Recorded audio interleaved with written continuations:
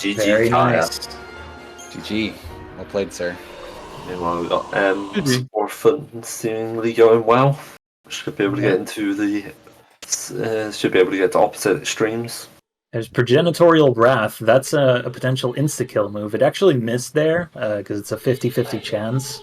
But regardless, we have Vanille always in Medic there, which for some strange AI reason, the first time Orphan does that move, it will always target a Medic or Sentinel if present, so we're not in danger of it targeting the party leader, luckily. Regardless, it missed there, so all good. Now is into the final phase. He can recast it, and it can target the party leader then, so we have some preparation for that. And there, he also got Diazirai. So he's going to have to time the summon here. All good, and now he will finish off Orphan 1. Yeah. The timing of that Progenitorial Wrath was also perfect to do a bit of damage pushing. But the early poison made this nicely good time. Also, during that, I wasn't paying that much attention to Zero, but did he also die to B&J? Because I did. Yeah, it looked like he was almost first kill. We were joking around about Zero being the only one without death, so it's unfortunate. No deathless runs today. Yeah, No, not that fortunate. I guess you touched upon that, so this game's hard. I almost died again also. It was really close to not staggering in time there. Alright, so M is on to Orphan 2, so Team Mog also get ready.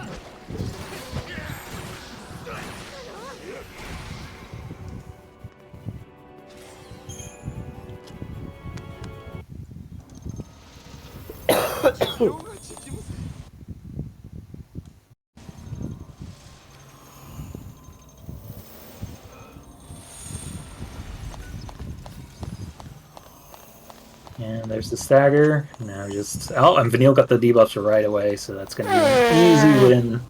Easy win for M.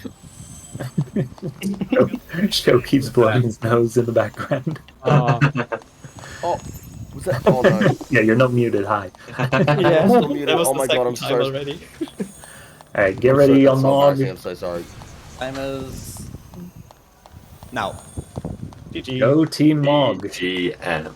GG. Meanwhile, we've got Zero coming up to the last Decept cancel.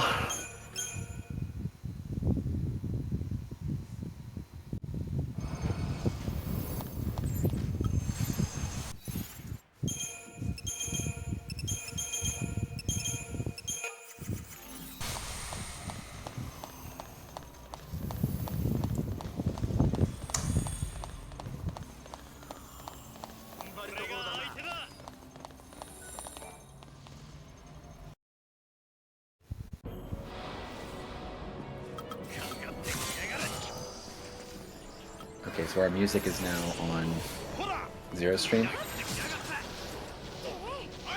Yeah, looks like it. Alright, so this is Blot again. Yeah.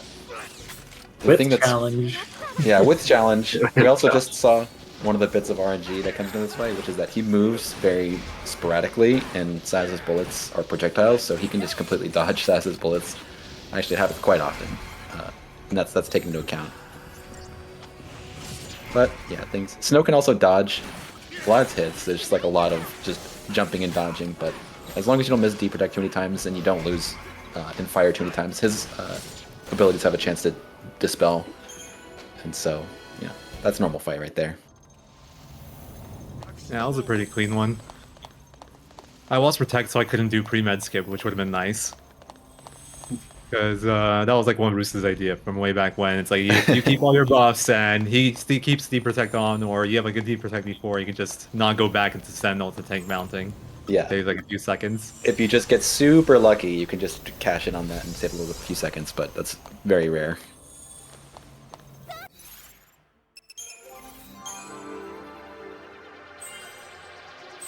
So Kaya and MMM, they had good TMS, right?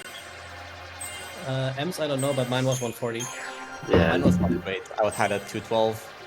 Okay. Yeah. I was gonna say I'll show you guys what a bad Slow. TMAT looks like, but I guess we already saw one. I mean, 230 still can Still did happen. kill and stagger almost, so not the worst. That was very close to a poison kill on Tiamat, so we got to see that.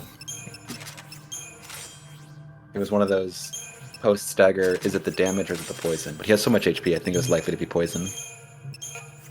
Yeah, for me, it missed the sub 140 because I needed to go back to Smart Bomb for D-Protect because that was still missing. But yeah, pretty good one. I'm sad that I got a death. We were so close to a deathless run. Yeah. Why do you say that right before Bart 3? Man, come on. Oh no. It's alright, I Yeah, died once. exactly. Surely I won't die again, right? Oh, I mean, there we go. I There died we two times in the end. And M as well, so we still have 2 to go. We've seen 2 great Bart frees. Do you guys like my Yeah. consolidation default Tiamat starts? Well, we know he has challenge at least. On console, what honestly, on console that happened could there? actually matter. Apparently I defaulted console, so new strats. This is Yeah, actually the play. maybe on console that's the play, seriously. Because he I always got gets a an rough attack pattern off. here.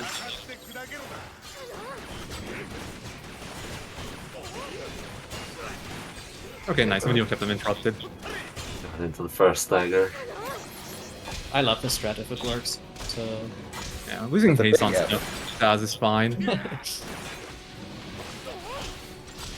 Oh, that's bad though. All of that's his really red bad. grenades have a chance to dispel, and so we lost. And when the game dispels, it takes away the one on the right side of the list by your HP. So It's we lost not- lose I haste. don't get interruption here. It's not a dispel, it's a slow. yeah, you have to play it safe, I guess. Oh, I thought the ice grenades could dispel. Oh, well, this dispels, yeah. So. Yeah. I messed it up a little bit, and it.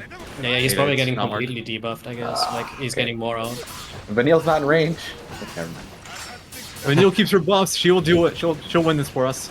She's doing her job at least. She has bravery. She doesn't have faith, so the only one we kind of care about did lose. So.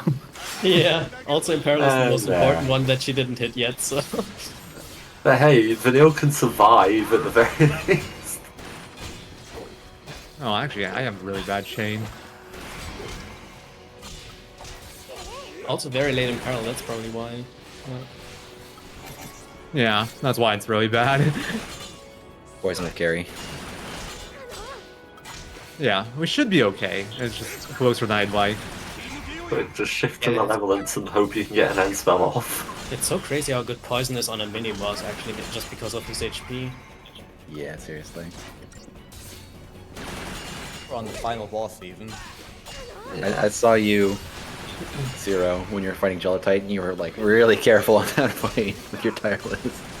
Yeah, We're oh, that was only on kidding about a accident. bad Tiamat. Also, I don't actually kill here. Yikes. Yeah. I should maybe done one more cold blood then. We'll kill him eventually. Yeah, poison will do most of it. We just need a little bit more. He dispels though, right? Yeah. Oh, never mind. Yeah, like the it poison. already did its job. Like its finishes. Maybe you can stagger extend in these cases. Yeah, stagger extend would have actually been an interesting idea. But Vanille doesn't do enough damage, so I'm not sure how worth it is. Yeah. Oh, the The poison. worst Maybe part. it wasn't for the poison. Yeah, the poison. All right. Good luck. Clean final bosses, and then you have a good time, I guess, compared to us. Oh. I'm probably not saying that much today. Wow. Alright. What do you mean compared Here's to the top us? You switch both up had menu. good runs. Yeah, I'm just memeing a bit. My goal was sub 440. That happened. Mine didn't. By 1 second. Lots Yeah. challenge on snow. The doc says 439.59, so goal achieved. I did say sub 440. Bring it till close though. What was your time, man? It was a 441.47 according to live split. Don't know if that's Okay. different in the doc. Yeah, I mean, as comparison, not even that long ago, like below a 445 was insanely good. So, especially no resets, it's still really, really good. For a second there, I thought you were doing Shroudless Part 3, and I was Got gonna style. just. Let's also not mentioning the ridiculous death on Havoc's Guy Tank. Like, you almost had him, and that's like the worst place to die. Yeah. That was Oh, really the brutal annoying. one. He was just Oh, nice. hard-fighting lightning Yeah. and I had no potions. Like, I was so worried there. We were chatting about this, that Zero didn't have a long death yet because I died on Proto and M had Sky thing. Yeah, you shut off like the 2 worst deaths. Bar 2 would have been worse probably, but I think that's worse now is just an orphan death. Yeah, Orphan's the longest in the game, so hopefully not happening. I would say, why did you say that now? But I trust you. I mean, the thing is, we got disarray for me, the progenitorial wrath for M, so that means Zero gets the easy pattern, right? With Lights. To be fair, my progenitorial wrath didn't. What do you mean? I'm not getting debuffs on my orphan. You guys both got Desiree for post their judgment, okay. right? Yeah, I got it first. Okay. We're 100% seeing consummate darkness for Zero here. Oh no, please no. And then, I had a good damage push. That was also why the time on my side was actually good. Because some of you may have noticed I messed up the first shift. I went into try assassin instead of malevolence. I don't know if any of you noticed.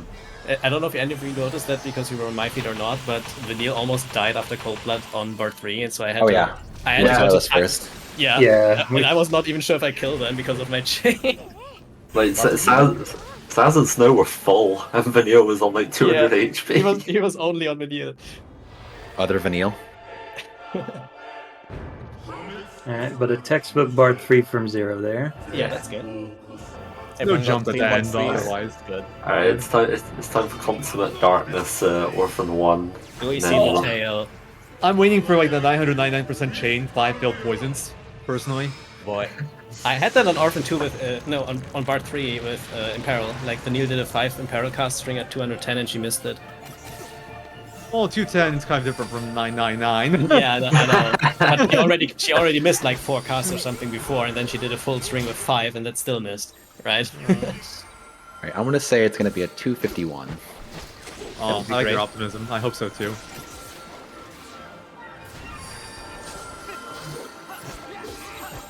It's gonna be 3 minutes exact.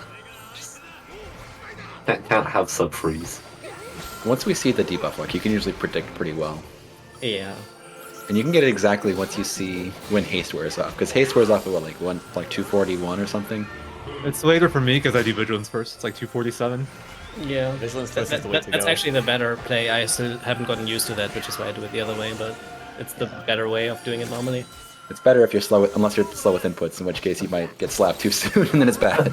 But it can be dispelled quicker. Oh wait, there's no dispel. Never mind. My fight was also kind of bad because I had to stay a bit in console before stagger because I didn't let Snow hit challenge one time because I went back to smart too early. So I had to go back to console for challenge.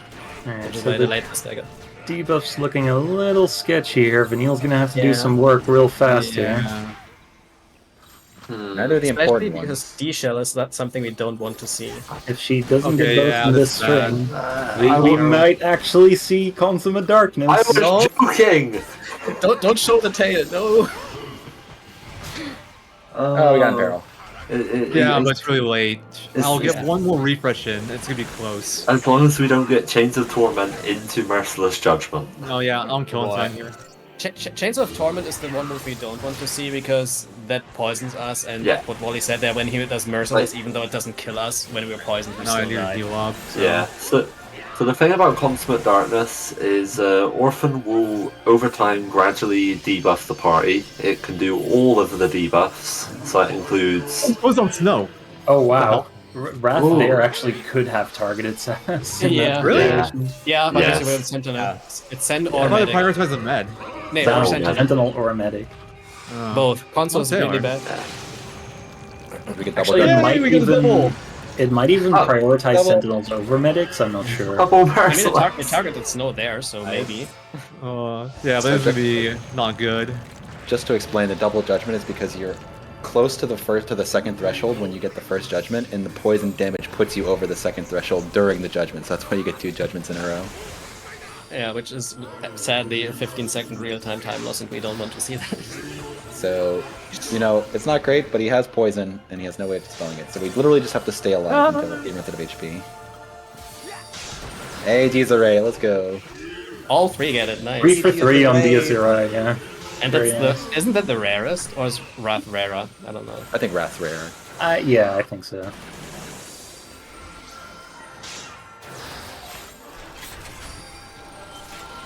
This is the nice thing about Oh, saving man. the elixir is This- if you have the elixir, you can always renew and summon, and you'll pretty much always kill no problem after. Yeah, unfortunately these guys all had good Bard 3s, so we didn't get to see any Elixirless Orphan shenanigans. It's gonna be. Yeah, why do you guys have good board freeze? Come on. Yeah, why didn't you have a bad one? I'm here taking all the other bad fights. You guys need bad board freeze. What, like We didn't 330? have a bad Sky Tank, or a Oh. bad Proto, or not as bad as ours. Kaya's. Oh, my proto wasn't even that bad. I just miscalculated at the end and then got immediately punished. But, Nice ending. That was showing off. I just didn't want to get progenital like that one Lucho quip. At the Oh, business yeah. school. Oh, that's Just- true. That was on a world record as well, where he got Yep. 50-50 there and survived. Yep. Shout outs to Gestalting with 5 Gestalt points. Just, Alright, for just Team for Choco, reference, we have though, about a minute to go.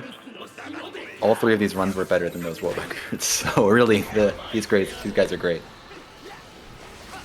Come on, Clean Orphan 2. It has come a long way. We had 2 good ones. Ames was actually crazy. You just got the debuffs right away. Yeah. Yeah, that was lucky. Low 1 minute was that, right? Mine was 110, I think. Hey, we get the lick. Oh no. This is what normal FF13 discourse looks like. It's just guys talking about their exact battle times and like caring Yeah. about like, That's exactly who was how it 2 is. seconds faster. That's what it normally looks like. And, Hey, we're and all losing a nerds, few right? frames. Just losing a few frames over a 4-hour run, you know? It honestly is a really nice quality of life feature that you get to see your time after every fight. Yeah. You should have heard us in the Runner's Hideout. That was fun. That was very fun. When do we get runner's commentary? Neil got a late in peril here. He should have barely enough time to kill. That Still. should be fine, yeah. Yeah, I think we're fine, but it's not as Very close. tighter than I want. Alright, call it so I can push the button. Alright, Choco getting ready, and we are done. Now, go. GG! GG's. GG's. Very nice runs from all Yeah. 3. All 3 around 440 range too, which is, yeah. Yeah. That was the That goal. was 13 was really bad, Well, it sadly. was close. All right, so I think we can kick it over to the FF8, folks, Yeah. unless you guys have anything else to say. Shoutouts to all runners and commentators. Thanks for letting us run. And yeah, if anyone's interested, join the Discord, as for every game. Yeah. And good luck to all of the FF8 runners and commentators. Thank you very much for having Good us, luck, everyone. GG0, But mostly Team Kyle. Choco. Yeah. Wow. I think he meant to say Team Mog, but No, I know think that- you- that's it- Choco. it's Let's a go bit Choco. common mistake. Team Happens Tonberry. to everyone. Don't worry, Team Tonberry, I'll stab him. Yeah. Have fun with That only FF8, everybody. Team Mog ahead. It's a Alright. challenge mistake. See you, everyone. Goodbye. Thanks for having us. Take it away, night, everybody. Thanks Thanks for for having watching. me. See ya. Hello everyone. I guess it's ready for FF8 commentary. Who's hyped? Yeah. Alright. Thank Hope you everybody's for hyped. joining us. Well, we've got a lot to catch up on in the run, haven't we? Who wants to take off? Oh, just a bit. We want to introduce ourselves real quick and we'll jump into what's going on. Or do you just want to jump right in? I don't know. We could Well- just jump right in, I suppose. Cur- We've current- got We're currently for on it, the Soph. fish fin, so I haven't been paying super attention because I was watching the xeidin 13 end, but I don't think we're doing manips, right? I don't think no, any no, of the no, runners are doing manips, no so runners just- are doing minutes today. Just your standard fish fin. So essentially, here on this beach is the fundamental of the run, and we need to leave here with 5 fish fins. Mhm. And that's And we've just seen that's kind Xeidin of get random, it.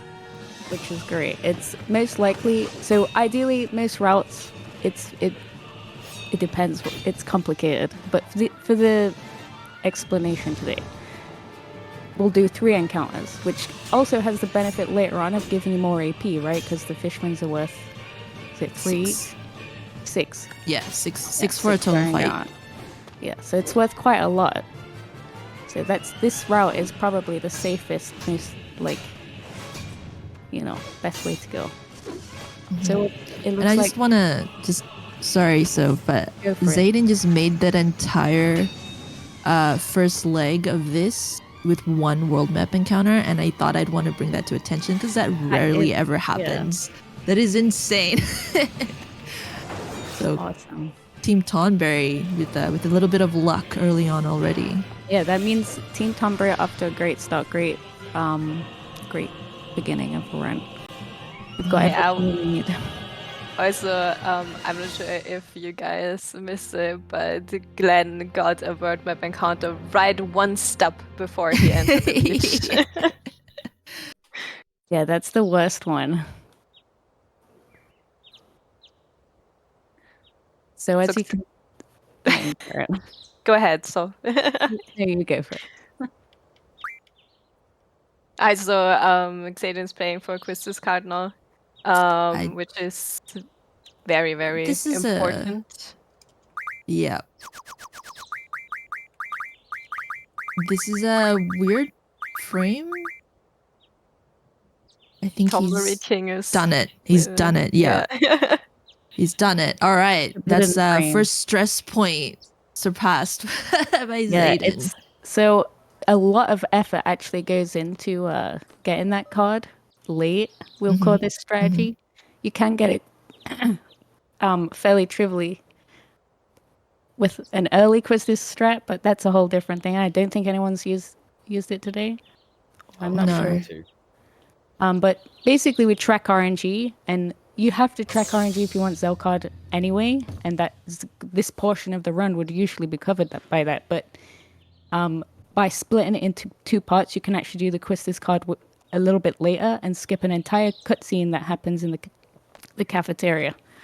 So it's like Sonic's just reloaded a save there. Oh. Yep.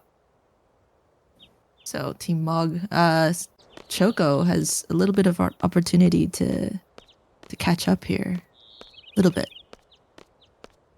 Yeah, I hate late Quistis personally. I find it just never works for me. I can't do it. I find it a little bit easier to split it up into the two cards of tracking, if that makes sense. I can't. It's also my most reset point, right? So it's not. I'd also very like to quickly apologize to the Final Fantasy XIII commentators for not muting and blowing my nose in their ears. I'm so sorry. Yeah, Roy's really a bit poorly today. So I'm doing well enough to play. I'm doing well enough to destroy the competition. I'll make it. All right. I mean, your voodoo mojo is already affecting Sonic's run, so something's happening. Someone in chats just asked, I'm not familiar with the actual speed run. Why not get another fight, manipulation, or XP reasons? Basically, the explanation for why that's a restart. Oh, and that's okay, never mind. I thought something happened, but didn't. But basically what happens here is that you need exactly 5 fish fins for 100 waters to get your strength level up for the Dollet fight. And if you don't get 5 fish fins in this beach fight, it's not particularly ideal going into the next segment of the game. So resets here are usually because you didn't get enough fish fin drops, because the number of fish fins that drop during these fights are random, unfortunately for everybody, unless you're manipulating it. It's nice to think of the fish fins as like a turning point in the run, and they're really important because of AP and the waters that you would get from the fish fins. So all the routes kind of just play on those two reasons. They're just really efficient encounters, and there's no point to take other inefficient encounters when you've got those right there at the beginning that also give you waters to power up. So you can do this run with 0 fish fins with the AP. You never need any more AP than the run gives you. But resources are the problem. You need to balance that resource management still in this, very overpowered game. But and then another downside to taking an extra fight on that beach is the XP gained. We don't like getting XP in this Final Fantasy VIII speedrun. We want to keep all our characters, our party members, as low as possible in levels. So getting the extra XP for fighting an extra fight, not nice if you want to run a particularly ideal run. Yeah, that's another good point. Sorry to like distract completely, but another good point in chat is another reason why you want to reset and things is because tracked RNG is affected by what happens, and if you lose track of RNG, it's good to like reload the save. Or I'm not exactly sure what happened. I mean, if you guys could fill in what happened on Sonic's side with the not enough ins, He really. didn't get And enough it looks ins, like and Show. He reloaded. Yeah, Show's doing early Quistis. Look at this. And if you pay attention now, since Glenn also just did Quistis cut, but late Quistis, you can see the time save because he can now run also into back to the dormitories, which is right next over. But Shio has to run all the way to the front of the circle in Galbadia Garden to get to the front gate. So that's also time loss if you do early Quistis. Yeah, it's actually really nice to see like them line up like that, so you can really see like the difference of arriving at the destination you need to be at. But it's a lot safer to do the early card manip, especially when it comes to this run. Tracking RNG is not easy. So I think the change, the payoff here is that the late Quistis card saves you 20 seconds, but it involves tracking, and then you lose 20 seconds for not tracking. But it's obviously to runner's preference. Yeah, I think some people are just gonna find it easy for some bizarre reason. I fall into that category, luckily. But some people, it does become like a heavily reset point because you just there's so many things that have got to add up and be perfect. You need to be able to mash really well for early Quistis too. So there's that. It's the first 10 frames. But it's nice now we have the turbo category. Yes, correct. The PC and everything, so it's not so much a concern if you run on those versions. Maybe noteworthy to say that it's not all 10 first frames. There are some frames with unwinnable games. Yeah. And very often you will get the 4th frame, which is not winnable, and there is another reset. I think 4th is winnable now. 5th is the one that's not winnable. We got a T-Rex. We got a blessed T-Rex run. Directly after another encounter. I remember that. Second encounter. Didn't that happen to someone else in a... I believe it was Shug. Yeah, that's right. Yeah. Oh, and another encounter for Show. Oh. Wow, so maybe we'll get a double T-Rex. A back attack. Wow. Okay, at least it was a quick back attack. It could be sometimes you're waiting to flee from back attacks for like 40 seconds. It's egregious. Yeah. As we come up to Sonic's run here, I'm just looking. He's about to go into the Balam town. What are your predictions for car drifting directions? I say top right. I say left. I feel like if we make a prediction, he'll do the opposite of what you say. So like, I'm just gonna think. Well, we all make different directions. Like, you got a 1 in 8 chance of being right. So. Yeah, those guesses. I generally just circle my analog stick and see where it sticks. Yeah, I like to do that too. When xeidin went through and drifted, there was a question in the chat said like, "Wait, did I just see that car go a completely different direction?" And, like, during the fade out, that you can completely change the direction of the car, and it's a fun little game to guess which direction the runner's gonna do, because all they have to do is just press a button and it'll go that way. But it's funny to see them drifting around the corner. It kind of caught me off guard the first time I saw it. I was like, wait a second, what? Yeah, it's always funny to see the first time. I think a lot of us forget to do it, so like it does come as a surprise now again for people, which is nice. You know what comes as a surprise for me? Seeing this in English. Yeah. Being able to read the dialogue boxes for the first time in a while. So nice. usually on PC, a lot of the runners do run on French, but it doesn't save that much time, and it's significantly more complicated to learn it, like run in a different language. So yeah. I want to also bring to attention the fact that out of like these 3 runners, xeidin is more of an HD console runner, so he plays in Japanese. Show usually runs on the PS2, PSX version, and I think Sonic definitely runs PC more generally. So we've got 3 runners who are not quite, have this same level of preference or same preferences with this game. So watching them all together on one screen playing the PC version is very interesting to me. Yeah, it's like everyone's see how coming it together goes. from different places. Exactly. For this marathon. Isn't that beautiful?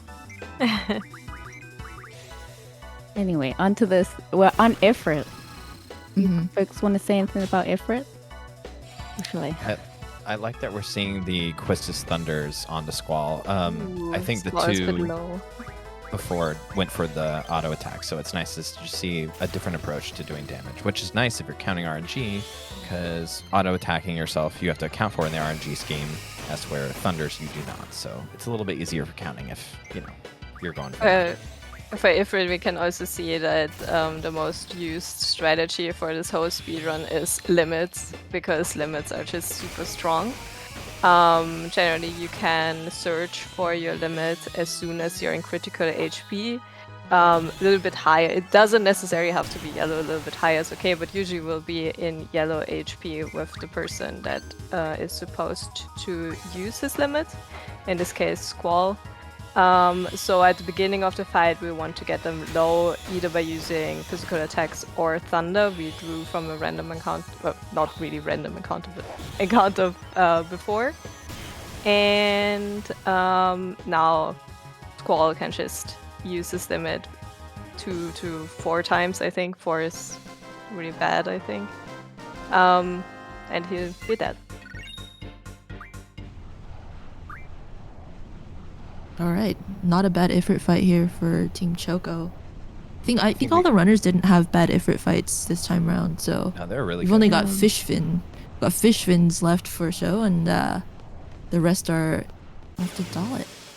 Yeah, I think we got an upright Sonic, by the way. Oh, so I won. Right. Amazing. Wow. Bribery. Thank you. What was I gonna say? Never Sorry. mind. Explain Oh, something. I noticed earlier in Sonic's Ifrit fight that Sonic is doing something called the he skips the damage animation, and in the next couple of fights, watch Sonic do a little wiggle in between getting damage, just so that he saves like a couple of milliseconds per damage animation. That doesn't happen, and I don't think the other 2 are doing that. So that's very interesting to me, because that's a different strat, or something. Not a strat, I would say, like a, what would you call it? An Like animation efficiency. animation animation cancels. skip. And they do save time, but it's more of a thing where it's a ripple effect of like, once you get in the muscle memory of doing something small like that, it saves like a lot of time for a round, right? So it's worth doing it, because it's not really complicated to do for most people, I think. It's like once you get to interest, that it all level. adds up. Yeah, exactly. It's someone who wants to be like very focused in on that game. It takes a lot of effort to catch the small things, right? But it doesn't save much time. It's, I don't think, even a second, really. So Tonberry's having some technical difficulties. Just giving the rest of them a chance to catch up, I guess. Of course. Very noble in his attempt. We're all Very so far. noble. We appreciate Very noble.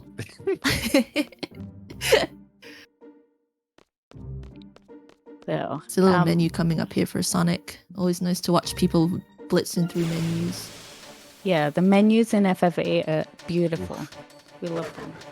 They are also very satisfying to execute, especially if you know some newer Final Fantasies. Like, I'm also running 10.2, the menus are so slow, but in 8 you're just blazing through them. You know what though? And if you, I don't know if everyone here has ever played Final Fantasy VIII on a CRT and stuff. The menus are just like, it's like actually just with your brain. You just do what you want to do. And I totally with you on the 10 too, with it lagging a little bit. Notice these things. Show just got that encounter one step before the beach. Just That was really feels bad, man. Really feels bad. It's a real I feels feel like bad. So we're- that's 3 world map encounters for Team Choco at the moment. Yeah, it's rough. It's Unfortunate. rough out there. Very unfortunate. All right. I'm hearing Team glacial eye too, nobody Tonberry likes might that. be back soon. Refresh this feed to make sure that we're. Hopefully he didn't like get knocked offline. Something like that. I'm sure everything will be fine. Oh yeah. of Everything will course. be fine. It's Nothing's always something with happening. Fate. It's like I think it was last year when Jack was having technical difficulties with his PS2, and like Muskie was tap dancing in Fisherman's Horizon for like 7 minutes. So like, hey, let's bounce time. Was it It's always last year or was something. it 2 years ago? I can't remember. Time is I feel like compressed. that might have been It is. a while back.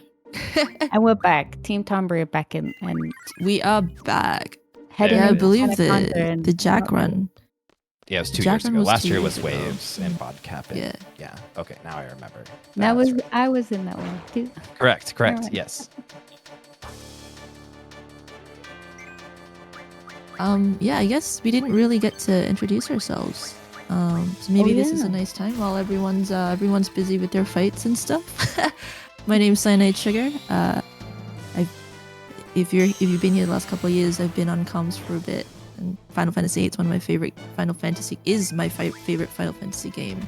Actually, although 16 is quickly catching up. My name's cyanidesugar, and the rest of you can introduce yourselves. I'm earinor.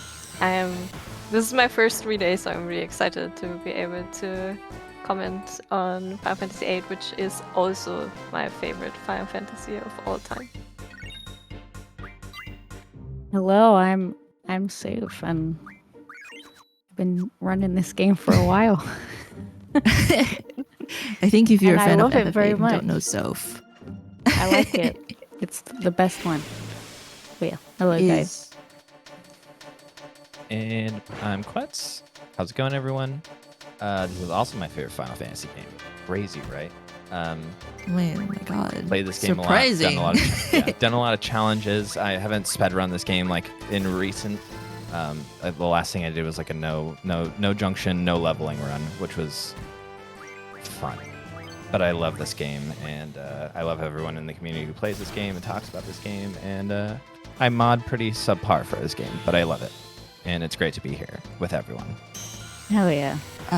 Did we have an Anaconda split? I am still trying to get his feet up because Oh, of okay. introductions. So I apologize. Can we split for Tonberry? Yes. Okay. Yep. Sorry about that.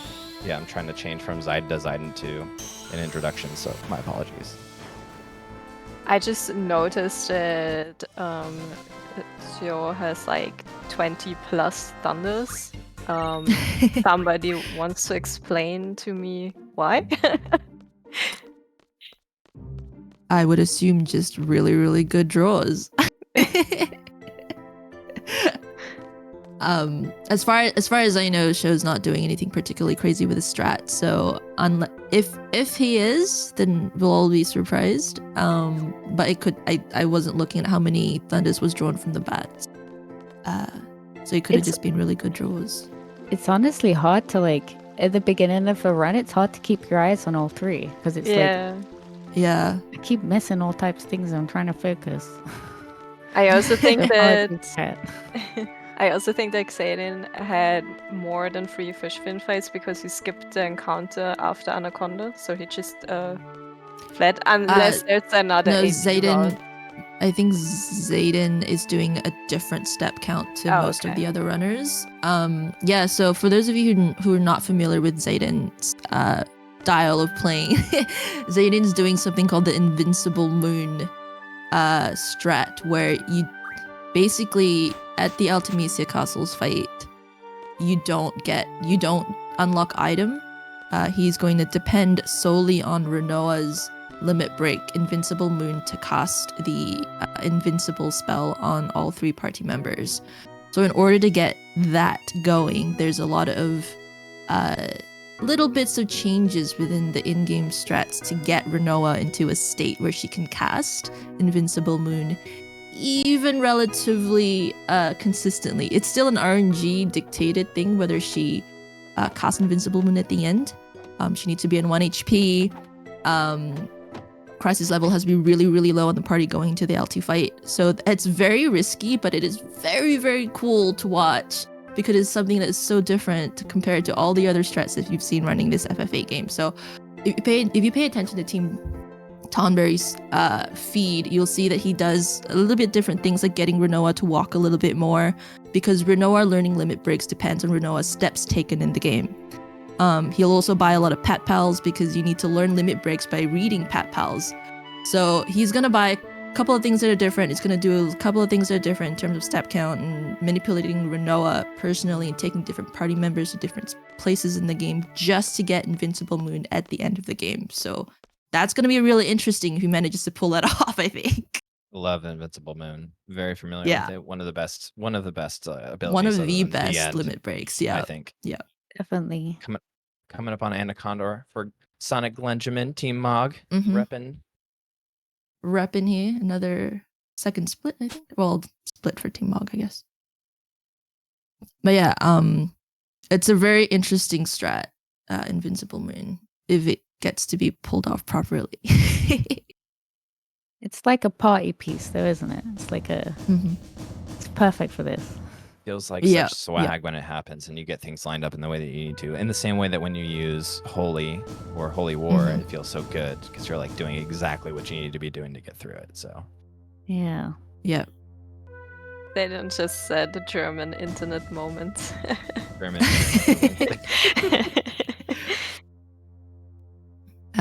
does anybody want to explain why our runners are trying to escape when they clearly cannot escape battles? Trying to fweet when they can't fweet. So when the party members are in critical HP, they like sit down or crouch or whatever. And when you pick an attack or like an action, they have to stand up. And for example, Squall takes a sword. And it's slow. So in order to skip this standing up animation, we just constantly run from almost every fight. And to just skip it. Yeah, I hope I explained that well enough. Yeah. Kind of reminds me of what we were talking about earlier with like trying to do the animation canceling that's Glenjamin was doing. It doesn't necessarily save immense amounts of time while it's happening, but you can add all that interest up over the course of 7.5 hours and you're saving like 2-3 minutes, which is definitely something you would be wanting to do in a speedrun. Another thing that xeidin is probably doing shortly, maybe, are attack buffers. Maybe always interesting to know what's that about, if someone wants to explain it. The most annoying thing to have to think about when you're fighting. Yeah, just having to line up your ATBs before you send the next action out, because when you send out an action, it puts ATB weight into effect, and you really want to be able to like fire off your attacks and wait, and then buffer those attacks. It's a lot of sequencing essentially to make it go as quickly as you can. On the PC version, attack buffering is a little bit spicy because the PC version of this game likes to eat inputs. And you could accidentally skip past something that you really want to do, like selecting a limit. It looks like xeidin's Squall has just fallen, but shouldn't be too bad here. There we go. Classic. Got the wedge runs. Classic. Oh, okay. Whew. All right. We're good.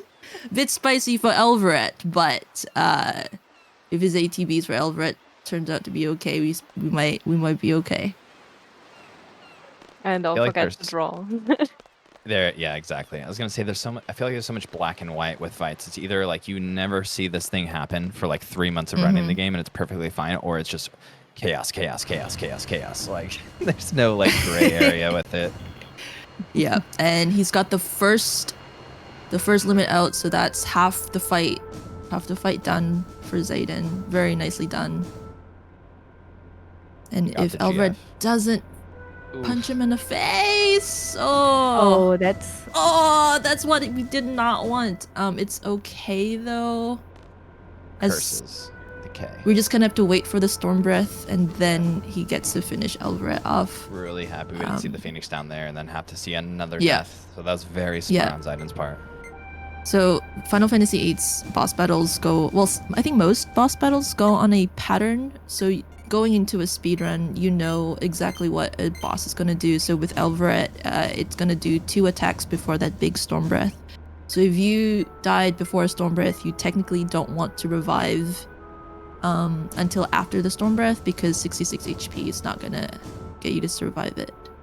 But I love how these Little two bit. bosses have like that mechanic where you like, it's the Ray Bomb, I think it's called, where you Yeah, know, if the you Ray get a death Bomb and then for you don't want to XATM. revive because it's gonna poof, Yeah. and then you have to do it again. Yeah. So yeah, that's a great point. Yeah. Then Xeidin survived. Very good. Very And nice. not Awesome. not That a was bad not a bad HP for XATM as well. Not at all. Yeah, it was a rough one though, because if you don't know what you're doing, and like Cyanide Yeah. said, with the Storm Breath coming out, it's rough. It's a bit rough. There Especially is. since you don't have that many Phoenix Stones. Exactly. That's You true. don't have a chance to buy anymore before this. I mean, I guess you do, but not like really in the speed. I don't- like you're forced Yeah, enough. you'd have to take a It's really a detour. detour into the Balam Yeah. shop. Yeah, nobody wants to do Do you that even have enough necessarily. money at that point? That's what I I'm think without wondering. selling the elixir, I'm If- not sure. Yeah, a Phoenix down is like 500 gil, and at the early points, I'm not not sure how much cheap. gil you have. Messes up a Run whole around lot circles. of things. Since you Super don't Sam. have a job yet, I Yeah. All 3 runners are currently going to be in this same area of the game. We're all going to be at Dollet. Damn. Ooh, no How save often does that for happen? XATM. Confident. Though I think Xeidin is just running from XATM, I believe. We will find out. There is one thing I just wanted to point out about Elvret as well, which is something that catches up a lot of people. It's a weird fight in the sense it like pauses the ATB when you're trying to do like does. an attack, a draw or whatever, where other fights don't necessarily do that. So Elvret can be a really tricky fight, just full stop. like- And Just that fight too. It's so weird. Yeah. It's like programmed like incorrectly to when you like do it, it'll stop it. Yeah, I hate that. so it's very common for Elvret to misbehave. 1, 2. All right. Trying for the 3, end. 4. Yeah.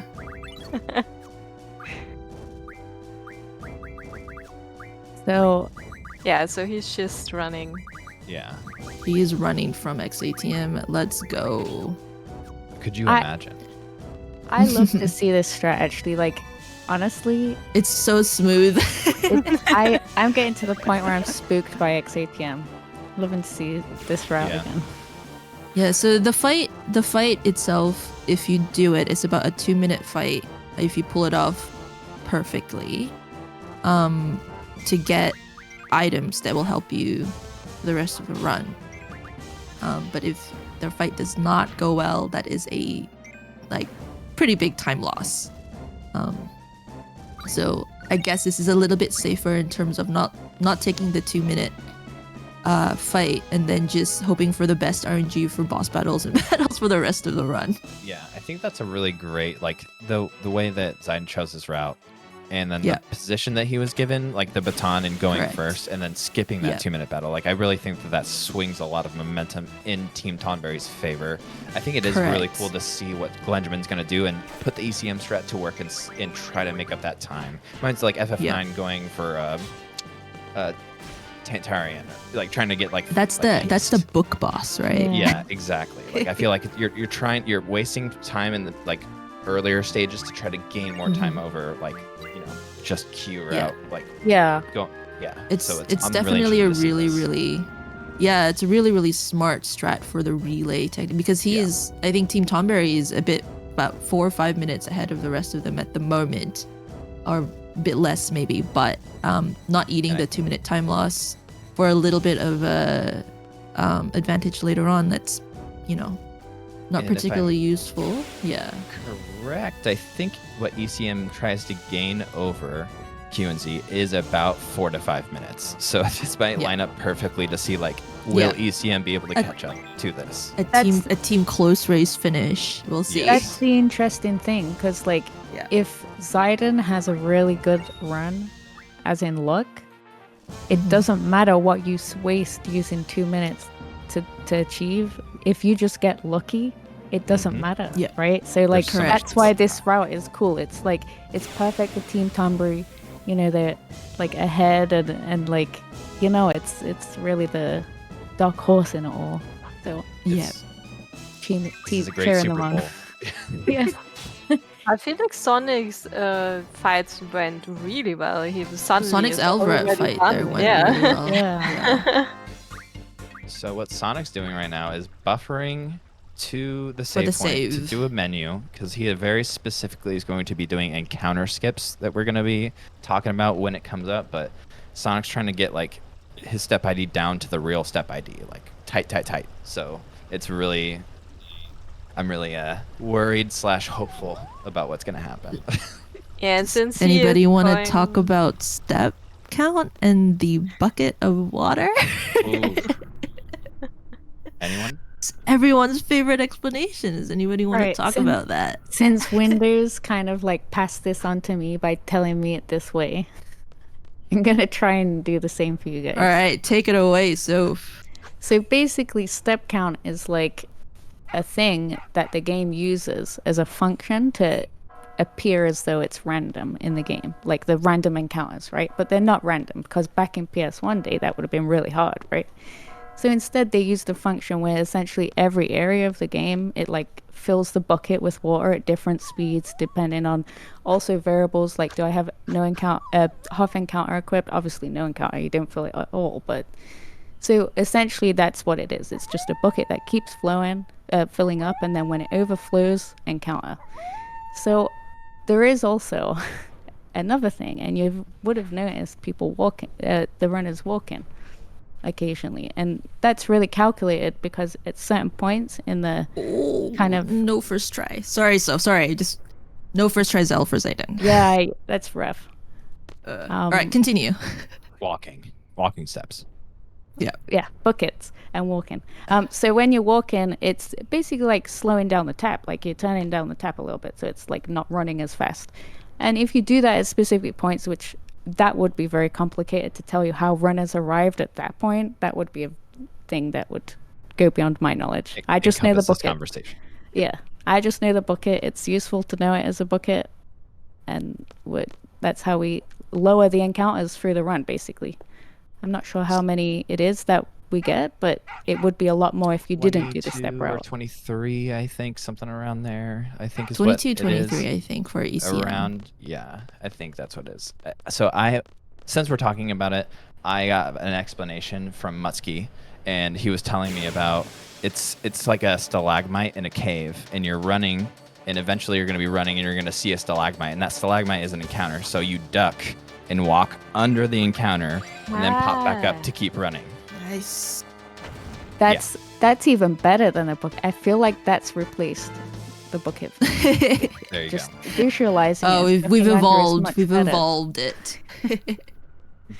We can say danger value is like how cold you get, and I don't know. There's room for improvement, but that makes sense to me. Essentially, on a code level, if anyone's interested in that, it is just like numbers interacting with each other at certain points, and then overflowing and starting again. And it's really cool, and it's not hard to learn it, but it is hard to learn it on a technical level. But it's fascinating if you are interested in those kind of things. Hard to wrap your mind around, really. It's not even like a hard concept. It's just hard to see what is invisible, and then once you do see it, it's easy to get. Right, xeidin's got the Zell card on second try. And the Condor for Sayo. His squall is pretty high HP. Yeah. I'm hoping we get Flap. Nope. Oh, Zell and Seifer, of and course. the two bops on not squall.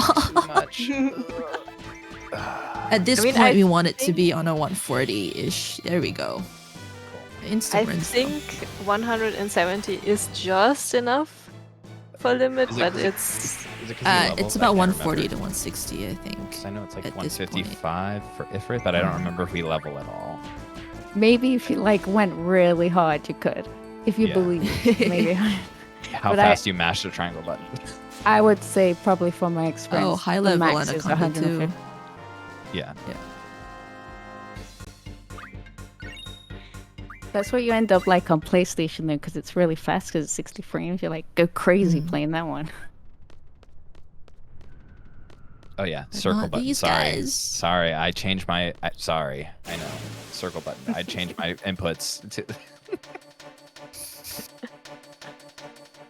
You mean the confirm button? I won't start that.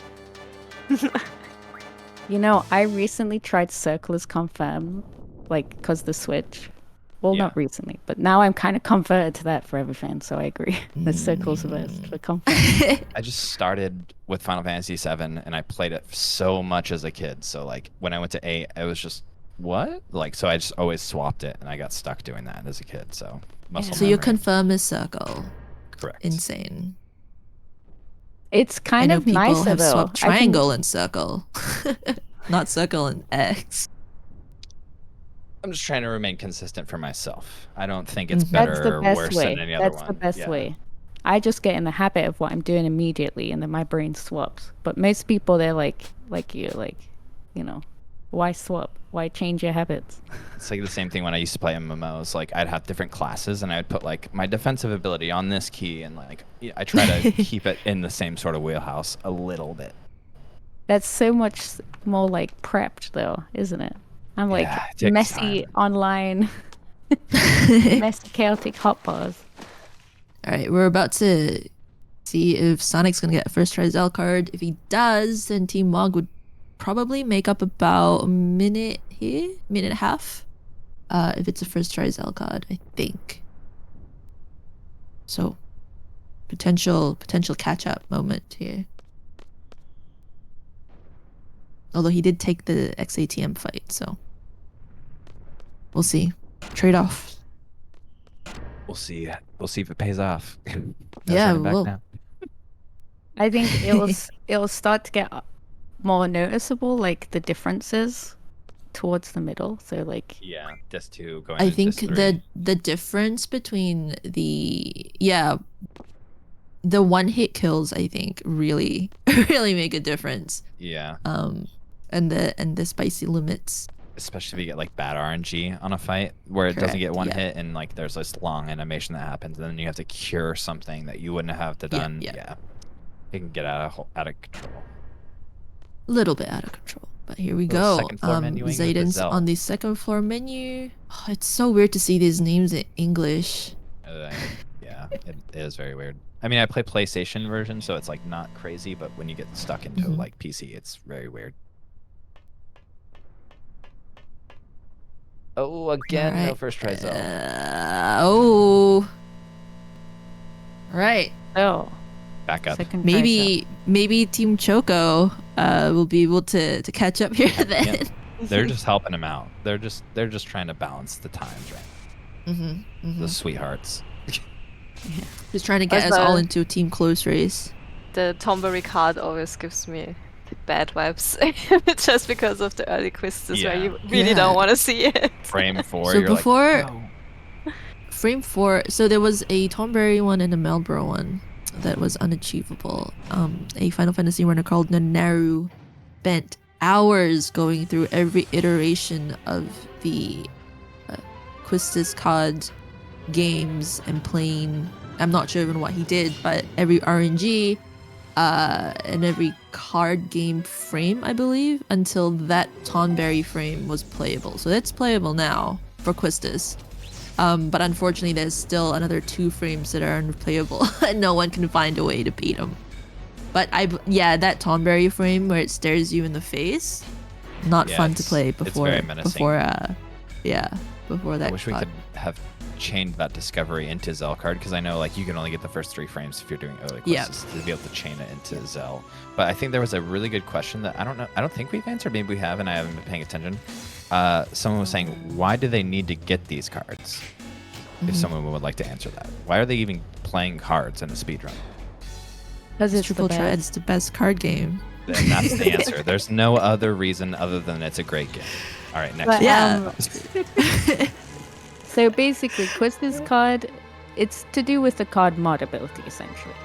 And that's the most, I think, would everyone agree card mod's the most, like, important thing in the Yeah, run? it's what It's a breaks the game. reload here for Sonic. Yeah, he have lost the card game. He lost his Quistis card. Oh, no. Yep.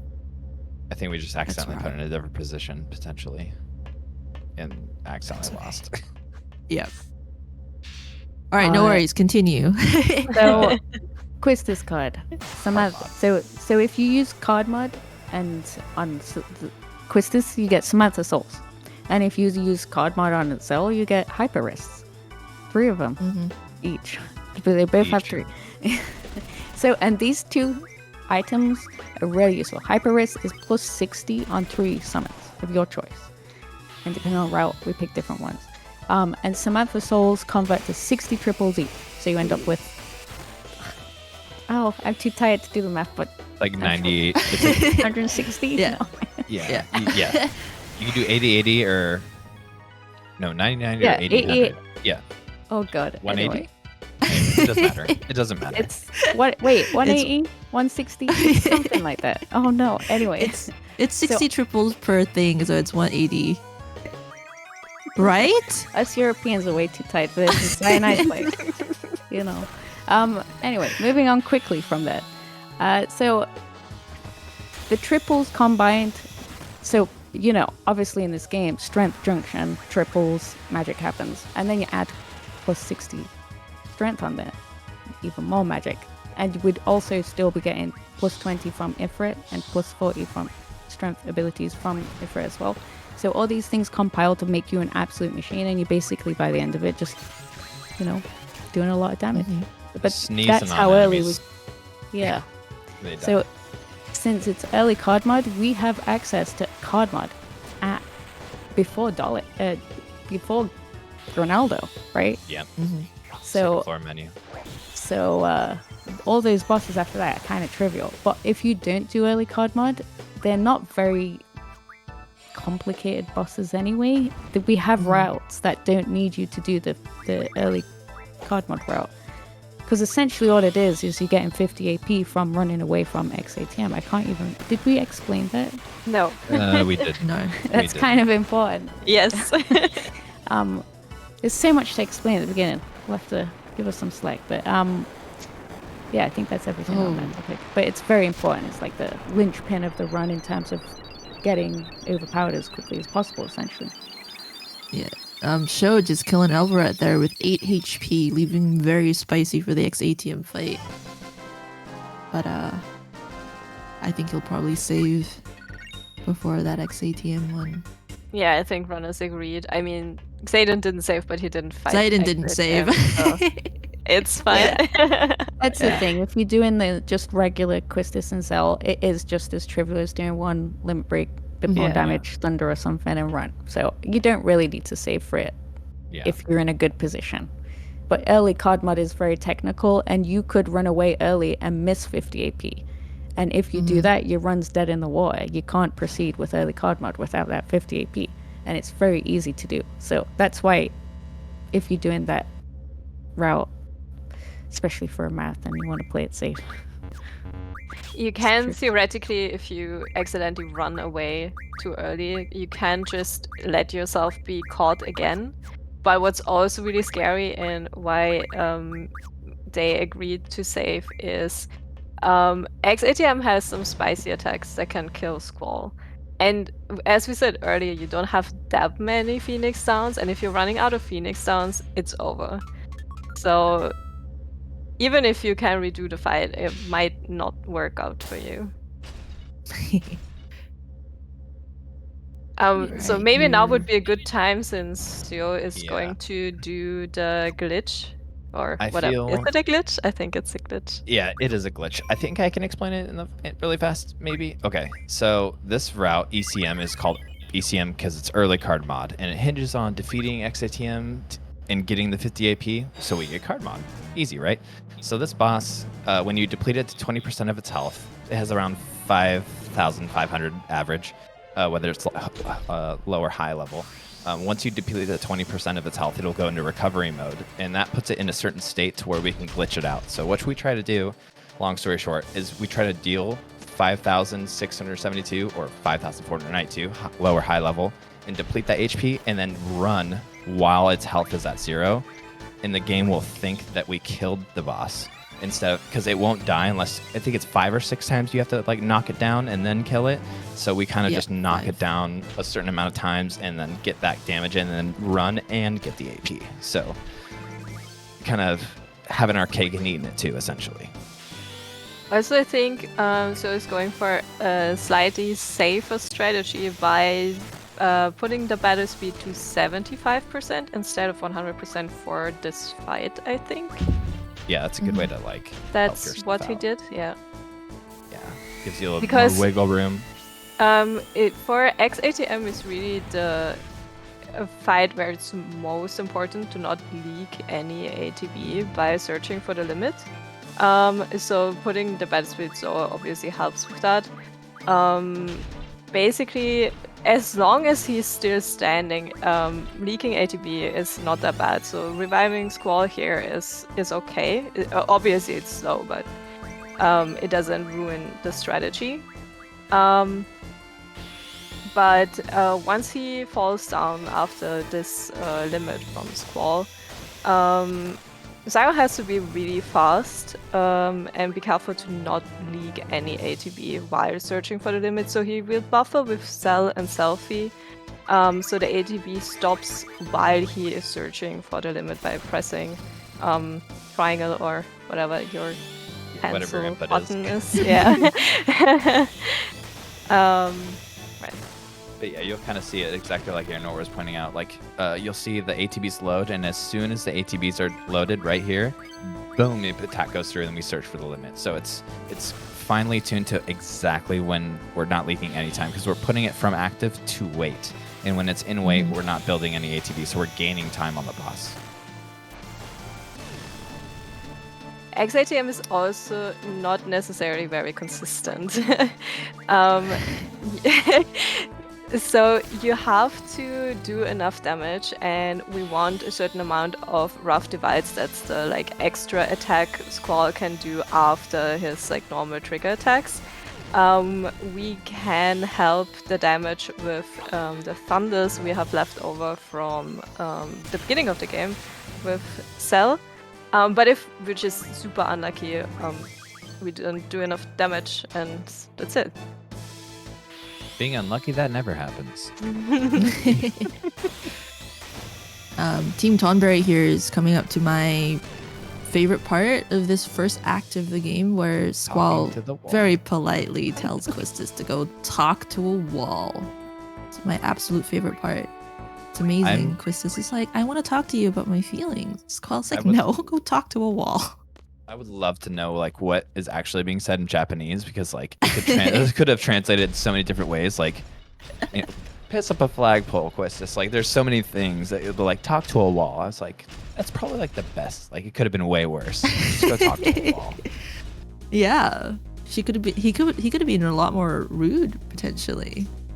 But, the interesting thing about it being like a Japanese game originally is like you can translate it, but you can't translate the cultural meaning necessarily. Yeah. It's so just a perception of Westerners' take on what the script was. Exactly. Yeah, it's really cool. That's why I love watching, like, I just started watching like animes, but I'll listen to it in English, but I'll put the Japanese like language up in like the text, so I can like see the differences between what they're saying and like what they would have been saying. So I'm so jealous that people can read Japanese. I'm so jealous. I wish I could. I mean, like, a good thing with language is like it does give you that outside of your own reality or environment perception, because it's so different in small ways. Yeah. So it's a really enhancing thing to do. And like, my French is terrible, but I've lived here for a while, and like living in a different country has given me a lot of perspective on things like that. So I highly encourage everyone to take that journey if they do want to learn a language, especially Japanese. I bet it's awesome. Yeah, there's so much dynamic to it. I want to quickly point out that Sarah just hid in the bar, and before doing the speedrun, I didn't know you can do that while running from xATM. I didn't either. I always thought I mean, that you we all had to really get that loved video. watching the Quistis FMV, cutscene, right? It's like It's the best one. It's like so iconic. That's one of the reasons I even remembered the game. I just remembered that cutscene. I was like, oh, I want to play that game again after like 10 years or whatever, right? So She is a strong, independent woman who doesn't need no xATM. Like it's so. Yeah. I love. That's still one of my favorite FMVs in this game, other than like when the bikes get launched onto Galbadia Garden from Galbadia. That one is also my favorite. I love arriving at Dollet just because the music is so good. yeah.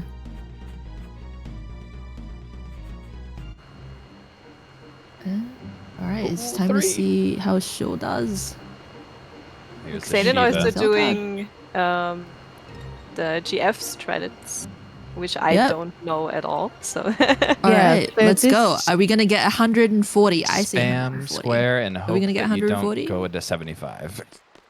this strat is probably why a lot of people opt to do early card mod instead, since you'll see that they don't have to do this. Very it's nice. hard on PC with the 15 But FPS. he does it.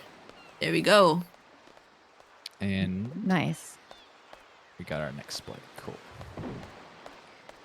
So yeah, like on PC, it's tricky with the Shiva boost thing because even if you use turbo, you're limited to like 15 FPS. Frames Like per I don't, second, I don't know what that means in turbo speed, but it means you can't mash very fast, basically. Because Even if you do mash exactly on the 15 FPS requirement or whatever the turbo 7.5 hertz is, the PC will still eat your input. So yeah, that's And another. it's so stupid because it's how it's programmed. So if you turn on FPS and you can look at it through Steam, you'll see that it fluctuates from 30 to 31 like every 5.5 seconds. So like if you're mashing at 7.5 hertz, 15 frames per second, there will be the deviation every frame or so where you're not hitting on the frame, so it skips it. So it's very inconsistent.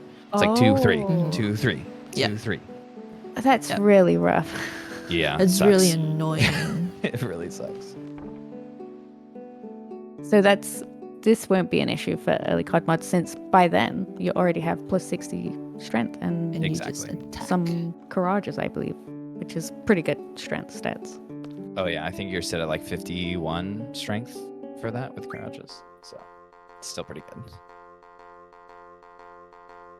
Should we maybe explain the card snake thing, or like what's important? How do we get first try sell card? So there's a program that is being used by these runners that you are not seeing on the screen. The first hour and a half of this game is how good are you at multitasking? It's not how good are you at playing the game. It's how good are you at multitasking. So as we said, they're counting RNG. So like Squall does an attack, that's a certain number of RNG. You get a certain encounter, that's a certain number of RNG. So you're taking all these boxes and the program is counting RNG up. Not for you, but you're clicking buttons and you're paying attention. And it's going to spit out a value that's around under the 300. And then once you get that value, you hit start and you get a command prompt with like a snake, as we call it in the community. And you want to hit the snake at a very specific value. So as you saw for Glenjamin and Xeidin, they did not get first try Zell. And that was because their snake didn't line up correctly as they were trying to. Because you have to hit enter on the keyboard at the same time you hit confirm on your controller. So there's like, if you're not pressing them at exactly the same time, it can mess you up a little bit. So we saw Sayo did get it first try. So there's the differences. It's just, can you multitask good enough? Yeah, it's not too punishing either if you don't manage to do it, because as you saw, second try Zell, or you could just reload the save like we also saw, and like there's tons of backups. Your run can still continue. So like I see a lot of people struggle with it as a concept when they come to it. I did heavily struggle with it because it's just like, it's complicated. But you don't even have to worry about it if you don't want. There's lots of ways, but it saves a lot of time. Like a lot of time. like getting it first try, I would assume is like Over second try, I'd say you probably save about 1.5 to 2 minutes, Yeah. and A that's minute and a not half. counting It's definitely anything a that minute could and have a half. gone wrong in So the first it's- hour. It's one of those things that are nice to learn too, because once you start to like hone in on it, there's a lot of resources out there for it, but it is complicated to explain to someone who's never used something like that before in a speed run or anything really. Or if you've never even seen the program, or even knew that they were using a program. The layers to this speed run. Yeah. Also, you have to consider that today the runners just run by themselves, and usually, at least I just ask my chat mostly, was it a 2 or a 3 character camera? How That's many what polls were everyone- those? That's such a good point though, because Yeah. like a lot of FF8 runners will pop into chats and things as well, and just like a lot of people who watch FF8 runs have watched a lot of them by now, so they help out, and it's, you know, it's lovely because it's hard to multitask those things, and you just get better at it, doing it more anyway. So it's not too bad. You just have to bear in mind that it's happening during Dollet, and you should focus for those parts. And then, as you can see, we're heading out of the RNG track. Well, we're done with it now, so I love you close that. all your programs after, and it's a nice feeling. Exactly. I love that the community like pops in, like you were saying, and like helps with like specific aspects like counting or polls. If you look at chat, my favorite one is like when they're doing like final party manipulation, which you won't see probably in this run, but when you see like 10 people post this in chat and like like counting like up, down, left, right, it's so great when everyone's just trying to help. Like these are the directions, these are the inputs. I got this party. And You've you're got, like, oh, and thank then you. you've got the ones who use their numpad for the direction. So you get like 8426, 8624, Oh, yeah. and you're like, what? If you have the program, the utilities program. The fun thing is, even if the runners in your chat know you don't do it, like I never did Final Party Manip, they will still post don't it. do They practice so they can help later. Yeah, I that's don't the do thing. Final Everyone's Party just Manip either. That's the thing, like, because I also do the final party. When I'm watching people do runs, like lurking, I always do it, like, just. It's really helpful to practice like that, though. It's good practice on other people's runs as well. Oh, yeah. All right, so xeidin is at Diablos right now, which is another pretty spicy fight with our early card mod. And what I would assume is the Zell duel strat So here. We saw Grinaldo from the Q and Z side of things, but now let's see what the ECM side of things has to say about it. It is the 6 second, 4 second. 4 second It was duel here. The very interesting thing about this Diablos fight is, as low leveled as Zell is, you'll see that this particular meteor drop, something, is that what it called, meteor drop? Okay.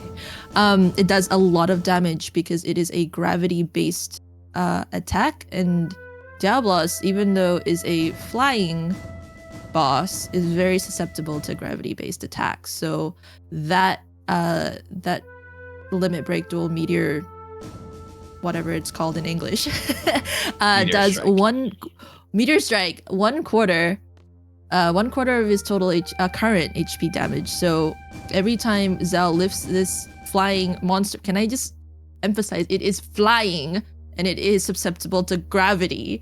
Crazy. Like there's so many bosses that aren't susceptible to gravity. Yeah.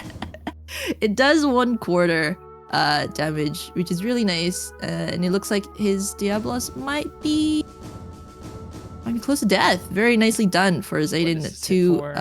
Oh yeah, he's got one punch, he said. Also, we get to see the dolphin. And there we go. That's a two duel round Diablos fight. Not a single death. Very nicely Very done nice. for xeidin. Yeah. I think It's this honestly was on one this of the route. scary parts. Yeah, I was gonna say, on this route, I think this is probably the part that most people dislike. Like, correct. It's very RNG, and it's very RNG.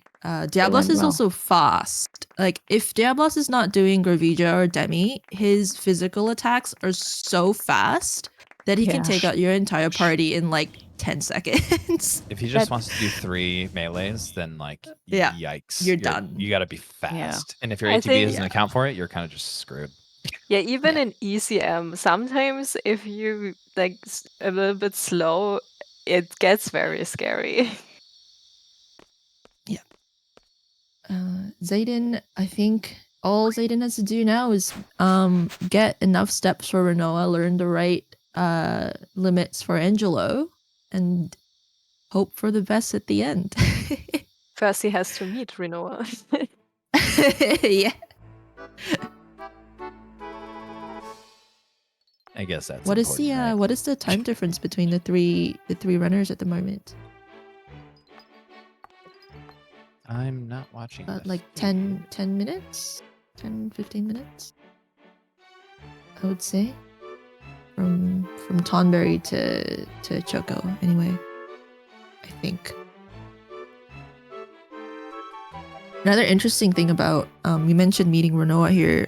Rinoa is called Rinoa in English, but when we play French, Rinoa is called Linoa with an L. And I found out, I don't know how true this is, but I found out that the reason why that happened is all because of the localization people who localized the game. So yeah, so apparently, you know, in the Japanese language, a lot of the L words that you would say in English are translated to R in Japanese, or they're like very similar sounding in Japanese.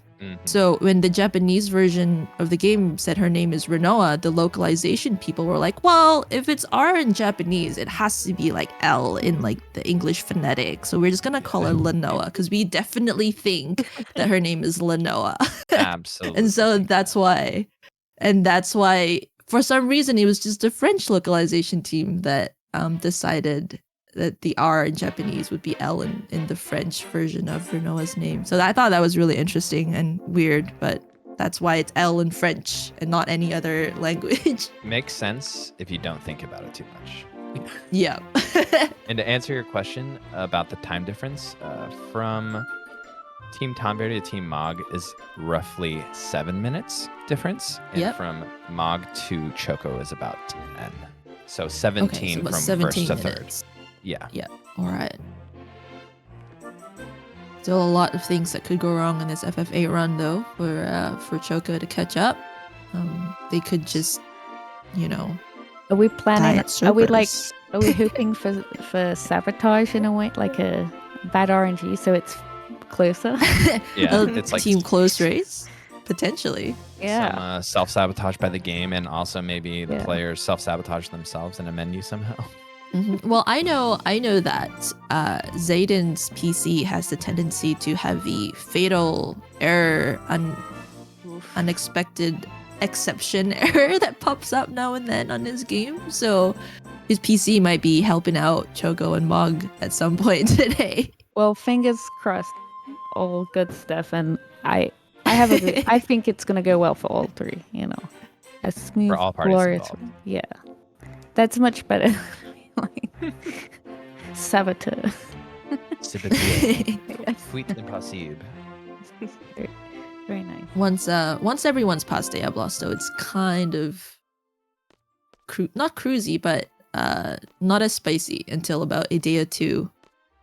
Edea 1 maybe is a little Edea 1's dicey, kind of spicy, potentially. but it's not spicy Edea for 1 the reasons you think. You just want a perfect Yeah. fight. Like Yeah. Edea 2 could be. That's the hell. thing. Spicy in FF8 is not really spicy. Yeah, it's just, Yeah, not when compared you to a see lot of the other Final Fantasy runs, Yeah. potentially. Yeah, When that's you the see If you the ignore inside. disc one. Or Dollet escape at least. I think every speedrun is like that though. Like it has its own things, and Final Fantasy VIII is just, I love it because it's so comfy and like there's so much to actually learn about it on a very small level to the point where most people just miss it. And that's why it's frustrating because like I feel like if we all just collectively actually just noted every tiny little small thing, it would be super helpful.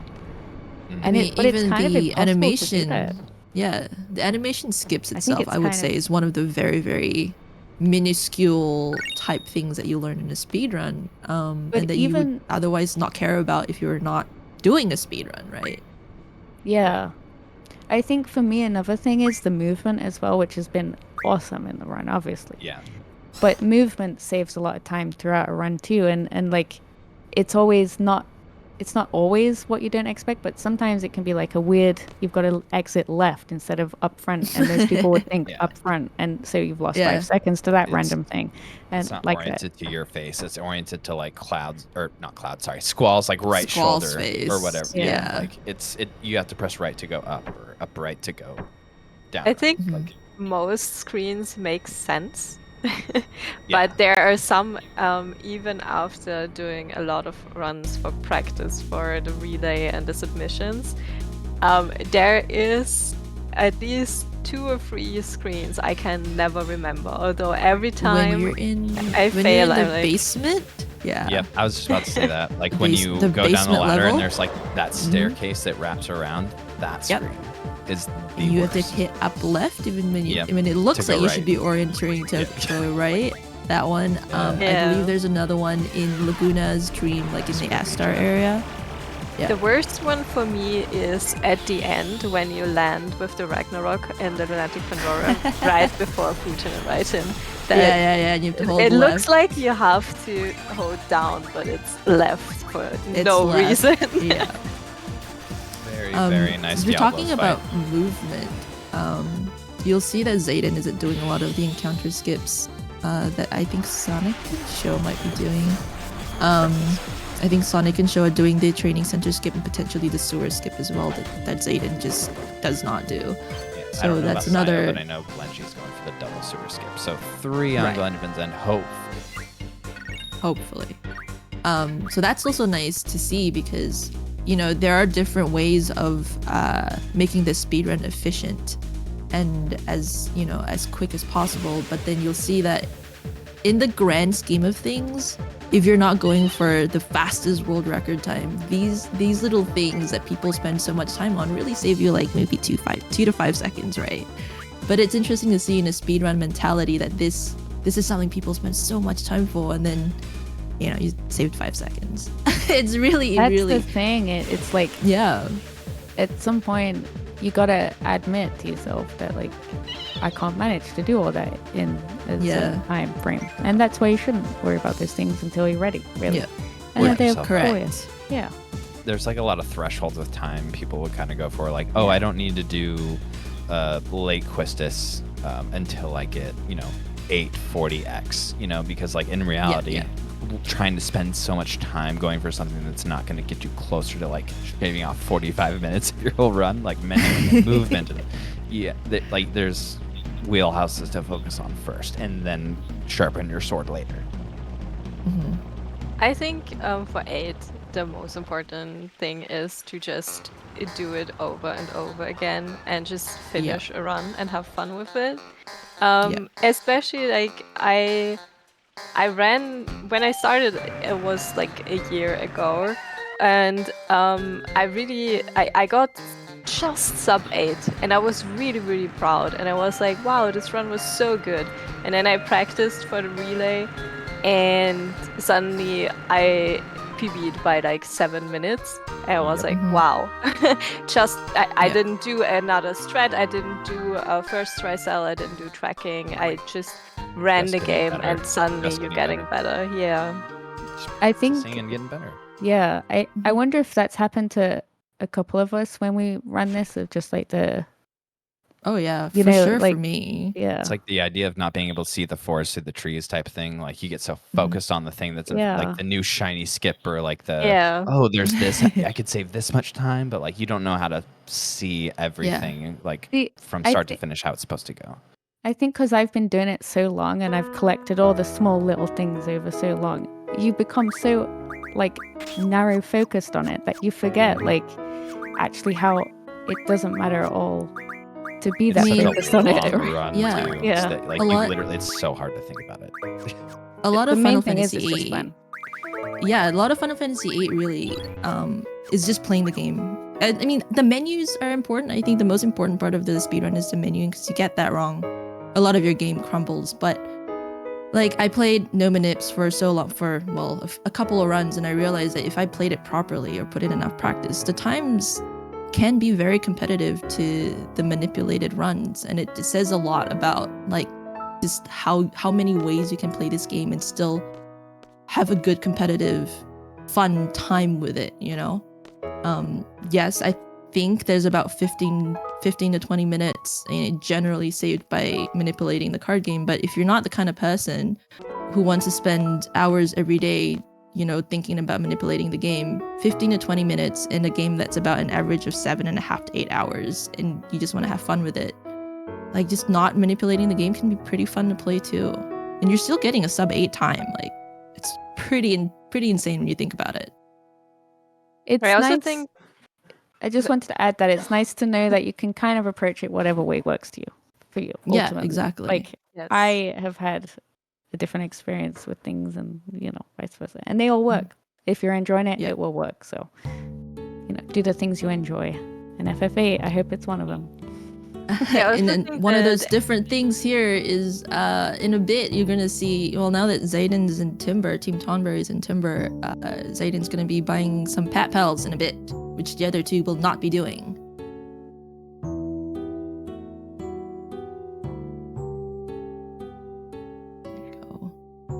Another great thing about 8 is L. You mean R. I mean R in this game. Oh, but what's great about 8 is that it's very accessible, and it's very, like, you don't need that much preparation to just not at all run. Yeah. Like, if you want to try the speedrun, just there's also an easier route called ECCM instead of ECM, and it's really accessible. It's also, if you're not on steps, you lose time, but you won't die just because you get more encounters, because running from encounters is, you mostly will not get attacked, and you're a bit overpowered anyway. So there are the speedruns where being off steps can be harsh. 7, for example. Yeah. But for 8, just run. If you run the wrong way, whatever, just go ahead. I like to think FF8 is actually a really good introductory to JRPGs or FF runs as well, because it's like, it's got step count, it's got like ATB stuff, and none of it's punishing, because if you mess up on almost everything, there's a backup, right? So it's, if you do like Final Fantasy VII, for example, why not try FF8 instead? But it's a very forgiving run, I think. It is very, very forgiving. Alright. Show's about to head into a Diablos fight. And here's to hoping it's as nice one as Team Mog's Diablos fight. Yeah, that was a lovely one. And plus, so another thing, and I don't think we've mentioned this, another one is small little pesky optimizations, but if you're all caution HP, so like yellow HP, you don't get like a startup animation to every fight. They don't swing their weapons, they're just still on the floor. And I think that saves like 3 seconds every encounter. So yeah, if you want to get those cheek, I mean, it's not something you really go for, but if you are lucky, then you start to pick up extra time save throughout. So I think what's really hard, and Sayo just did it, was reversing with the car or other vehicles we will get. Because speedrunners don't like turning around cars or gardens or flying airships. We just go backwards. Reverse. The cars, I think, for me, are the worst. And then the Balam Garden airship is a little bit easier for me personally because it's so slow. So it's a little bit easier to control. But when it comes to the Ragnarok and the car, I mean, you have to reverse into places in the speedrun. Oh my goodness, I think that's harder than some bosses, in my opinion. I agree. Yeah, that's the funny thing. I've run this for so long, honestly, and like that's one of the things for me that I never really nailed down was battle movement, especially on like, is it this 3 where you go in the lighthouse and stuff? Oh my Yeah, god, yeah. I could never figure it out. It's just impossible to do clean. Because it's For like me, got a that's the best part of the navigation, the Balam one, because it's so slow. Yeah, I don't know. But I think the lighthouse is really hard because the space where you can land and he will still get off is so tiny. yeah. And the garden is so big. It's so cool to actually think about it with speedrunning. It's a shared experience. We all share these weird things that annoy us on a micro level, and we keep doing it. And I really like that. Have we even talked about what's happening in the game plot-wise? Do people care in a speedrun what's happening? Because I don't think we've even mentioned once what is actually happening in the game in terms of the plot. Well, that's the thing. We've got pretty much just cutscenes here, so it's a good time to like do like a quick snappy lore dump. Are you ready? Right. Who knows Is everyone ready? These guys are hired mercenaries. Basically. They're underage hired mercenaries. They're all currently on their first mission in Timber, or headed towards their first mission in Timber to help Timber escape from the clutches of the Galbadian government sitting there. The rebel, the owls, or the rebel team that the seeds are currently helping. They want to overthrow the Galbadian army that is, what's the word? I don't know, just sitting there, right? That's where we are at plot-wise. And how they're gonna try and convince the president, right, in the train. They're trying to convince the president, or they want to talk to the president, and how they're gonna try and do that is kidnap the president as he's on a train right to Delling City. And that's what Team Tonberry is doing at the moment, trying to kidnap the president. I actually preferred Selphie's plan, but just blow everything up. Plan? Oh.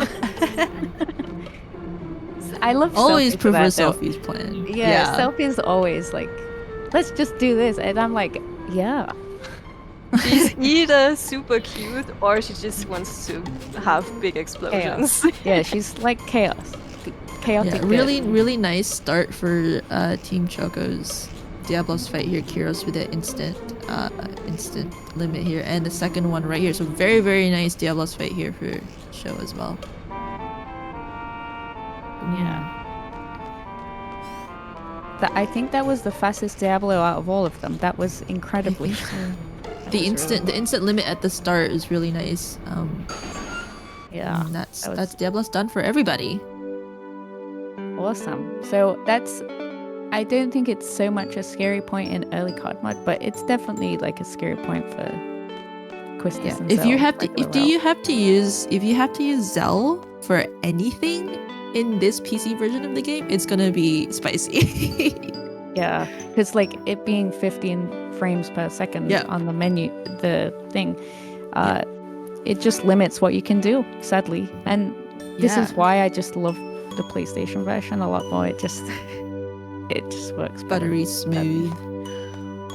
So it's also an RNG. Well, it's random how much time you have on the dual countdown clock. So that's another kind of like thing you have to pay attention to when you're doing a Zell limit, especially for Diablos, when it's important to get X amount of meteor strikes to get him down to the right HP, because depending on how much time you have left on how much time you start with on the duel, you have a different combination of moves to enter. So you have to be so quick in your reactive time when you look at the countdown clock, be like, oh, it's a 4-second one, oh, it's a 9-second one, the inputs are different, let's go. So it's a little bit more of an extra step there if you're doing a Zell limit strat. It's like, that's the thing, duel is hard. It's execution. It's basically hard, yeah. Yeah, it comes down to practice, and we all know how to deal with that, and sometimes it's something that always becomes a hiccup in your fight, and if that's the case, early card mod, it's lovely that we have options, because like I said, PC, it really is a struggle for Diablo, so most people tend to just put that part out. Yeah. Just by watching the runners just now, I learned things already that I didn't know, and I would incorporate in my future runs. It's amazing. Yeah, I think the best thing is watching runs for me is the movement. You learn so much of movement optimization just from watching runs, and I think that's so great that you could just learn by watching instead of having to memorize stuff or have something open to look at values. Like literally watching a run, you can learn like so many things, and I think that's what's great about this particular FF8 run. Yeah, like it's weird because there is other runs where you can just kind of pick it up and watching, but like you can pick a lot up from watching, and then you just supplement the rest from like, you know, a route that's written down that somebody already did for us. So yeah. There's so many resources in the community of Final Fantasy and the greater speedrunning community in general that encompasses guides, video guides, like people's runs, like you were talking about. Like you can learn so much from watching, especially if you're a visual learner like me. Yeah. Sometimes just what you need.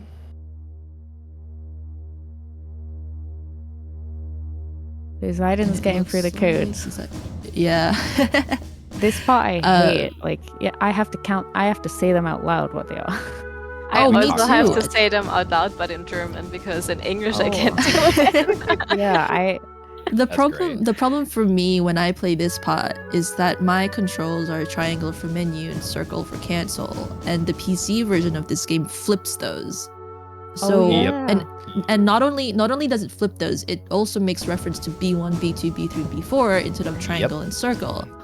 So when I'm playing this anyway, when I'm playing this on on the PC version on my PlayStation 1 controller, not only do I have to be like, okay, B1 is circle, B2 is whatever it is, and then when I get to this part and I have to input the numbers, when it says 1, 2, 3, 4 on screen, it's actually 4, 1, 2, 3 or whatever. It's 1 and 4 are swapped because with triangle and circle swap that I play with, and so that's it's so annoying to me. So I have to say it out loud. 1, 4. Whenever there's a 1 and a 4 on screen, it's like okay, it's the opposite. It's opposite of what they're telling me on screen. And then there's me, who has circle confirmed. Right, so that's different too. I had to quite literally put like a blue, a red, a green, and a purple circle on like my guide, and then write the numbers on those. So I'm staring at my guide when this goes, and I'm like, okay. Because it's not anything like you would expect it, just like Simon. So mine is like swapped once, yours is swapped twice. I also have like in the ECCM notes, there's also like a little picture where it tells you which button is which number, and I'm just staring at that, like looking at the number, saying it out loud, and then just staring at the little picture to tell me where to press. It sounds so complicated. I always use the standard control scheme for a game because I'm like, I just don't really like. I know it's a me thing and it's not like usual, but I adapt to things like that. Control schemes really fast. So like, that's the one caveat of my laziness is that I don't have to worry about this because it's the 1, 2, 3, 4 or whatever. It just makes I press the wrong stuff so often. We're about to split. We're about to split for Tonberry. Yep. At this beautiful Gero fight. If you play the Japanese version of this game, if you play the Japanese version of this game, Gero looks very different. He looks a little bit more gory. His blue bulbous things hanging out are actually red and not blue-green. Yeah.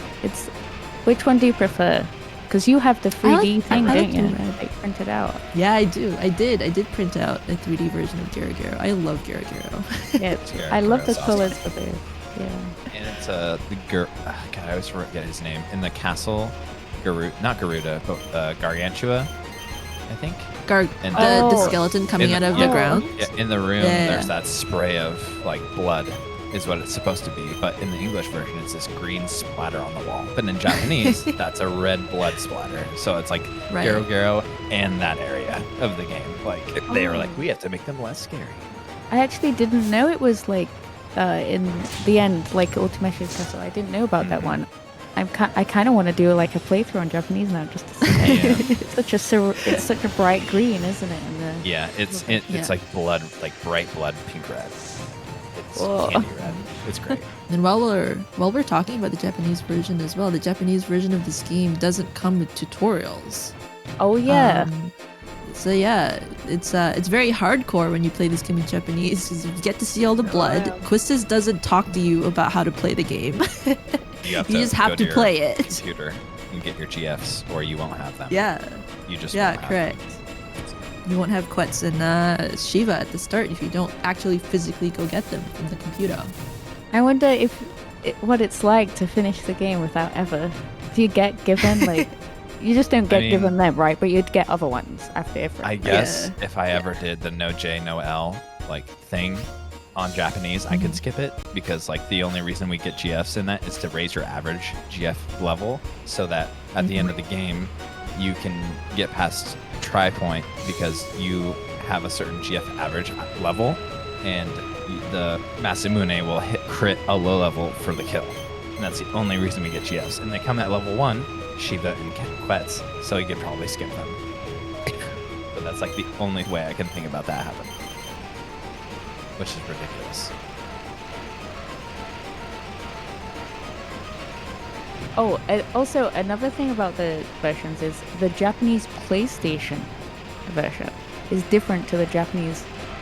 I guess HD would be the best, but there is that's a whole thing. It's a secret PC version. It's not. That no one can get unless you're in Japan. That one is hard to get, but it's the same as the HD essentially. But on those ones you can do on PC Japanese you can do junction switches like on. But on the PlayStation, you can't. You can only do party switch, but you can't do the junction switch. So you have to, in the run, it's like big menus that you have to really think about what is the fastest way because there's so many things extra to put in there. So because people don't think about it, right? When you're switching junctions, it's like one input. You just switch party members, but the junction switch actually incorporates magic switches, GF switches, ability switches, and all that fun stuff. So when you don't have that one hit switch, it makes your menu so much more complicated. It does, but insane. You know what? It's also a profound experience to learn that version of the run after doing the other ones for so long, because it makes you understand what actually happened. Why you're doing it. It forces you to know what level the GFs learn their abilities at and like who is going to have what and like who your person who has like this ability or has the ability to do this or like why this person has this GF at this particular time rather than like at the prison you swap this to this person make this menu you just memorize that like why do you do it because the guy tells you to. It's also very interesting because you get like a string of like you can follow a GF over like a run and it just switches person over and over again, and you have just this string of people having the one switch from the start, basically. Alright, here I believe xeidin is supposed to buy a pet palace here. Isn't that next to the train station? Yeah, you get 3 and 4, and one of them learns Invincible Moon, the other one is Surge. He might do it after. We'll see. Okay, because I think now I didn't see it, but maybe I just missed it. Garo. Another fight that's completely different. As the 10 commentators pointed out, every Final Fantasy has like zombie enemies every now and then. 666. So this one just dies on the second phase by throwing an elixir, and then he's dead. Yeah, that's spooky. The 666 version, you see the Blazara. Yeah, the 666 is nice. Very appropriate for this boss. You saw the Blazara on Xeidin's side into the healing item, and here you just see the Squall. The Squall hit for 666. It's one of the differences between the extra is strength plus 60 on Sonic's and Show's side. Yeah, that's the thing though. This is one of those bosses where it doesn't really save that much extra time, other than like the animation of Blizzardra is kind of slow. But it does set you up. It kind of sets you up for other things being faster too, because you don't have to do a menu outside once you get out the train with early card mod, whereas you would with Quistis and Zell. So even though the strat itself is not technically much faster, it is faster here already in this route because you are just skipping so many junction swaps and because you're just overpowered. So, yeah, you think about the amount of time you save in fights over the length of the run where you do ECM over Q and Z, paired with the menu differences along those splits to negate the time difference. And yeah, this fight you're gaining a lot more time than you're losing. Or vice versa, you know what I mean. So I have Zio calling Rinoa S/. I think Xeidin. Yeah, Xeidin picked Relay, and I think I missed Sonic. I don't know. I think Sonic named Angelo Keems. But I missed what Xeidin called both Angelo and Rinoa. Xeidin left Angelo, or Angel in English.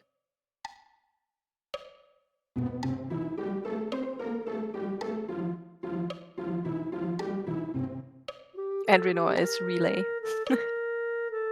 Speaking of differences here that we can take from the Japanese version, the screen that Xeidin's on right now, you see like the red scrolling text, and then right below that there's a blank black screen. In the Japanese version, that is scrolling, and it is showing the words of what is being said on the screen in the Japanese translation, which is interesting that it only happens in that version. But there's a lot being said on the screen. It goes into the lore of this game. Yes, we know a little bit about the lore of this game. So there's a sorceress who's been shot up into space. His name is Adele, and she's trying to communicate through transmissions, because there hasn't been any, was it wire transmissions over the last certain amount of years because of the war going on, X, Y, and Z. We're going to talk more about it as it comes out. But the text on the screen is actually saying some pretty creepy stuff right now. And I can't really remember what it says, like off the top of my head, but it has to do with trying to seize control of everything that's going on. Chat says, I am alive, bring me back here, I will never let you forget about me. There it is. Also, in the first mission, before our party got promoted to seeds, we fought in Dollet, where we fought the xeidin. Galbadia was invading Dollet, and when we arrived, we didn't know why, but where we fought Everett, that was actually a transmission tower satellite dish thing. And Galbadia wanted to have that, so that now on xeidin stream you see the president broadcast for the first time in I forgot how many years over the system. Yeah, a long time. Since Adele got trapped, right? I mean, that's, yeah, I think, and only plot-wise. that's what she's using. She's using that same technology that they harbored in Dollet during that seed portion that we played as, manipulating that from space with her sorcerer's powers through someone that we'll find out later. Don't want to go that in depth with spoilers, but you know, just kind of setting up to what we're gonna see. Yeah, I gotta move a little bit fast as a speed run, so.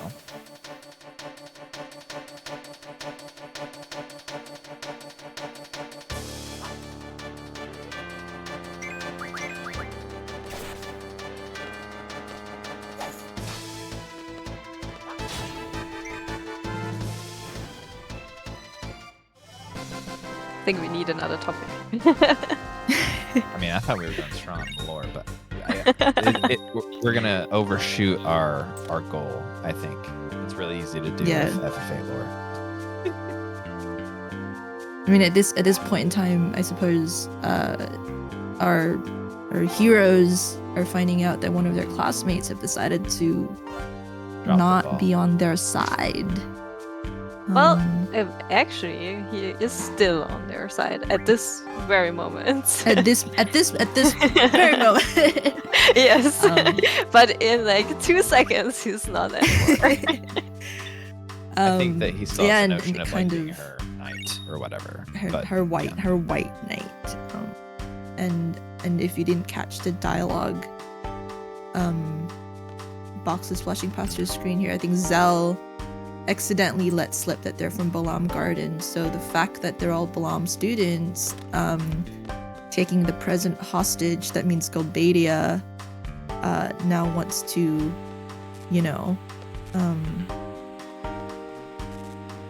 punish these Balam Garden students.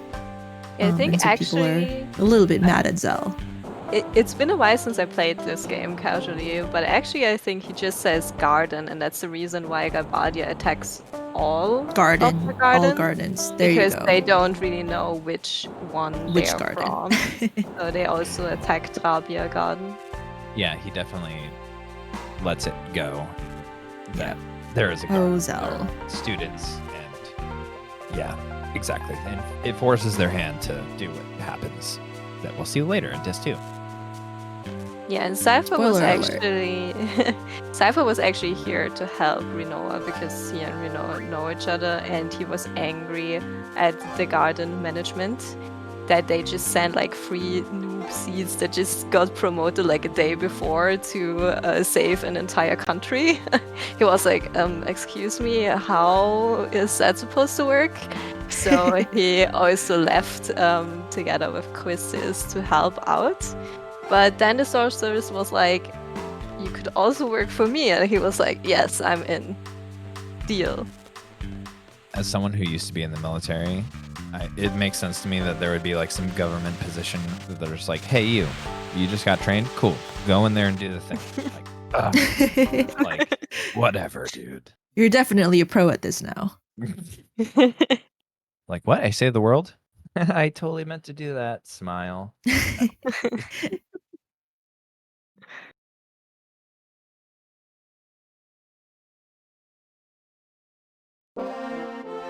Alright. I believe, potentially, now we get to see the pet pals being bought on the way out. I think we'll have problems if we don't.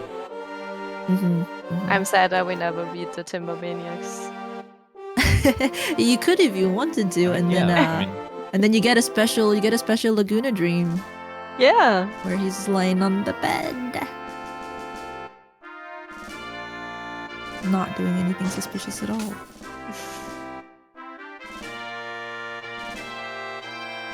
Space is flushed. All right.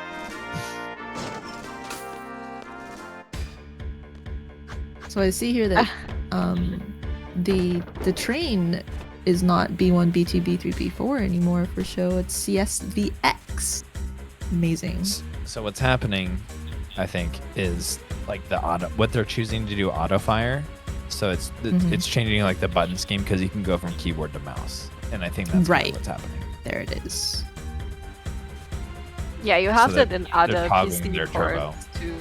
Yeah, you have that in other PC ports. So I know it from 10.2 that it shows the keyboard layout, but every time you then press a button, it switches over. So you have constantly flashing weird symbols.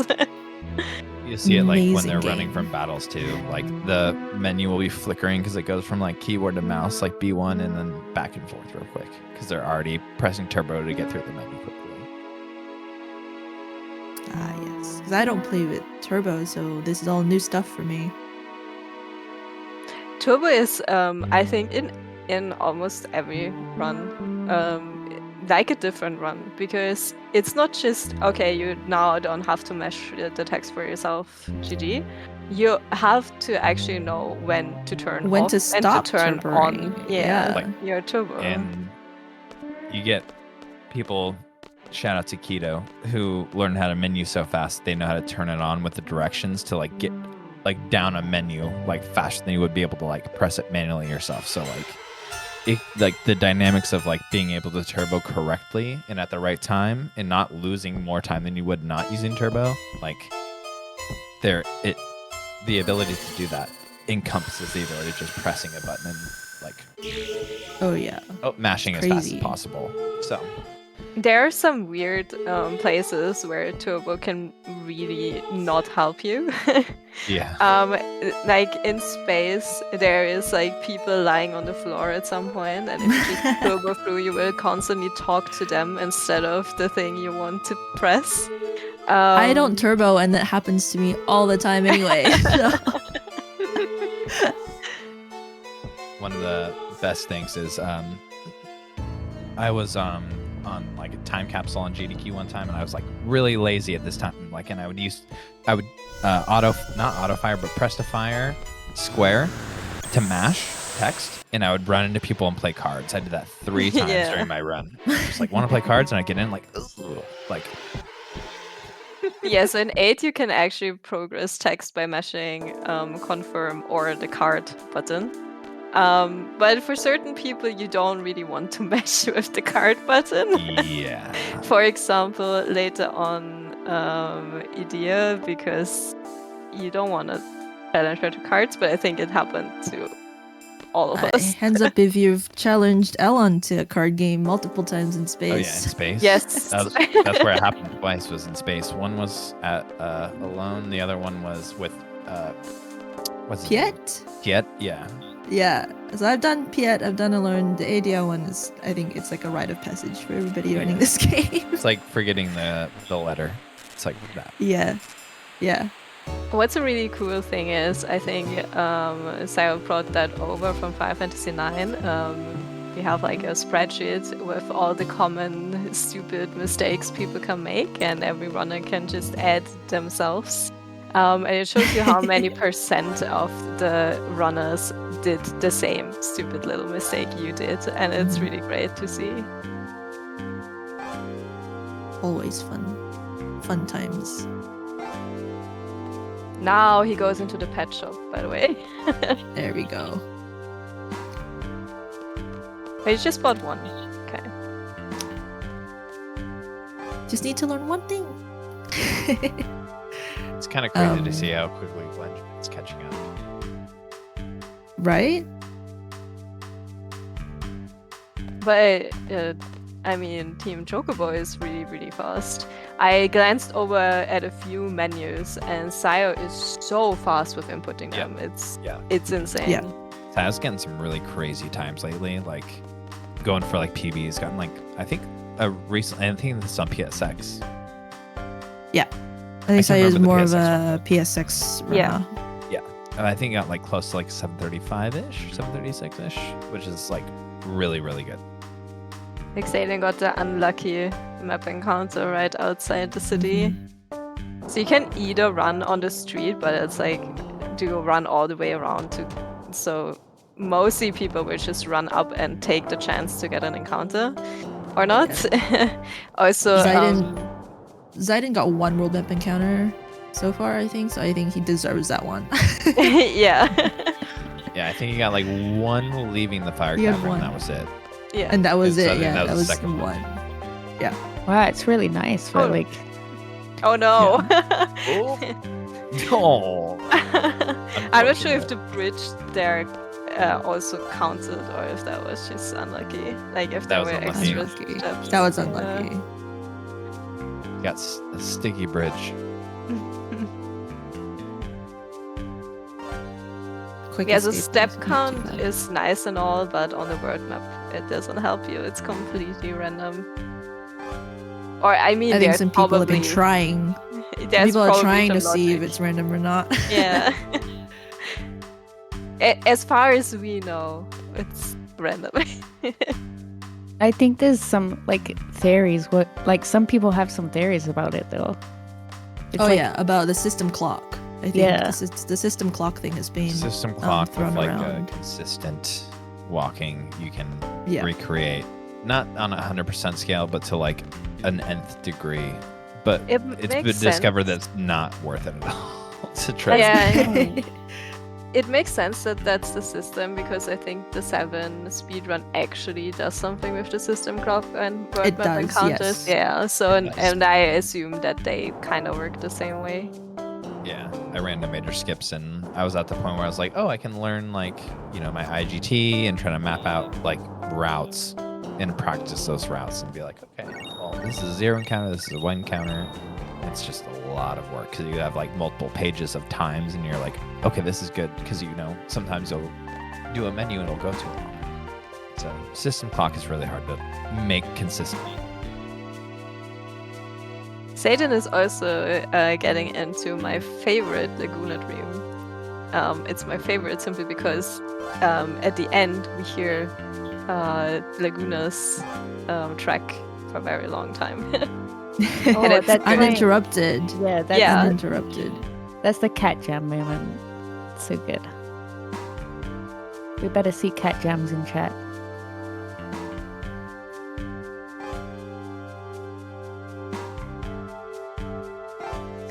We touched a little bit on the story, but we actually didn't say anything about Laguna and what's going on there. Like, we met him before. Because no one really knows. So, when we went to, drove the train to Timber, everyone suddenly fell asleep, and they even suggested some sleep cares or something. We don't really know what's said about yet, but they all dreamt about this guy called Laguna and his friends Kyrus and Ward. And they are Galbadian soldiers. And they just saw him meet this girl and completely random scrawled some neat comments about his dream. Squall's commentary in the dreams is awesome. I love it. Another really funny part about this whole Laguna thing is the first time it happens on the way to Timber, between Selphie, Zell, and Squall. Squall wakes up and goes, "Oh, I just had a dream about these guys," and then Selphie goes, "Oh, me too." And instead of going, "That's really weird, we're sharing the same dream," they'd be like, "Oh, that's cool. Let's just continue on with our mission." It absolutely is like the most natural thing to these guys. And I was like, "You guys just shared the same dream. Is that not weird to you?" No, apparently not. They just continue on with their lives. Like, it's perfectly normal. I love how actually that's part of the story, and it's quite a complex, meaningful thing in a spiritual sense to like share dreams. It's something like on another reality discussions of like all that, but that's because FF was really like into the Gnosticism side of things with the story, so it does get very spiritual. It's really cool. Well, if you think about it, a lot of Final Fantasy, like your final bosses or whatever, is some sort of evolvement of God, like a godlike figure. Yeah. And it's always about the spiritualness of, like in 10 especially, right? We're talking about spiritualness. There's temples, there's, you're praying to a deity, and then whether that deity really is a problem. Like, it's so much of Final Fantasy is very spiritual and philosophical. And I think that's really cool. I think to a lot of mesh people that with a fantasy world as well. A lot of people look at 8 and they see the story, and the execution is like, we can discuss the quality of like the character building things, but like the concepts are really Final Fantasy, just in a sci-fi way, and sci-fi is so cool. Anyway, sorry for the huge sci-fi tangent there.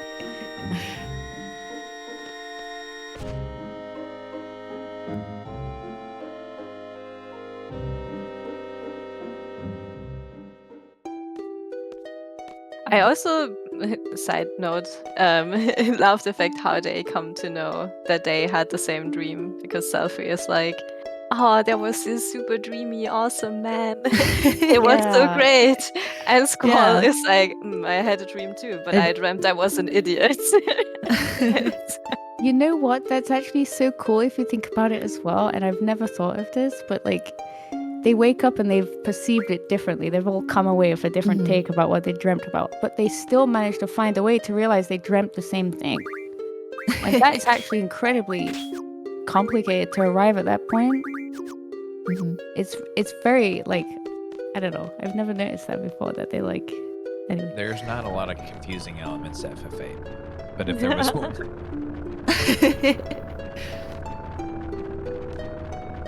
I think in this part here. Oh, sorry, go for it. Yeah, I just wanted to say 8's fireflies is just time compression. Basically, everything you can't really explain time compression. What if we could explain time compression? What if? It sounds like dark magic to me. It really is like such a. I feel like this kind of fiction is actually what we're probably going to see more in the future of. This kind of storytelling. like multi-dimensional. It's so cool. I think I think also for me, like FF8's time compression thing probably would make so much more sense if the translation work was better. Because for me, like I played this game so many times, I kind of get it, right? I kind of get what's happening, why they want to do it.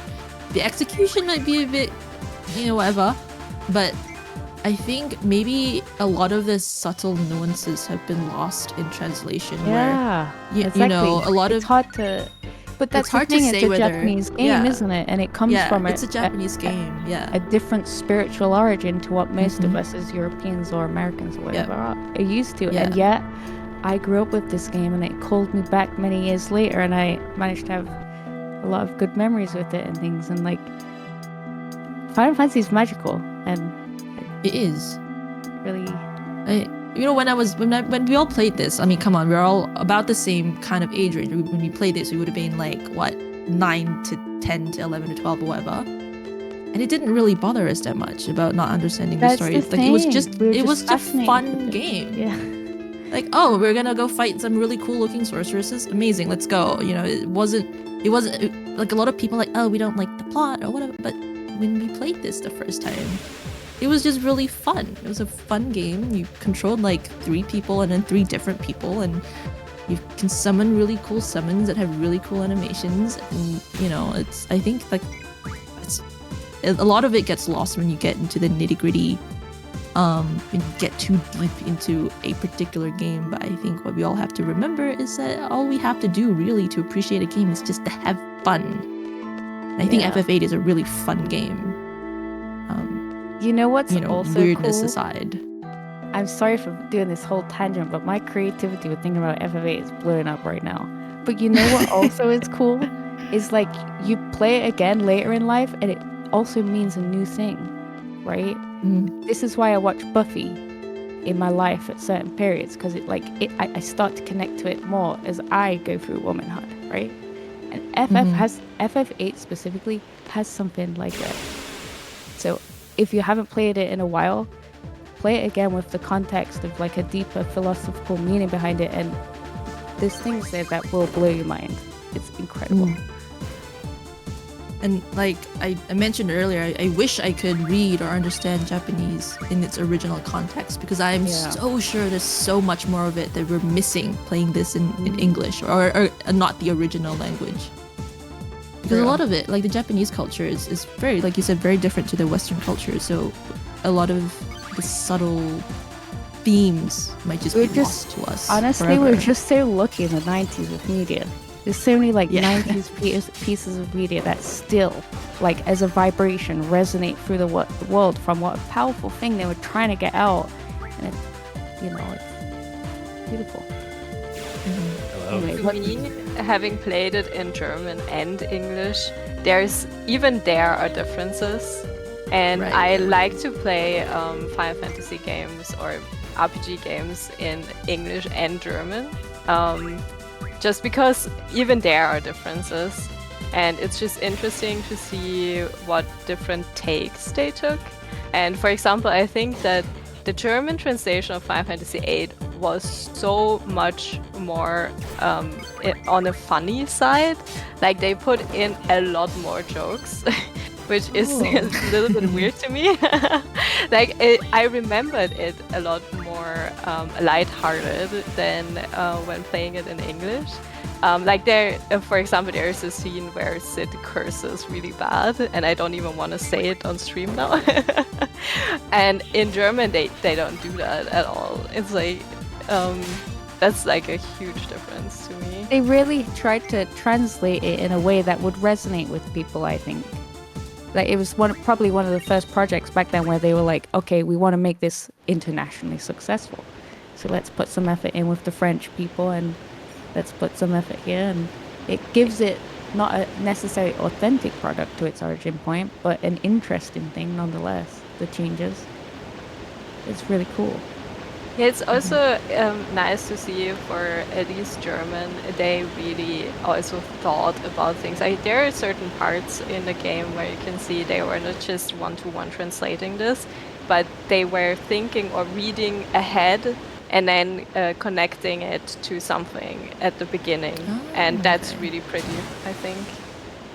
Trying to make it a little bit more understandable, I suppose. Yeah, and also just jokes that turn up later, like Seifer and her trains being incorporated in Dollet for the German translation. You know, I wonder if it was kind of like those translation teams were so small and it was such an obscure thing that they were kind of just left to their own devices, and this is how they interpreted the story. And this goes to show how many interpretations there possibly are of this story. I'm so sure the team wouldn't have been very big based on the comments I've made whenever I play the French version and French people coming onto my stream being like, what is this? This means nothing. So I'm sure that the translation teams were very small. That's the thing. They went a really scientific route with the French translation. It's really literal. And French isn't necessarily a literal language, so it's bizarre to see. And I think that's what makes French people go like, huh? You know? Back to the plot here, by the way. Xeidin here, I think they think that Seifer's been sentenced to death, basically, for kidnapping the president, is where we are. And it's very interesting to see that Team Mog is very, very much catching up to Team Tonberry right now. Exciting times. They're both in the same general area. But yeah, so Seifer has been sentenced to death. They're all a bit, I guess, worried. Squall had an existential crisis a second ago in Team Tonberry's stream, where he thinks, if I die, are people going to think about me this way? Or what are people going to think about me when I die? Like, what is my legacy? There's a little mental breakdown here. Which kind of, if you're following the plot and Squall's intentions and development through the game, it kind of really starts building from here. From the guy who said, talk to a wall, to this revelation that, is this the way I want to live my life, where people are just gonna think about me, not gonna think about me when I die? Kind of that kind of situation. It kind of builds up into a point where, later he's just like, I love you, Renoa, but we'll talk about that later. You know what's... But I'm probably... No, go for it. I'm kind of like... Hearing you guys talk about the plot is making me like realize how much there is to it. With me like kind of getting older now. I'm like, you know. Can I talk about one thing that I thought was really interesting? Okay. You're talking about like all these different like localizations, different languages, and like interpretations and different lenses that we look through this game, like, and comparing it to like our growing from children to adults and how we perceive that. And like one of the main things that I think is like how they chose to do the architecture like in this game, and like bringing an Eastern philosophy for like from the boots up, like grassroots story, like you learn who these people are and you get really attached to them, and how they chose to like really incorporate like European and Western like art and architecture into that and try to like blend the two ideas together. And I can see that more and more as I get like older. It's how it feels like home. It's weird because like I'm British and I live in France, right? And somehow I found FF8 again in France, and it's like it feels really French. And like if I ever leave this country, I don't think it. I wonder if it will hit the same as like playing it in France. So, like you feel like you're almost in it. It's really weird. But yeah, it's really. I mean, French. the fact that Irvine is here is the cowboy kind of aesthetic is very Japanese at all. If you're thinking about it, right? Like he is very Americanized. Yeah, very Americanized. Like I think they wanted like an American character. This was what they came up with. And I love how his limit break is Buffalo Drill in French, by the way. That's incredible. Yeah, it's Buffalo Drill in French, and then it's like, shot. It's shot in English, but it's Buffalo Drill in French. They should have put that in the regular one. To be better, the French translation is very creative in many parts. And it's really funny because like Buffalo Drill are also English words that mean and have a very different kind of imagery when you think about a buffalo drill to a shot to what the limit is, and you're like, what is this? But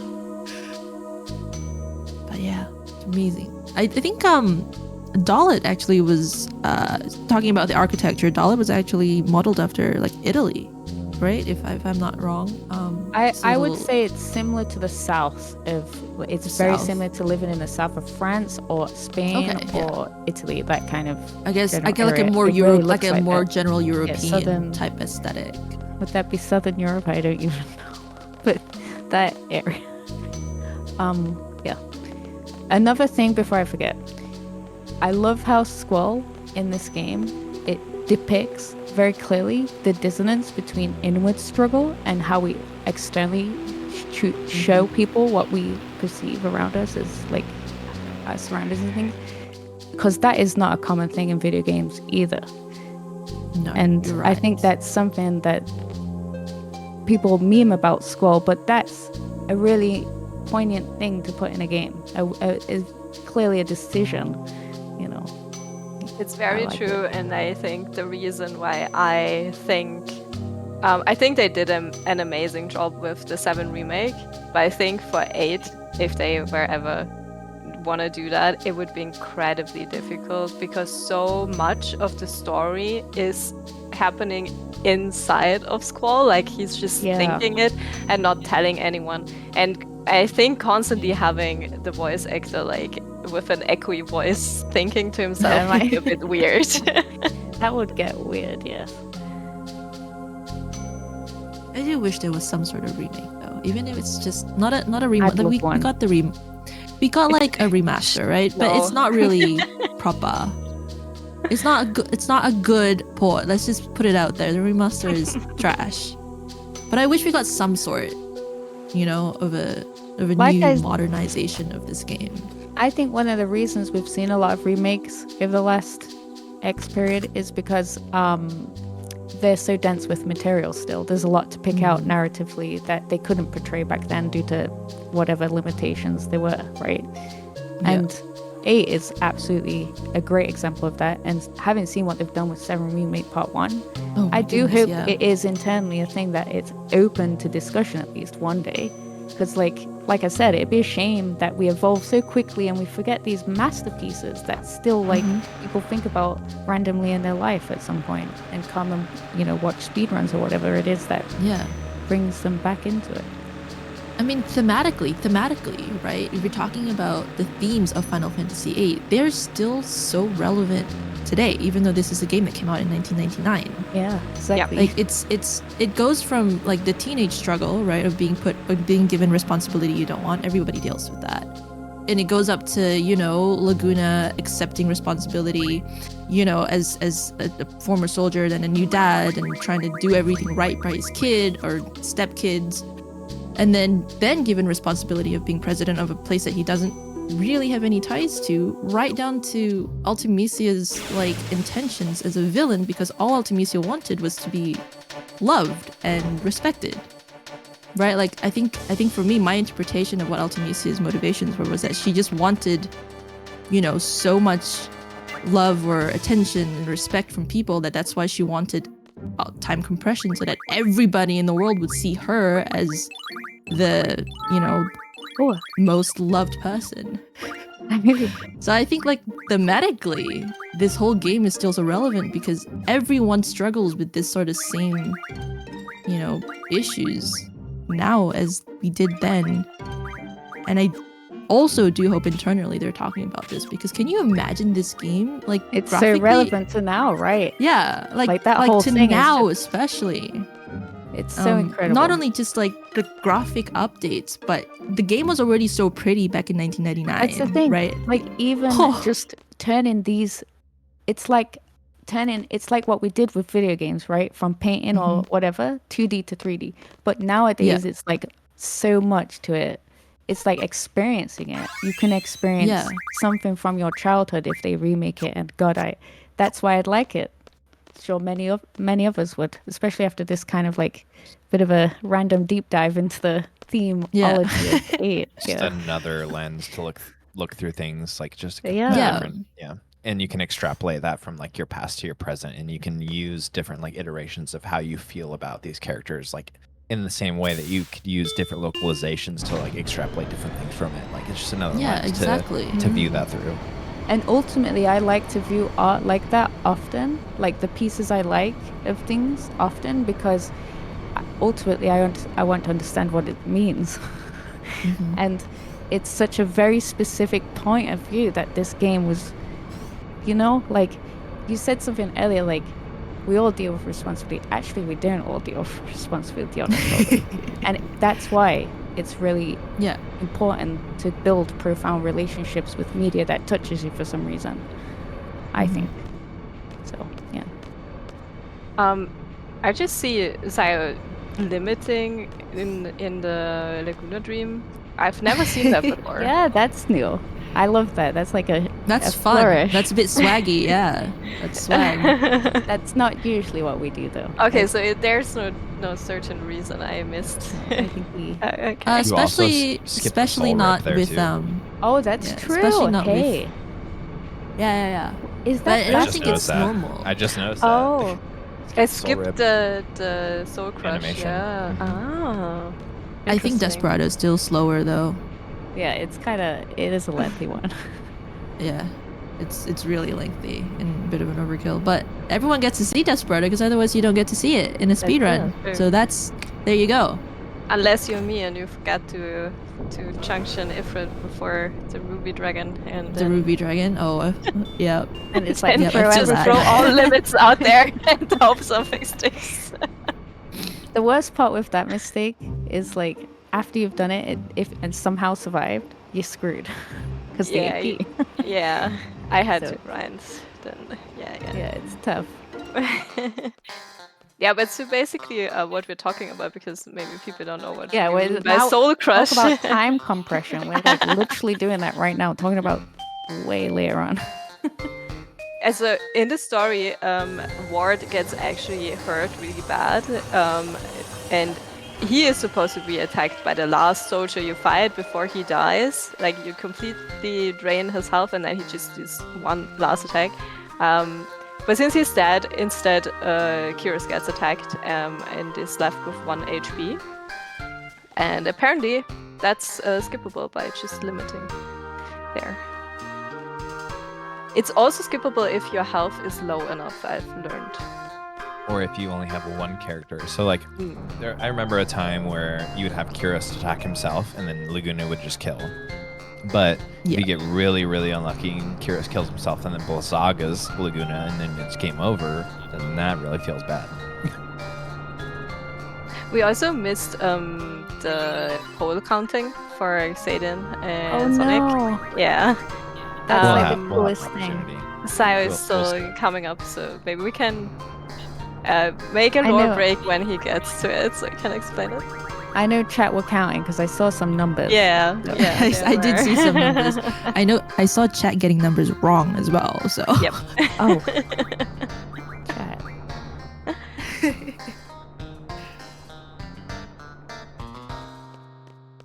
All right. Well, check But out that one right this time.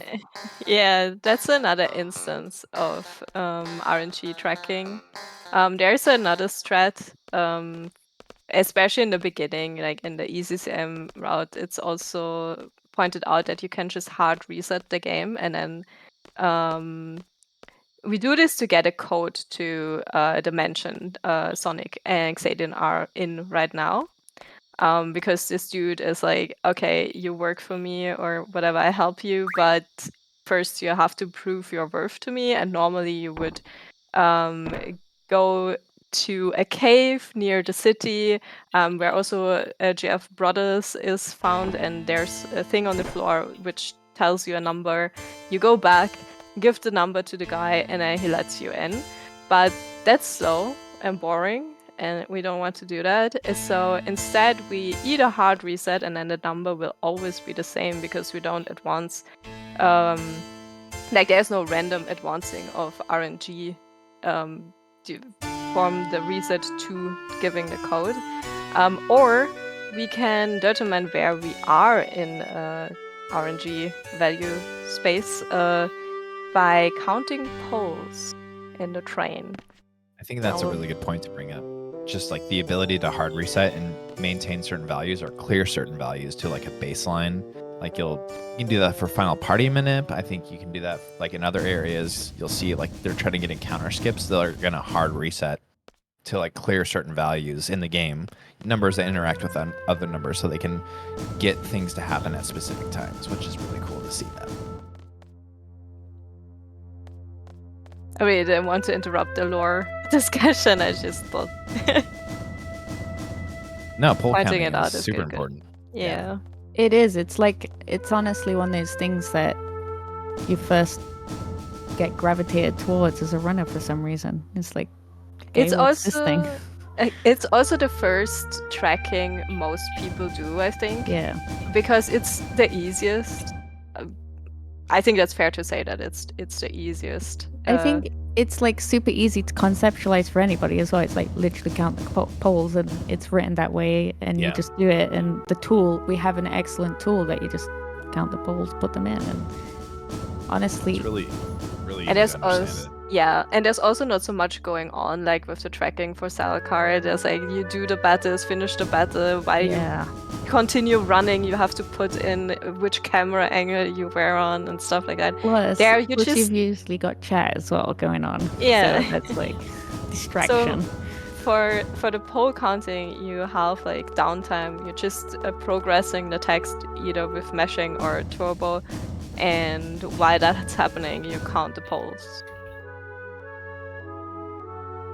Yeah, it's a nice time save too, because like obviously if you didn't do this, you'd have to drive in the car, and go all the way to the brother's cave and check what it is, and go all the way back, I guess, unless you could save maybe, but huge time save. It's actually an interesting question if you check it and then save, save, go check it, then load again if it's the same code. I don't know. Yeah. I think you're talking about something really interesting, just like how counting poles is like essentially the first big skip that people do, because you're saving like 4-ish minutes by like not having to run out of the city. I think you can talk to someone, it'll teleport you to where the car guy is, but still you have to drive backwards all the way over. And the city layout is so complicated for this city. You gotta run in, talk to the sword, find out what the code is, drive back. It's a long thing. It's like the first big skip that you also get to like, you don't get to, like if you do a little bit of digging, it's like the player's first time interacting like with the back end code and like figuring out like, oh, the poles are connected to like these values of what it's gonna be eventually. So it's cool that you get to do that pretty easily. I think it's kind of like the gateway into more deeper usage of that too. That's why I think FF8 is quite an easy run to like just do runs of and save time with. Get into. And because you just start to understand it. Yeah. Well, most people. I don't know what it's like if you've come to it completely clean slate. That might be hard. Yeah, it's really hard. But I think like you learning your menus, because you were talking about menuing earlier and how great and satisfying menuing is in this game and how quick and snappy it can be, like through like wrapping. People like get their menus down, and it shows how much time can actually be saved if you're doing the exact inputs correctly. Yeah. I think on Sonic's stream we can witness maybe selfie skip in a bit. Xeidin didn't get it, by the way. Oh, the TAS only selfie skip. TAS only. I never get it. I really am bad at it. But practicing it also helps you navigating the screen in general, because squeezing into the entrance of the mansion is kind of weird. Yeah. There's a little bit of finesse to it, but it's just the movement of getting selfie skip it feels annoying just because I feel like you're staring at them walking across the screen instead of like the area that you need to turn down left, like left into down left to get the skip. So Sonic's attempting it right now. And he got it. Easy. Easy. So basically, you can just run past a selfie and enter the next screen instead of, if you don't get it, you just have to wait for her to leave the screen, so you leave after her. It saves like what, maybe 2-3 seconds. I think so. You can do selfie skip, which is she's furthest ahead, which saves the most time, and then you can get kind of stuck behind Quistis and selfie. So there's like 2 people that you can skip, but if you really mess it up, like you can lose up to like 15 seconds right there by like getting stuck behind both of them and having to just like walk really slow. Yeah, getting stuck behind. I've definitely got stuck behind Quistis and Zell, and it is. Now it's I'm the slowest scared. thing. It Hey, takes one a day. long time. Yep, it takes a long time. You just have to sit there and walk, basically. I think Awesome Waves has like a document of all the little things people have done. Oh yeah, he's got an archive of YouTube videos for, I would call not what you would call stupid little movement if you were learning this game, because there's movement and there's step count and then there's stupid little movement like this, like, oh, if you go up and upright instead of just upright, you'll save like 0.6 seconds. Bert is another person who documents time saves like that, because again, if you get all those tiny little time saves and wrap it into a 7.5 hour run, you're saving 1.5 to 2 minutes, which is huge on the leaderboard if you're trying to like be competitive. Yeah. It's just these runs are long, and it's a lot to learn, like just from stuff, right? It's a lot to learn. It's a lot to process. It's a lot to practice. Like you know, life is as hard as it is, and things are really expensive. Like, and you're practicing movement in video games. Sometimes it's hard to just justify. Sometimes you just don't want crazy to has to be. Movement, yeah. Yeah. But that's the thing. It's good to identify where the time lost comes from, regardless of whether you want to do the work then, later, whatever. But having the insight of like what a lot of other people have kind of done over the time, it saves you all that time. Yeah. And that's why speedrunning is really nice, because it's almost like a collective effort. You pick up the baton in a way, and it's a good run. Anyway, it is a good run, and I like what you were saying. You kind of like, I feel like I'm walking in the footsteps of like my peers, like when I'm learning a thing that they have learned, and I'm going through all these like, oh, here's this document, here's this resource, and let me help you save a little bit of time. Like I got where I struggled, you know. Like Sarah's counting poles right now, by the way. Just as the info. So you can see on the right side, you can see the poles going by the window. And you just count them, and then there's a pause, and it's the next set, basically. 6, 12. Sorry, I didn't want to interrupt you. I'm not like actually counting into a program. I was just saying I could remember. 6, 12, Question mark. Question mark? Question 6, 12, mark. 1? I think. 6, 12. I was talking. Oh, we've got multiple options here in chat. None of us are going through to the mansion. All of us are taking a ride or resetting our game and doing another 2 hours. I think the question mark was pretty solid. Question mark at the end, all right. You know what's really bad, and this will help me if I run this again soon. I didn't even instinctively try to count it because I just let chat do it for me. Don't become that person. I knew you guys had it though. Kind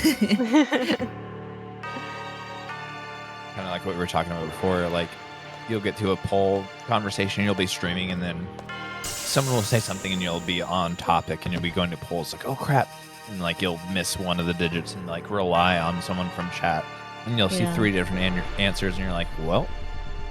Yeah, that's when you're like, well, should have done my part. Yeah. But generally chat like runners and run enjoyers.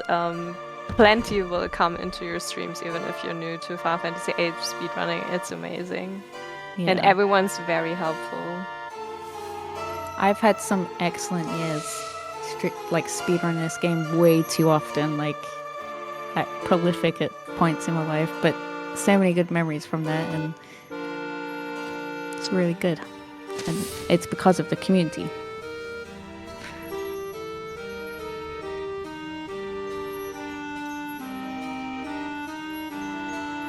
So this is the guy on Sayer's stream. He talks to and he tells them where to find the number and blah blah blah. And we're like, we don't care. We just we guess, I guess. I think the guy even tells you he would recommend just guessing, but you can answer without going anywhere. That's nice of the game. It's not recommended, but I was try right. it if you want. I mean, it's nice that they give you the option and you don't have to trigger a certain story thing in the cave just to give the answer. It's like they wanted us to count RNG. What if they did it's- though? it's Wouldn't that kind be of- crazy? I mean, it's kind of cool too, because when you say that, because when you're talking about the game just want you to get it, when we come to disc 2 later and trying to find the commander for Fujin and Raijin, we completely skip Yeah. a whole story plot line by It's okay. doing one thing multiple just over and over again. But like the It's okay. game kind of just was like, all right, we're just gonna help you out here, just go for it. We feel bad for you, mechanic. I'm sorry Yeah. you've had to walk around this and You obviously for don't know probably what an you're hour. doing. You have no idea where you're going. Let's just progress the story. Right.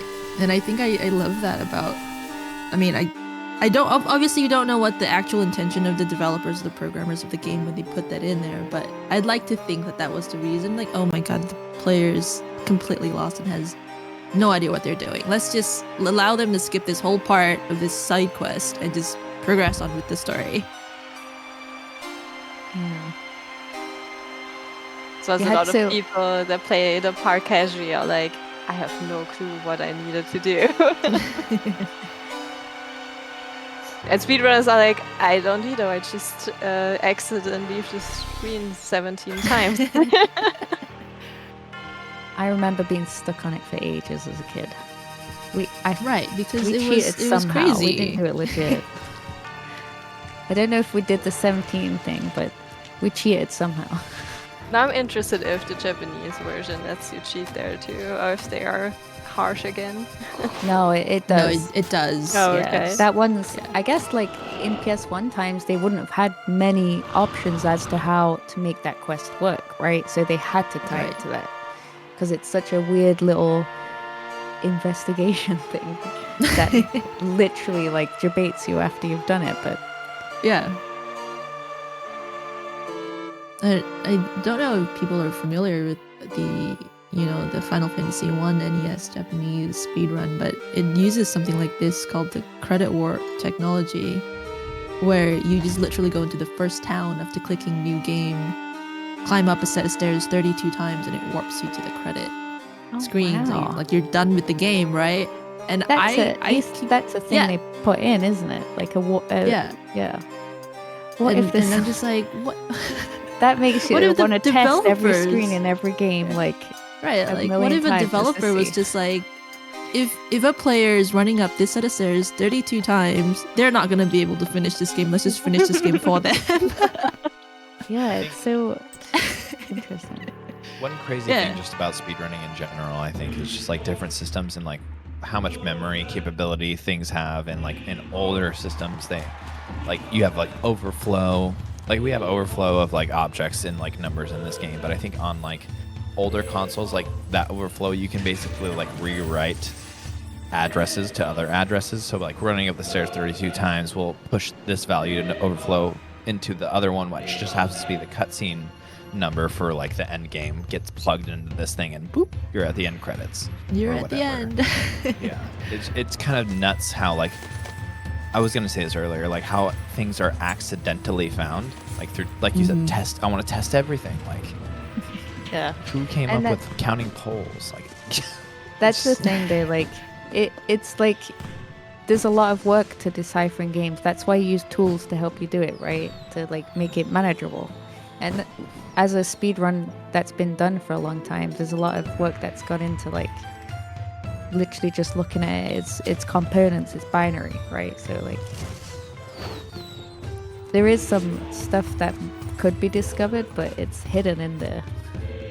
you should see the work that was done on trying to, like, the program that's in use right now for counting RNG for like the first hour and a half of this game is like so much data has been collected. Yeah. Like all of the frames, knowing whether they're instant match frames or non-instant match frames. Like we plug in a Japanese like ISO into like PSX Fin and run like a Lua script that just plays card games over and over and over and over and just documents all of it. And we copy and paste all that script into a Google Sheet, and that's like just one line of like, okay, 297.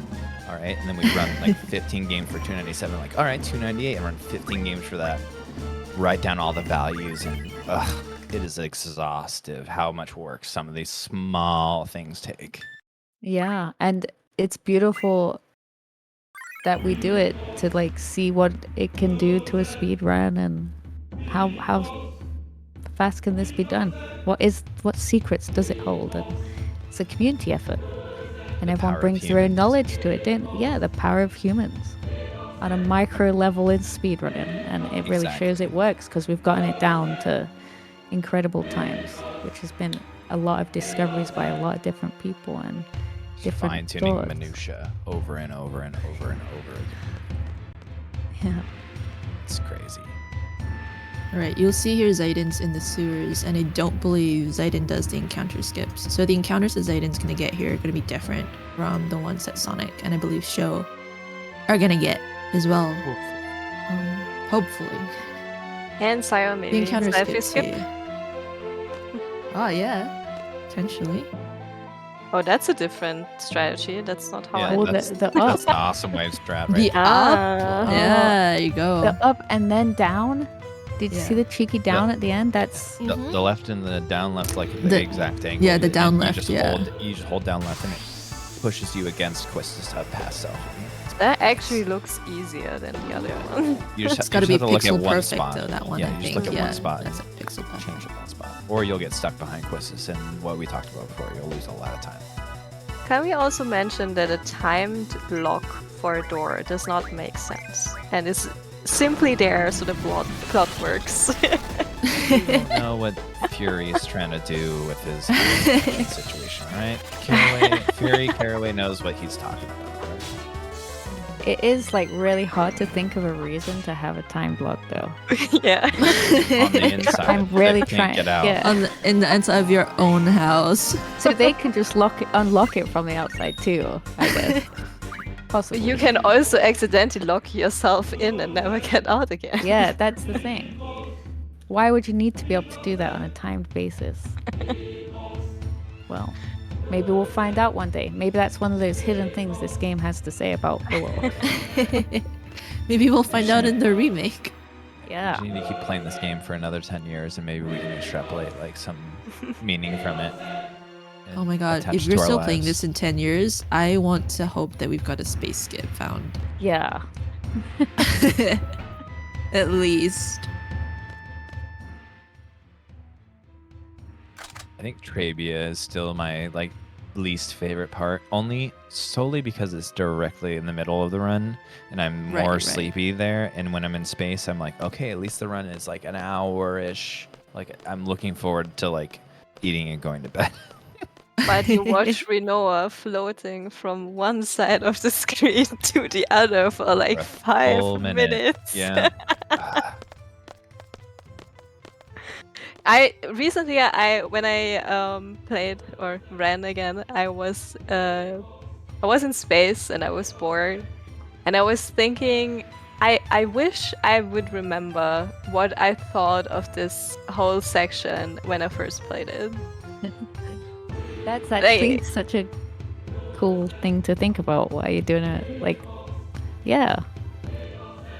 Because Now I I'm don't wondering. think I thought it was boring when I first played it.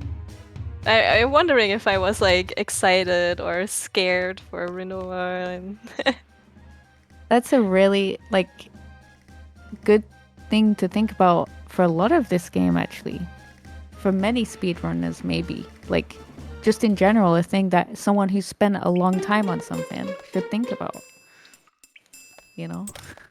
I know What do you think I don't about- remember a lot, of my first playthrough, but the part that I remember the most about my very, very first playthrough of this game at like 10 or something, however old I was getting stuck on a dell and accidentally killing Rinoa like on every attempt, and just getting so frustrated because I would use my summons, I would use my limit, and Rinoa would just die. And when she dies, she has the dialogue box that comes up when Rinoa dies. It's like the you know? And I got so frustrated seeing that because I just could not figure out how to kill her.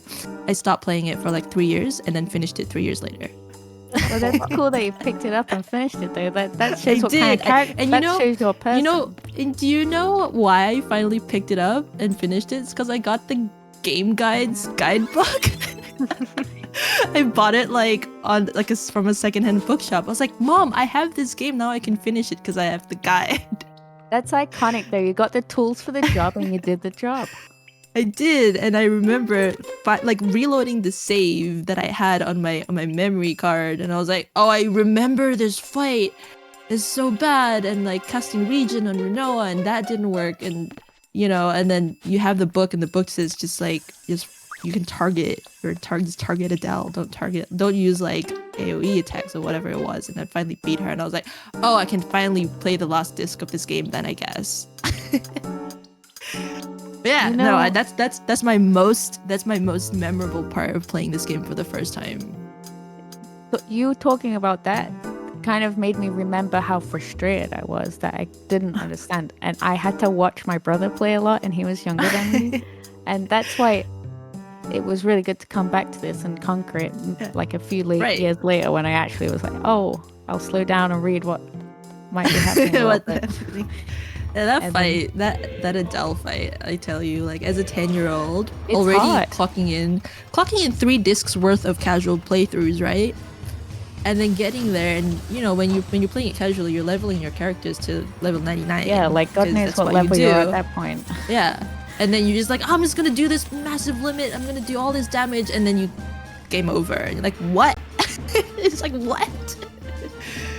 That's my most memorable part of my first playthrough anyway. Crazy game. Xeidin is about to finish disc 1. And Sonic got 0 encounters in the sewers, so he did everything right. He got the double skewer skip. Yeah. The double skips. It's very interesting because I think Xeidin didn't do it, so he didn't stop at the doors, right? So it's also how I run through it is like I just smash and open the doors and let the ladders fall down as quickly as possible and just go through. But actually for the step routes Sonic and Seifer do, you actually have to stop if I'm not wrong. For each door. Disc 1. You want to get your real step ID. Correct. So stopping at each door doesn't advance it. If you're mashing, you're just gonna keep momentum flowing. You want the number to stop. It's a lot of setup. I'm actually going to explain the encounter skips quite precisely because they're PC only, right? So like, first of all, it only happens on PC because there's an error. And the game thinks you've skipped it, but you actually haven't. And so it's from being on specific step ID, which is, if anyone was here earlier, we were talking about buckets. Well, that's that whole thing of step count numbers. So if you're at a certain position, let's say, in the step count, then you can just know where the encounter is going to come up to. So if you take the exact same movement and that movement happens to fill in the gap just right, which it does because we calculated it, then you'll skip the encounters on the frame where the game thinks you got it, you went through a transition instead.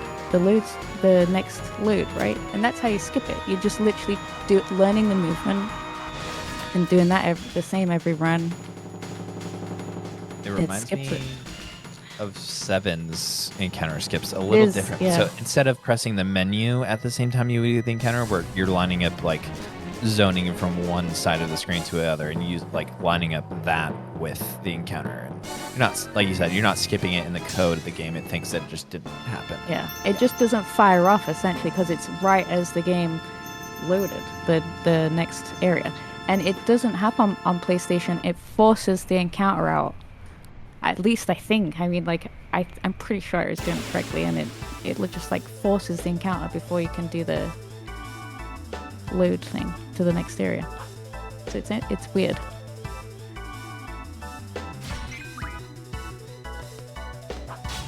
Sonic is also coming up to the last fight of Disc 1. All those fights are pretty easy. You do enough damage with Squall and Irvine to just attack. For Edea, it's a bit of RNG if she's high level or low level, and A to B if it's good or bad for you and her.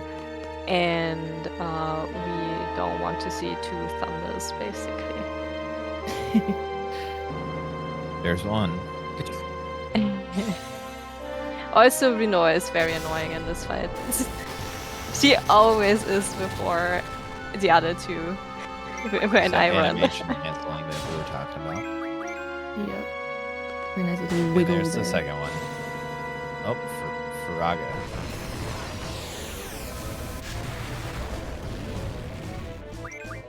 Here's the man with the machine gun, everyone's favorite. Yeah, there's actually a scene at the bridge where xeidin is now, and you can run past this very easily, and you're like, wow, cool, a dialogue skip. No, don't do it, because if you cannot trigger the next cutscene if you didn't see this one. And I think that's also a thing that happened to a lot of runners on accident, and then they were very confused when they arrived at the other screen and nothing happened. Yeah, you get all the way to the bottom and you're like, huh? Where's the dialogue? Did I save time? And then like you realize you just didn't trigger that. You just like wasted so much time. Yeah. And there is a really nasty soft block too. If you're on PlayStation, I think it only does it on PlayStation because analog movement. But basically, if you skip it and then try to run back to trigger it, Kairos just like runs into you and he can't start his cutscene. So that one's fun. And that's how all the soft locks in the run work, and hopefully I haven't jinxed any runners by bringing them up. No soft locks. No soft locks.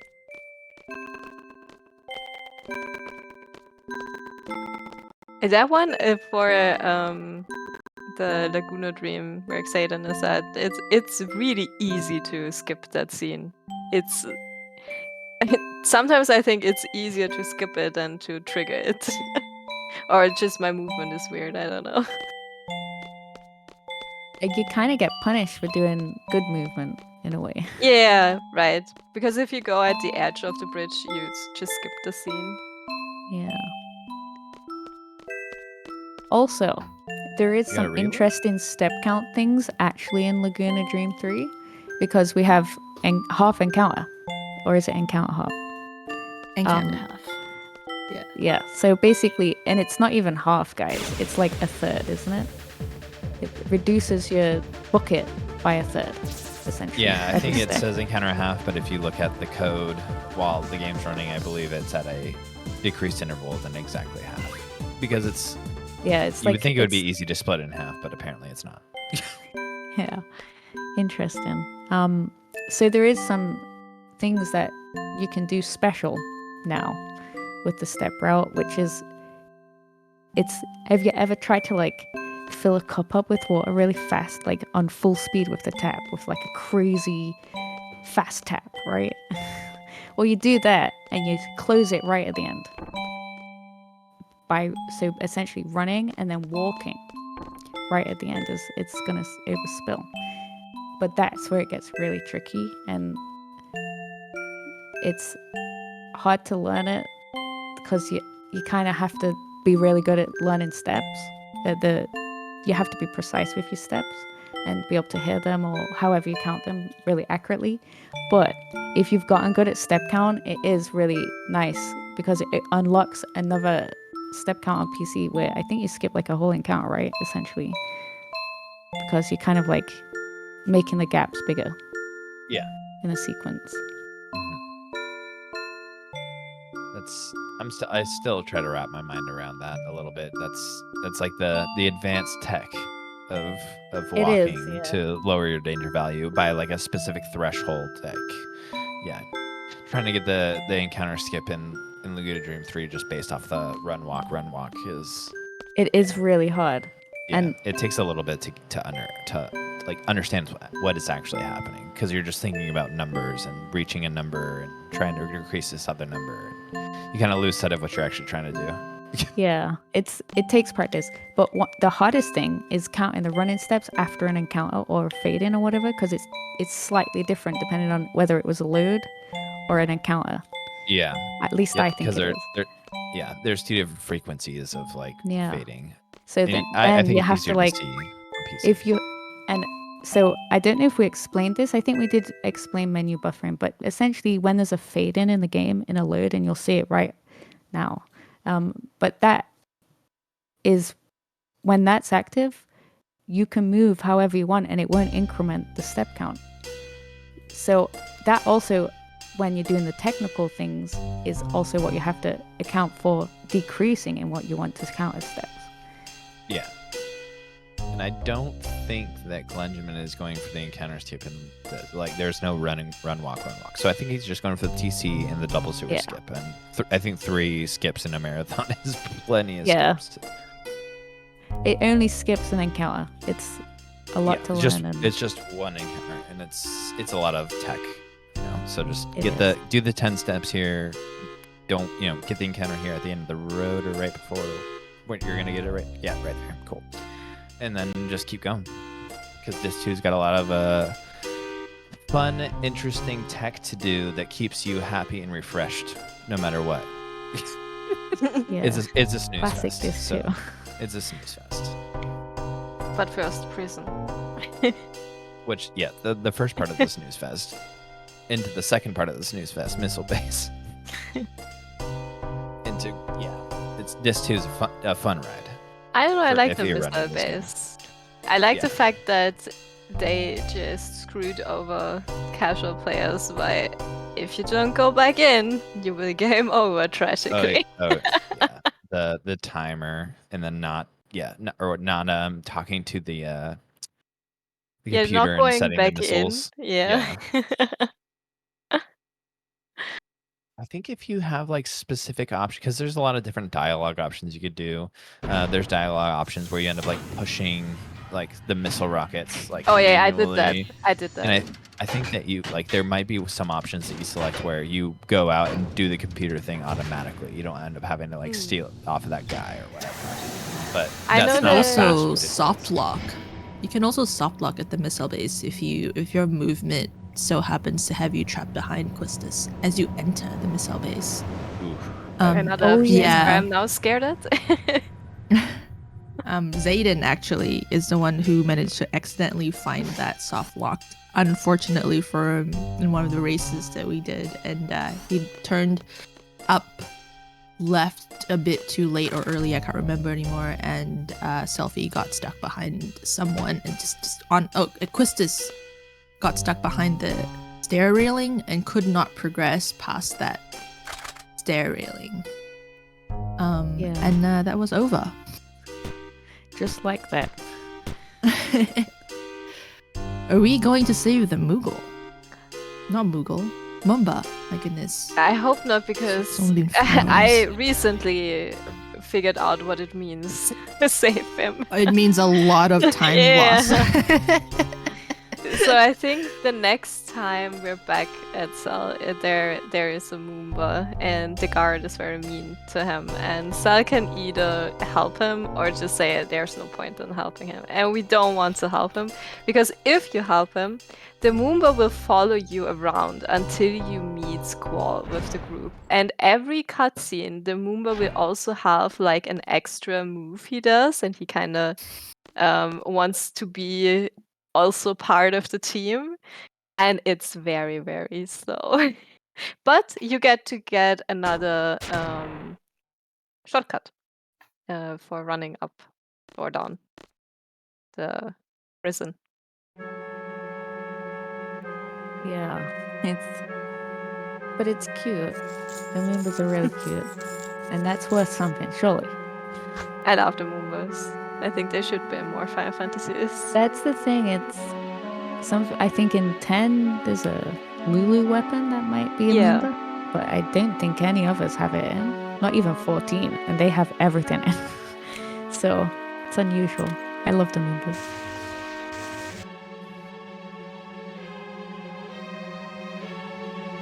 Should In order we? for them to have Moombas, they need to have multiple Norgs first, though, right? I thought Maybe that's they'd the problem. I thought the Shumi are like normal-sized yellow people, and they turn either into a Moomba or an orc. Is what I thought. Yes, sure. I'll take your word for it. It's definitely one or the other. Should we touch on what happened since we left the Galbadia Garden and story-wise? Squall's getting tortured. Poor thing. Oh no. Yeah, this part is like really spends a while in prison as well, with not much happening other than them talking about their surroundings, because essentially they're like trying to figure out, which is fair. I would also be like, well, gee, that mission didn't go so great. Where are we? You know, it's a very strange prison as well. So right now they're just kind of like, you know, trying to figure out what's going on. It's a very strange mechanism they found themselves in the heart of, it seems. Yeah, and Cell actually knows this place because we that's right. were in the Laguna dream, but we only saw Laguna and Kyros. And turns out that Cell also dreamt, and he was with Ward, and he explains to the group that he works in a prison, and then he's like, wait a minute, it was this prison. This prison. Yeah, I always forget about that, but that actually does kind of like, I wonder if they would have just stayed in prison without like that. I don't know. I don't But that's know. what I mean, that's what all gets they had to things do moving is in the just plot. all they had to do is just go round and round and round and round and round, and they'll eventually escape, right? It's like But a test all- for your persistence. How many times will you go round before thinking, should I turn back? just lock me in again, please. And that's why no one escapes, exactly. And all Cell basically does is sending them to a door that leads to a lot of dirt. So I don't know if they really needed him for this. Can I just bring attention to the fact that the difference between Tonberry and Chocobo that was plus 17 minutes earlier is now 13 minutes. So in the space of, 3 and a bit hours, I think we've been going, right? 5 minutes-ish. 4 minutes and a bit has been saved between the first and the last team. Pretty amazing. And even thinking for the rest of the run as well, there is still more time save on the early card mod route side because it is more optimized in... Yep. It's hard to... Optimize isn't the word I'm looking for, but it's faster at this point in the run. And Invincible Moon can just not, show up. So there's But there's that. It will, if we collectively believe it will, it will. I believe. Okay? Yeah. Believe in Invincible Moon. Only for the sheer fact that I want people to see it, because it is a very cool way of doing Ultimecia. It is. I never get to see it either, so I'm believing in it as much as I can. Especially since xeidin told me that if it doesn't work on second try, he does it normally, so... Alright, So- and that's disc 1 for Team Choco. Whole run is awesome, and it's... So Squall died. And the rest is just a fever dream. The rest is a Yeah. dream. The rest is taking place in VR. I feel like this game has so many theories to it. It does, and it's kind of like... It's almost like, how deep does it go at some point? How Like, deep do they you keep want to going go? deeper. The rabbit hole. Yeah. I love games you can just speculate about. It doesn't have to explain everything in detail to me. I'm fine with weird things happening, and I'm like, huh? Yeah. I think FF8 is a really good piece of media to build other media off just from talking about it. and exploring it, because it's quite abstract still, a PS1 game, right? And we all take different things, we fill in the gaps with our imagination in different ways to understand it. And I really wish we could have a big collection of everybody who loves this game talking about why they love it. And I'm glad these conversations have come up. I hope chat is enjoying it, because I am. So yeah, it's a good game to replay. I know at different I personally can talk about Final Fantasy VIII for a very, very long time, depending on what you want to talk about this game. It's really, I mean, personally, it's such an underrated game for the amount of things that it covers. I think and we're the all themes that way it too covers. attached to this game. Yeah, no, I just crazy amount of stuff in this game. Honestly, though, we had some magnificent games as kids, and they are still really, even TV and all that, the 90s, there's a reason why we're doing this with our time. Nothing quite hits the spot the same, and you just want to play it, and speedrunning is great for that, no matter how much time in the day you have. I mean, yeah, exactly. I mean, the only really sad thing about this for me is that this game is so long that the amount of time that I need to set aside to play one of these or to do a run now is just when you're old and an adult, it's really hard to set aside about 8 hours to do a run. But that's also, it is important to take time for ourselves no matter what obligations and responsibilities, which is why this game speaks to that at different periods in your life because of the themes, right? But you're absolutely right. It's really hard to do it.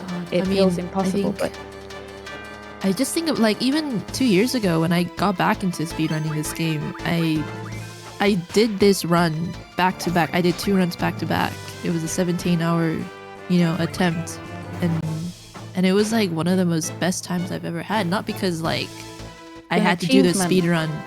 Yeah, it was just I got to play this game. Speedrun this game 2 times in a row, and then I PB'd both times. I PB'd the first. I died the first one, which is why I started the second one. But then the second time, after 17 hours of being awake, I PB'd the game, and it was just who cares if I've been awake for 25 hours? That played makes the best it game more of my fun life when you're 2 times on in the a edge. Yeah, and it was just so good. Yeah. I forgot what I was gonna say. Sorry. Well, we're about to get to the running in circles part of the game. It's incredibly hard to do on PC, just putting it out there. Yeah, there's certain lights in the background you can take as guidance on when to switch from up left to left and so on, but it can be very hard.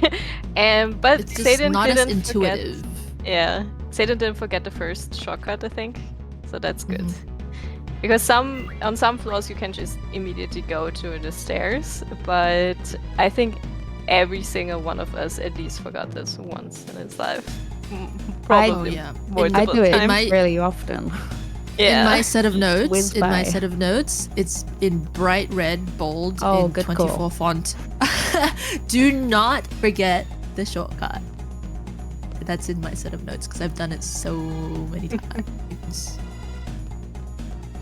Yeah, story-wise, they went to Galbadia to get a sharpshooter, right? To kill the sorceress who kind of controls the president of Galbadia and Galbadia itself. But, well, that didn't go so well. We basically won the fight, but actually, story-wise, lost the fight. So they got stuck in prison. And for Laguna, what happens for Laguna? Laguna was in this weird Esther base, and then they needed to flee. And I think he had a really harsh accident, so Rain, the woman you see on Cyrus' stream right now, kind of nursed him back to health. And he met... He's now a travel journalist, I believe, lore-wise. He just writes articles about the places he's traveled to. Very cozy. And Alone is cute.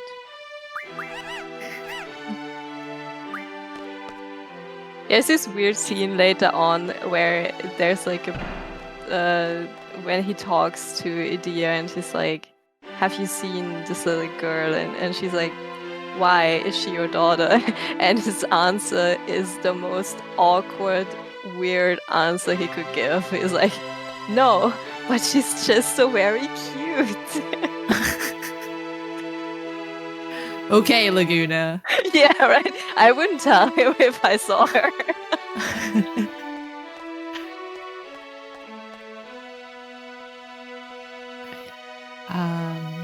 I can't believe how well Sonic's done to catch up to Xeidin, honestly.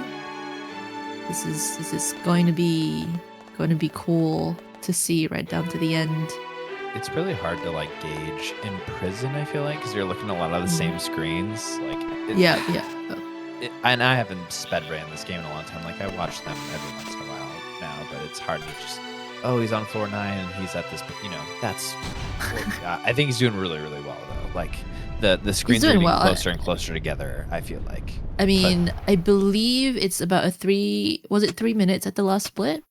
Yeah, give or take? About 2 I split a little bit minutes. early. That was my fault, but it got corrected. And now I'm looking at the stream image. Yep, 3 minutes and 20 seconds from Tonberry to mine. Yeah, so it's closing in. Yeah, about and 12 minutes from Mog to Choco. Slowly crushing that time gap.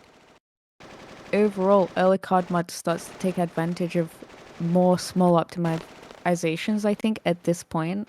So it is like it's probably gonna be closing more.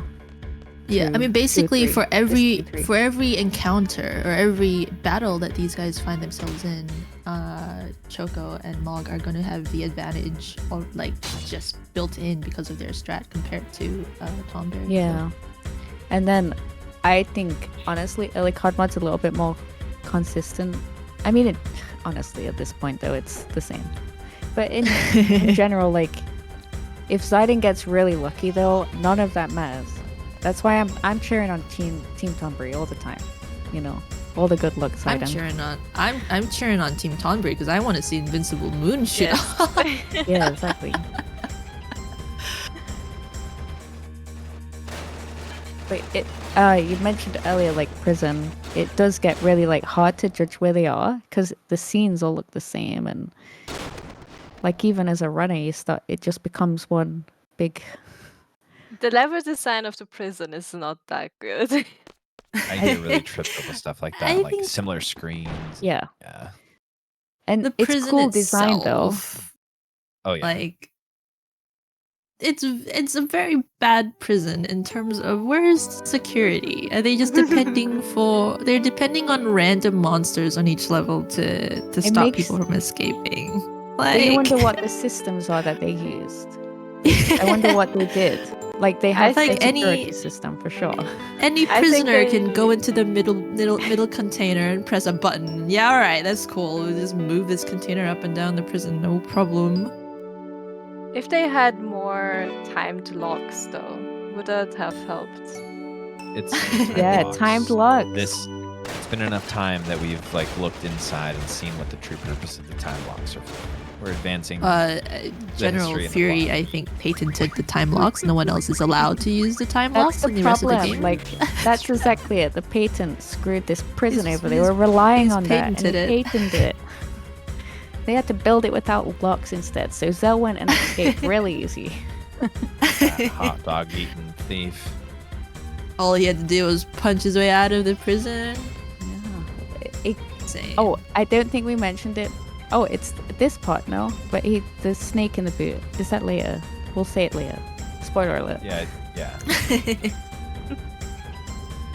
Okay. You see, Xeidin had a little look at that. So the movement from Xeidin's screen there is just a little bit off because of the 8-way movement of the non-analog control of the PC version.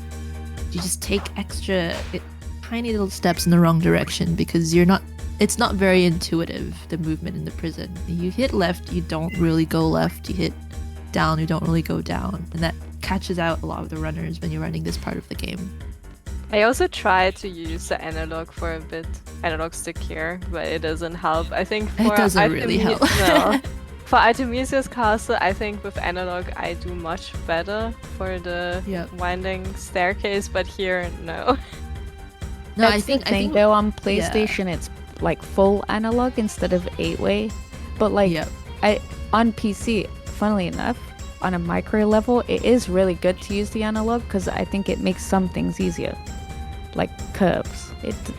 Me at least, but on PlayStation it is a luxury to go through these kind of screens because, like I said, it's like actually a circle or whatever, so it's really nice. I think in terms of the differences with the Ultimecia castle analog movement, that your point of view is static. So whatever you're using on your analog is the direction that you're going. Whereas with the prison, your point of view, like Quez said earlier, your direction is on, Squall's right shoulder or something.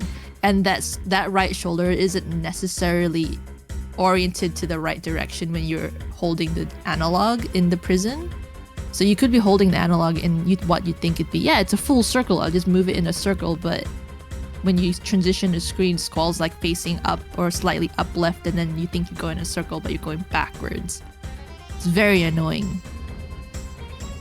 Yeah, movement in PlayStation 1 games tends to be quite difficult though. Like the movement's nice in it because you just, once you learn the direction, because it's not sometimes it's not what you think it is, so sometimes you have to learn what it is, but once you've learned them, it's just hold buttons. But like Resident Evil and things like that, the tank controls, oh my goodness, it makes you glad that they made Xena? This decision. Oh yeah, like Xena.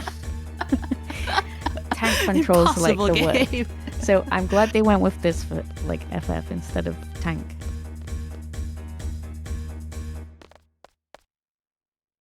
Up on a boss fight. Are we going to save the Mamba?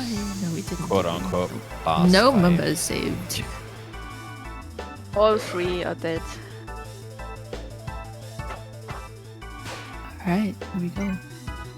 Pew pews.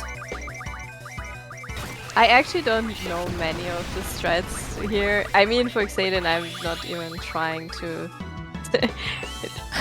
it's like, I don't know what his plan is, but that looked like a fight I would do the same way.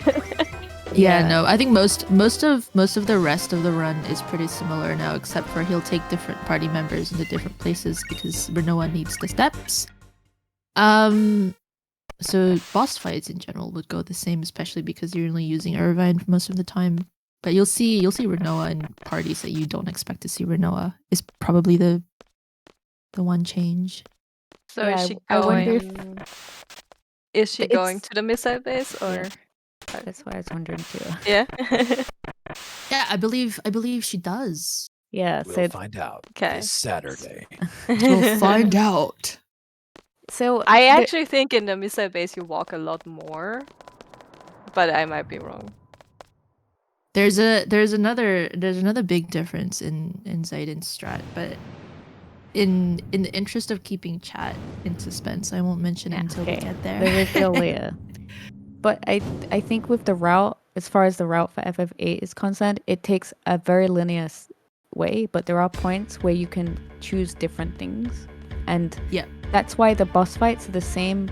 It's in a lot of the run, even though you made different decisions at those things, because they consolidate at certain points of the run. It catches up or whatever. So here it is just literally the same, and I don't think it, minus like party difference, which you could do a Rinoa strat for any version. It's a preference thing in a way. So yeah, it's interesting to see what people pick, isn't it? How much you want to I menu, usually do. how many menus you want to do. Yeah. I usually do Rinoa at missile base anyway. It's so close between the different routes, like you can achieve very good results with any route, really. It's more just which one you find yourself gravitating towards, I think. But that's as long as you have Irvine in your main party doing the damage. Irvine. You don't have Irvine, you might be in trouble. Yeah, I'm not sure about an Irvine-less strat, but yeah, don't know about an Irvine-less oil boils, you know?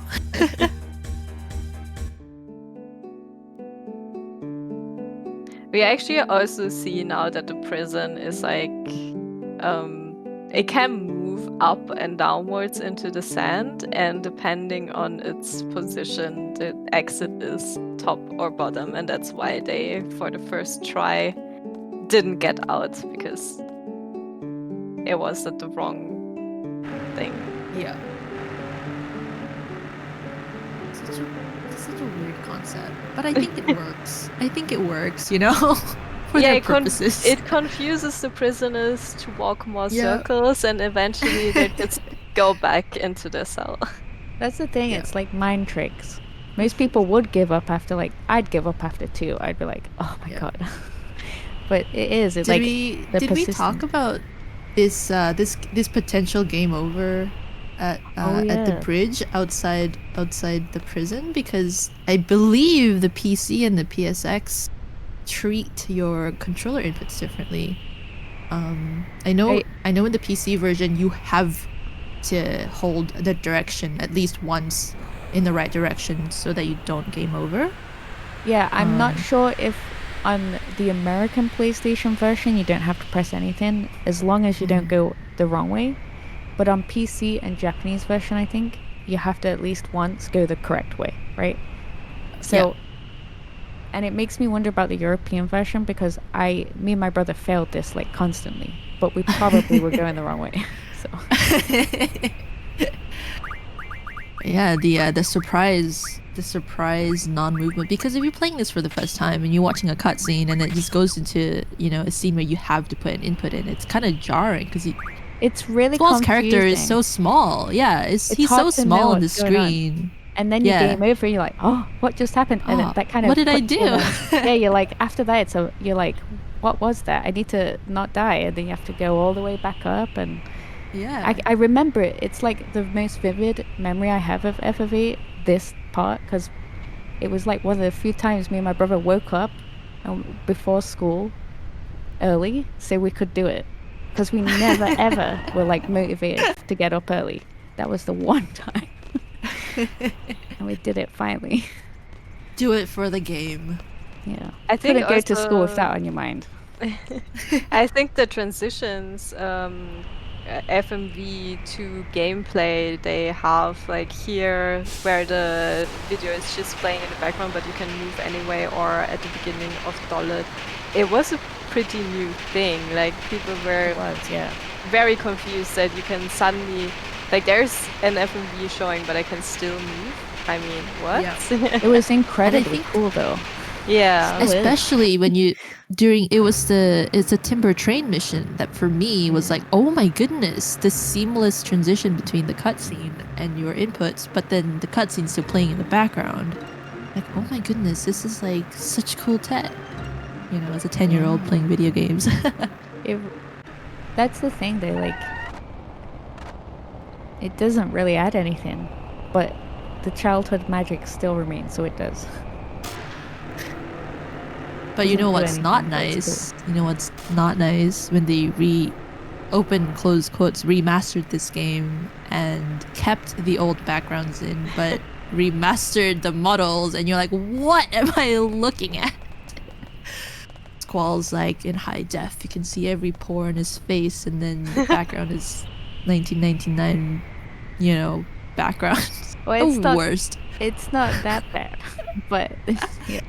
I think you can even see it on the PC version. Like the PC version graphics is better than the cohesive PSX graphic, but it still fits. But it's an HD version, especially when they have like this mannequin seats in at the garden battle or in the classroom.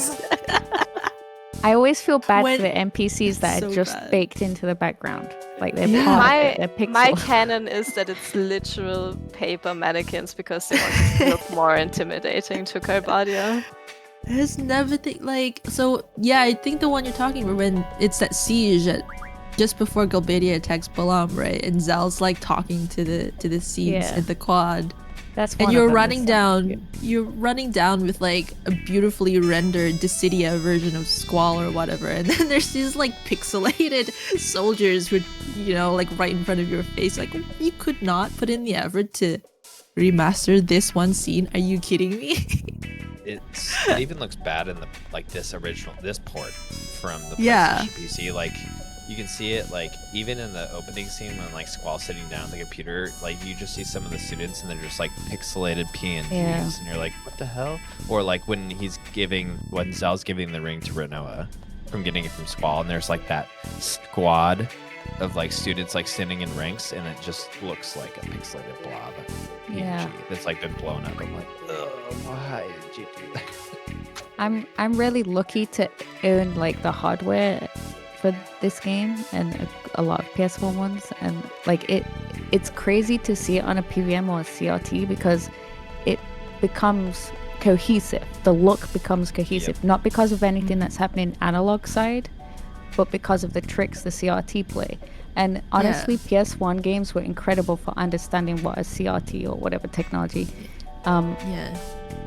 could do. You're playing it on you're playing it on something that it was built for. Exactly, right? And it makes a huge difference, and it makes you wonder about what technology now might look like with future eyes on the vertical and horizontal scan lines of the CRT is just it the fade in and fade out that we have, that's literally how CRTs make the blended picture, so it just works and fits very well. And if you have composite, my CRT takes composite, and I just have the HD cables that they make for PlayStation.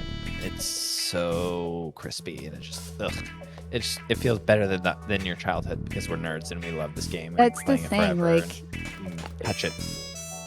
I must have spent a lot of time watching it as a kid, because we were bored and we watched each other play games, and I think that was what a lot of us did. And as an adult, you get to learn why it looked so good then, and then kind of went through a period of not looking great because you're like, oh, I like the PC version, there's something not right. And there wasn't something right. It does, trust me, it looks incredible on hardware.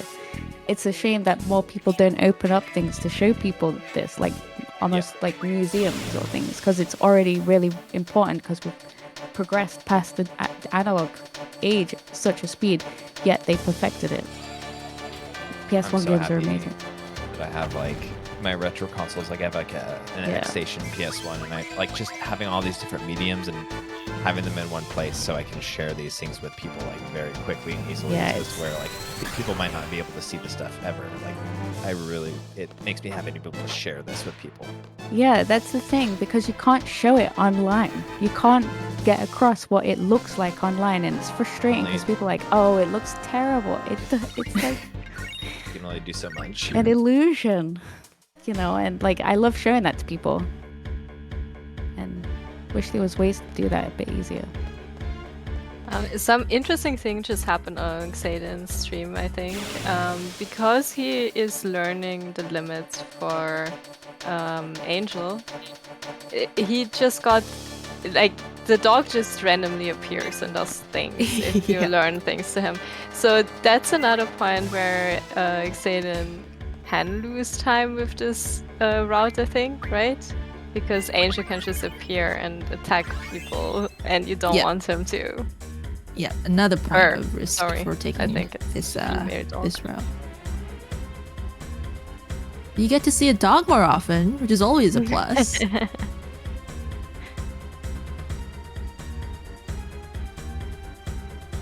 I mean, after this, it doesn't really matter anymore, I guess. Because there won't be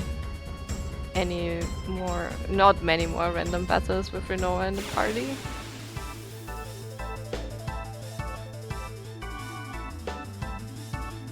That's the problem, with Rinoa in general, why we don't use her is because she's there is a speed on the attacks, and her physical attacks are so slow. Yeah. So Self is the fastest, I believe, or Zell.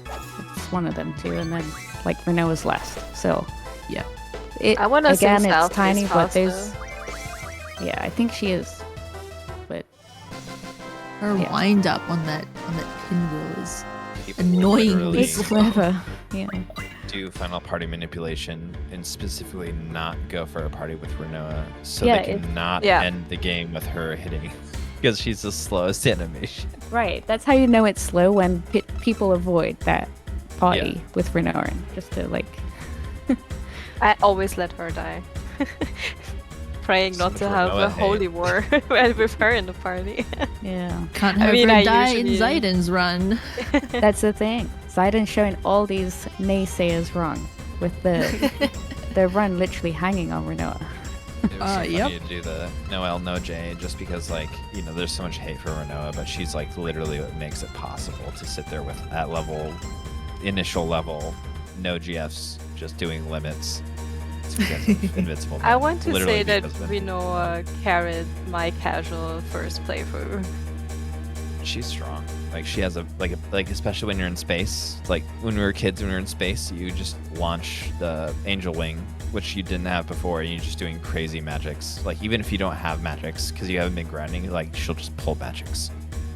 So, I just think Renoa's, like, toolkit to the casual player is really cool. Yeah, I think also, like, she's like the center of the story, essentially, isn't she? You know, you kind of, you take her there's stuff with you. There's a theory about who Renoa really is, right? Yep, a theory that's been debunked. It's been debunked, but there is a theory. Liz. It is really a cool one, though. Like, as far as theories go, I think I do like the Renoa one a lot. No, I think theories are cool. That they exist. I love to speculate. I just love, like, having any excuse to just reuse media, because we live in a world where we burn through media at terrifying speed, and we still don't understand truly what people are trying to say. And we can't understand what other people are trying to say sometimes, because it's hard to say it. It's complex. But that's why we should, like, speculate, theorize, because if someone thinks something and it crosses over with what someone else thinks, that's kind of a profound discovery about a video game. And that's really cool. So it brings that for some reason. Exactly. Different interpretations internally in the project, so I guess that's one. I love it. One vote for not having a remade remaster of 8, because you never know what they're gonna make canon if they do remake or remaster it, right? So if they don't touch the game, we can live with what we think is happening or has happened in the game. And I don't think it really matters. Like, it's a video game. It's in the world. I don't care to that degree. It's more just like my own reasons for saving money of not buying into the buying video games all the time, right? It's like frugality why I look into them so deeply. Otherwise, I'll have nothing. So I feel that.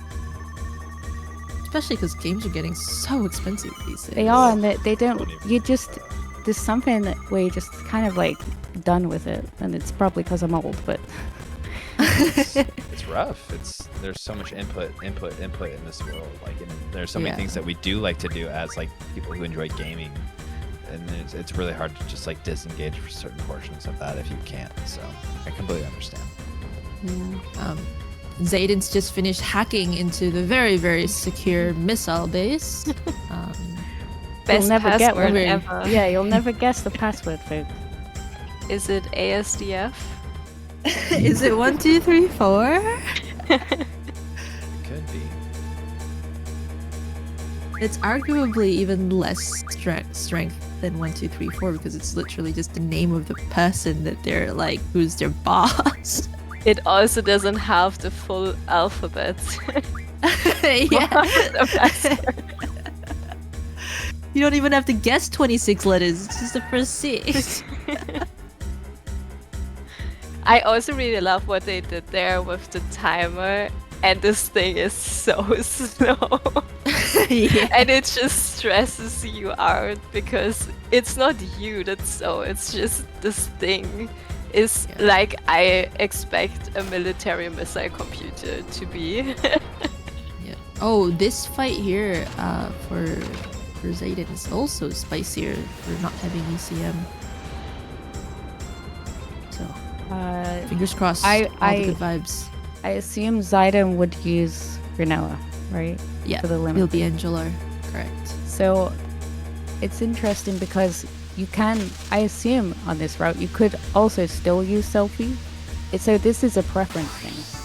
But even on this route... She won't do as much damage, I think. And so it's... little more spicy. Yeah, so depending on what basically he uses, Renoa one-shots with the limit break, and I think it also counts as a crit, so you can use the extra 20, what it would be like 16 AP, but I don't think that's useful for anything off the top of my head. But either way, if you want to get that extra AP, use Renoa. But Selfie attack though? Self is the same for early card mod. She does the same damage, but she has different things equipped depending on which route you're using. So Quistis plus Zell is actually important that you had waters for this part. Otherwise, you'll do less. If you have less than 100, it does less damage. And then if you have less than 80, even less, you'll probably be screwed. So the waters are actually still important all the way up until the second BDH encounter. So the one that's coming up after Fisherman's Horizon. He did the normal threat though. Oh yeah, he did. Yeah, he yeah. did do the like regular attack. Yeah, so he's using the. So on ECM instead, I think you have like plus 40% strength instead. It's interesting because like xeidin got a crit as well, like on the second hit, which makes it useless, which is always a classic.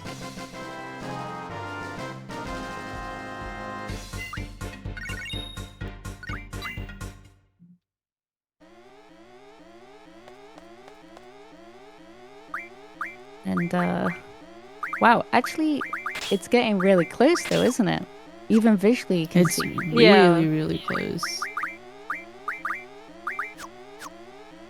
I think Sonic has caught up a lot of time here, just in this missile base. Yep. It's just one encounter, one boss. It's that one doggy that came out of nowhere. I also think xeidin didn't get the quick thing there. With the he had to do a full circle. Yeah, so what you saw xeidin doing was like not getting the triggers, and it's really precise, like surprisingly precise. The trigger lines are like, really weird. Yeah, it's honestly hard especially. to describe it, but if you're interested in the strat, like there's stuff on it. But just to widely describe it, it's like you go into one end of the screen and getting a trigger of going to that coordinate on that side, and then you go into not quite as far you have to go, but you go in the opposite end and then coming back, and that's what triggers the cutscene. And I can't describe it in words what it looks like, but it's hard. Yeah, so the game wants you to panic and see that there's no way out and they're gonna die. You know, I've never thought about... I always wondered what the point of that was, and it like... Yeah, like you're panicking so much and just triggering everything, right? That's insane, actually.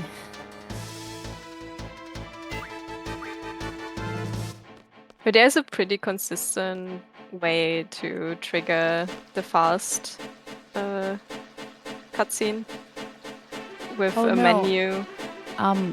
In Sonic's fight, he had the bad luck of Quistis dying, which means you get like the dialogue of the soldiers coming out extra because they're talking to each other, and you have to like kill them individually because Quistis is usually the one to use Ultra Waves. So we'll probably see it done, hopefully not as unluckily on Shoei's side. Skipping battle dialogue actually is used relatively often by basically bosses having two phases, but limit even takes priority before dialogue. So if you queue a limit right after killing the first phase, you skip the dialogue of the boss, and that's nice. Yeah. So that's what's usually done here. Quistis wouldn't have died. xeidin did it. It's also done on Norg, I believe, and on Edea too. I don't think there's any other fights where it does that, is there? Maybe Edea later on, but it's like, that's the thing. There's a lot of things that do things in this run, but they don't actually do anything in the run. We just know about that could skip that or that could do that, but it doesn't actually come in handy in any sense. Because it's not actually used anywhere, or once. But lots of small things in this game. And now, story-wise, we've headed back to Balam Garden. For, obvious reasons. There's an attack. And we're just...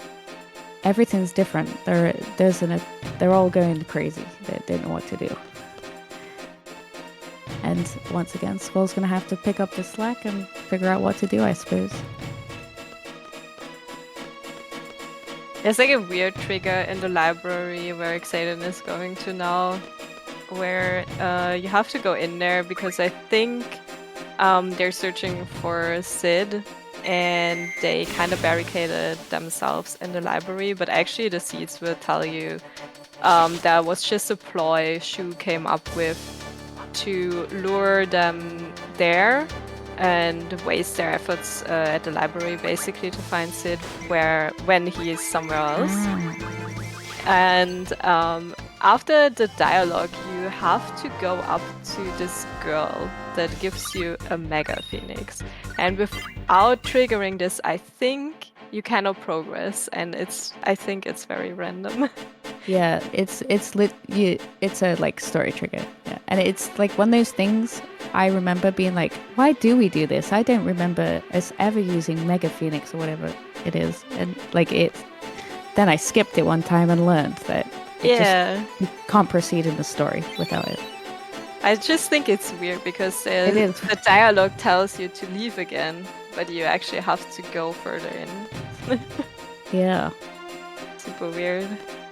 So basically there's a lot of running around in the missile base and also in Balam Garden afterwards. I wonder if again they wanted to simulate that panicked feeling of just like a very obscure solution. So you have to panic in order to find it. Which is really cool for a PS1 game. The girl with the Mega Phoenix actually is in love with Cell, by the way. Side lore. I think she's in the final credits thing, right? With him? Yeah. Maybe that. Like his girlfriend or something. Yeah. Is there a different thing happening if Cell is not in your party? Because you don't have to take Cell, right? Yeah, so... You don't get the Mega Phoenix. No, I think, right? Maybe then. But you definitely have to talk to her. You have to talk to her, but I don't think you get the same thing. Yeah. Okay. Yeah. I think that's right. Also, next, xeidin can lose a lot of time if he picks the wrong option in the infirmary. It's a minute and a half. yeah. Ask me how I know. Oh, is it really that much? That is punishment. Yeah, it is huge. It's a very minute and easy 33 to do it. seconds. Because you have to fight the encounter and then it puts you in the infirmary and they have like a little There's a dialogue. conversation. Yeah. Yeah. And a now you massive have to walk out conversation. again. Yeah. It's also the Moomba is harsh. This is harsh, and also in the missile base when you for the first control room when you pick the wrong option, Seifer starts punching on the thing, and you actually have a little mini game where you have to press square often enough for it to trigger it happening instead of her just beep boop boop 2 times and it's done. Yeah. Whenever that happens to me, because I think that one's happened a few times, but it's not my most commonly done one. But when it's happened to me, I always kind of get panicked and I'm like, oh my god, which one is it next? Because like you can get yourself out of it if you pick, I think it's the right first one, option. yeah. But if you do 2 and 2, that's when you get the slow one. It keeps going, yeah. Yeah, and you've got that mind game for a second of like, oh my god, which one is it? This is Sias Renoa is confused, by the way. Oh. I don't think he has anything equipped to her though, right? Yeah. No. So if there are some routes like where you would use Renoa with equipment. I can't remember which ones it is, but definitely Japanese PlayStation. I've seen like her have stuff, and that is dangerous. Like to have all 3 characters equipped with junctions, and then one of them gets confused. They might throw stuff you need. They might kill someone off. It's really spooky. part of the run. And they might use the elixirs that you need to kill Yeah. Abaddon with, and then you don't have Oh, ask me how I know that one. Yeah. And like even just killing off your other character with because usually you have two characters junctioned, right? So like if you kill the other one off by accident and then you're still confused, you can't really get yourself out of it. But panic not, it doesn't happen often. I hope. It hasn't happened often to me. I've probably jinxed everyone now. Sorry. But yeah.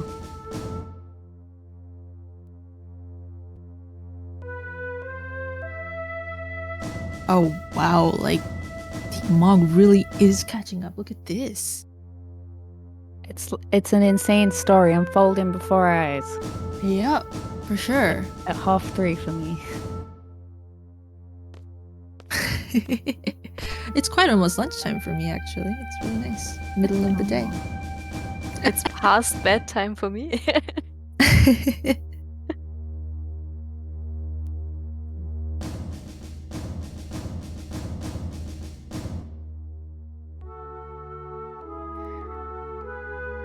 Alright, we're about to hit BGH for show in like 5-ish minutes. After some computer hacking. After the world's slowest computer. Oh, right. Most slowest and securest computer. It's fun that here. if you don't go back in the missile base, you actually game over, but only later. So you keep on, and then you realize, the mission I was set out to do. It debates you, like it leaves, it kind of like hangs a second, and you're like, something's not right here, this is taking a couple of seconds too late, and then it cuts in and you're like, don't do it, it'll make you feel bad.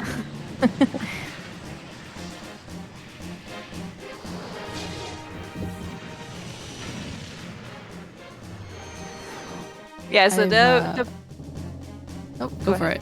Okay, I just wanted to touch on the story a bit more. So in the missile base, obviously they know there are missiles going for the gardens. They saw the missiles for Galbadia Garden go off, and Seifer insisted that she wanted to go to the missile base and save at least Balam Garden. So that's why they run around in the missile base, infiltrating and trying to stop the missiles. Stopping doesn't work, but the arrow ratio is high enough for them to not hit. Although I believe, like logically, I think it would not help them if the arrow ratio is higher, because it would hit a higher, like more base. Anyway, I mean, like, just to, like, why is there a setting for error ratio in a missile-based computer is my first question. Well, I think like, it why? makes sense if you don't want to hit a precise target, but like multiple targets in a city, but you want to just say, okay, just Balam, and then it just want to have randomly massive hits. catastrophic targets. So that's why I think setting the error ratio higher is actually not helping the Balam Garden. And the other team with Squall is in Balam Garden, also trying to avoid the missiles. And I guess they wanted to evacuate everyone, but Sid told them, no, go down into the basement. There's maybe something that can help you. I don't think they really have a plan. They just go downwards and hope to find something. Xeidin with the first try. First try? Well, first yeah. try? Yes. Oh, first try.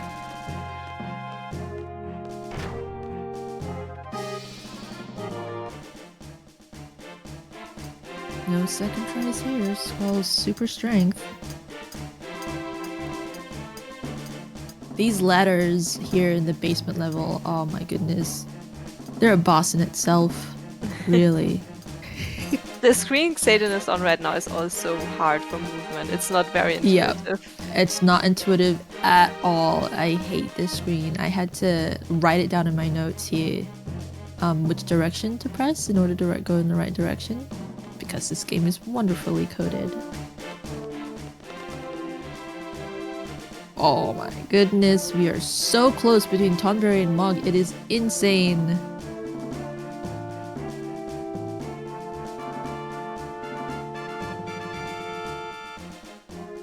Also, Sid being headmaster, right? And just not realizing...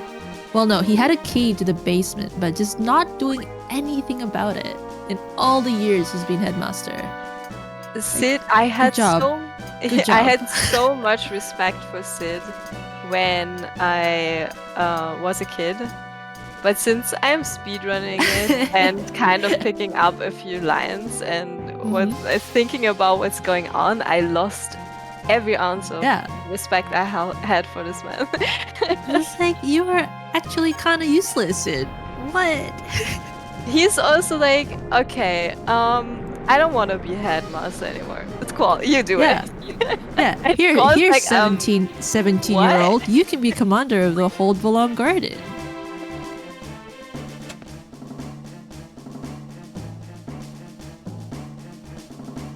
Also, like Sid has, I don't know.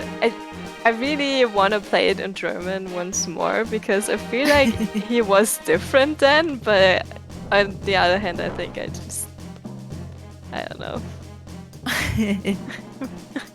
I didn't think as far as a kid, maybe. Oil Boy is coming up on. Oil Boy is coming up. Oil Boys can be scary sometimes. They definitely can. And it's funny. Oh, look, here we go with the safety save before oil boils. Oil boils used to be called troll boils because they control you very, very hard and enter you run. Here, oil boils are called cyanide in French, in case you guys didn't know. I'm in this game.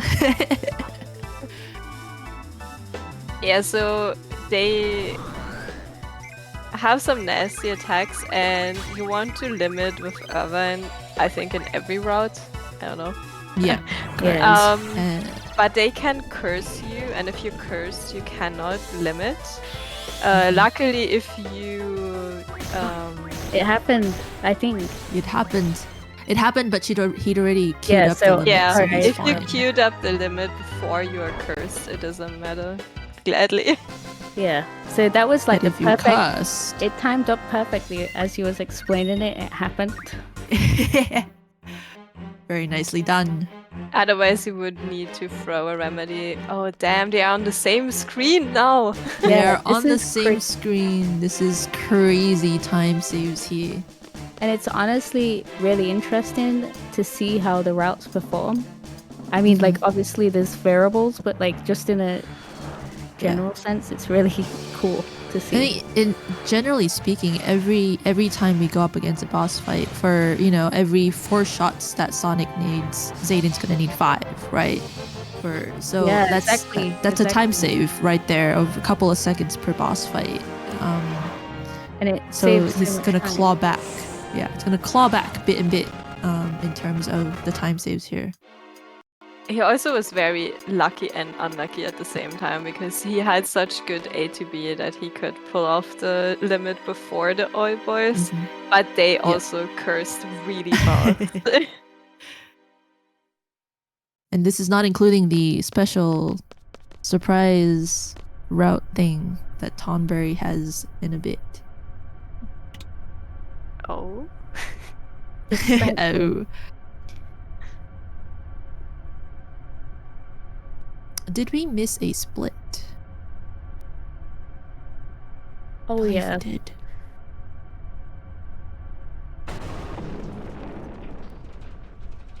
We'll pretend it never happened. Yeah.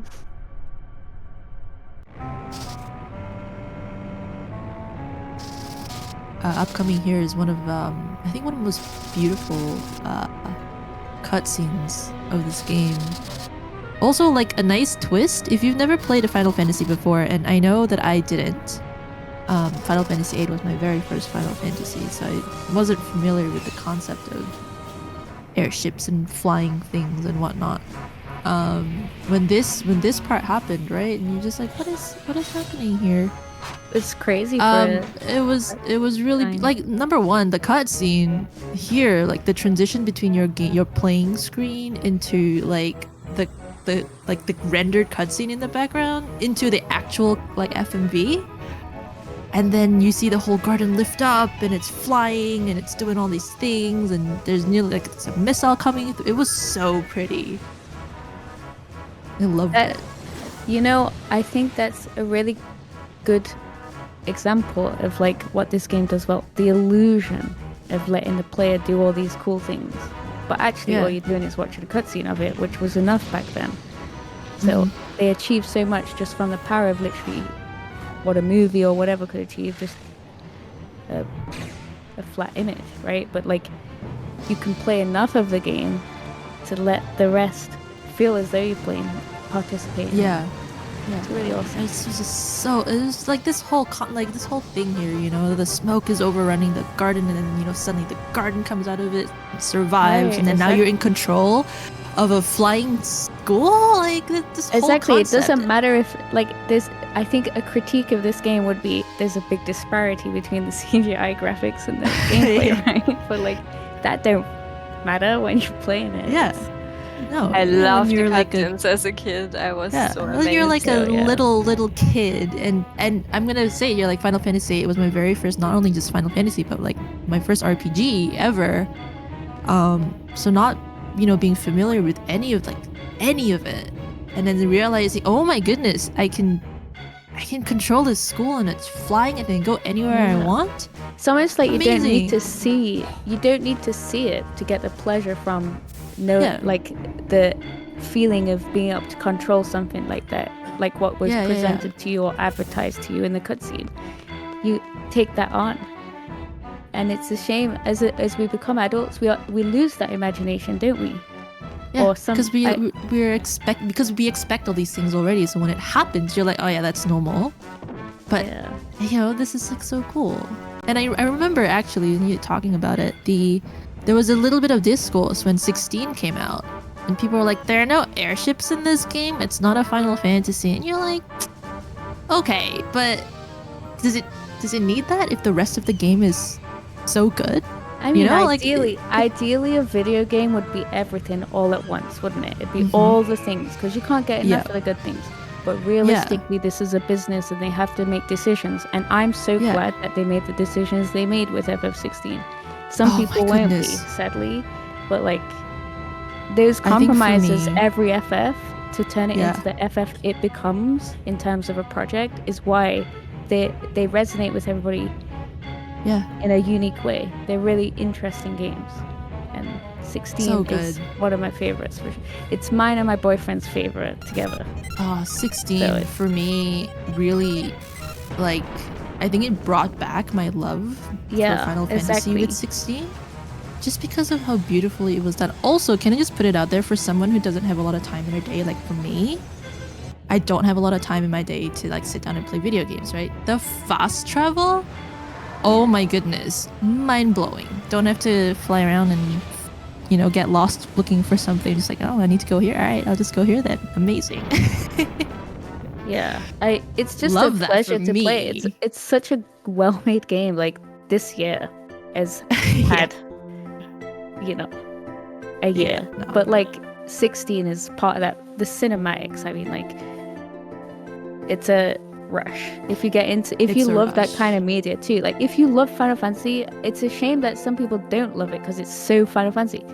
It's the most Final Fantasy game I've played since 10. It is 100%.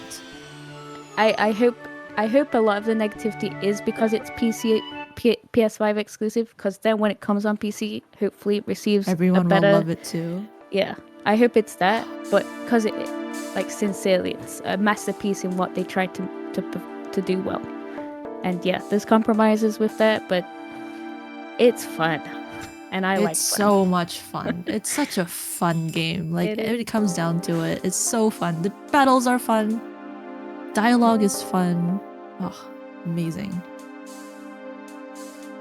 Makes me excited for the future with my video goodness, games. so much. We're having like a renaissance almost, like with the level of technology. Right? just the things you can do. Yeah. And again, like someone who consumes a lot of sorry, hang on. Someone who consumes a lot of 90s media. It took me a while to get that with modern games too. Like almost FF16 made it click for me, the whole thing with newer games. Yep. What it was that I wasn't seeing with them. And I've gone back and played 15 and I enjoyed that like way more than I did the first time because I could see what they were going for. Right. I could see like they were trying the to vision. evolution. Yeah. And then I filled in the gaps with my imagination. A little bit of storytelling there, like, oh, maybe they're, doing this in my imagination. And that's what we could do as kids, and you can do that as an adult and not be ashamed of it, and it makes your experience so much better. So good. I think for me, what really, hit it for me for 16, I know we're talking about 8, but double of 8 is 16, so it's kind of relevant.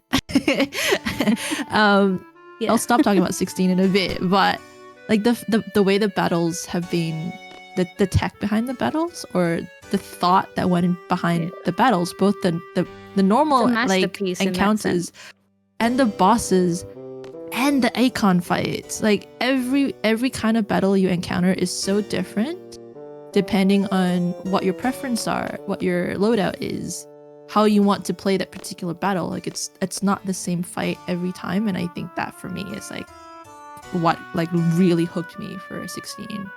And I was like, what if I chain this with this and then swap to this and then chain with that? And you think that's never going to work. And then you pull it off and you're like, oh my God, that worked.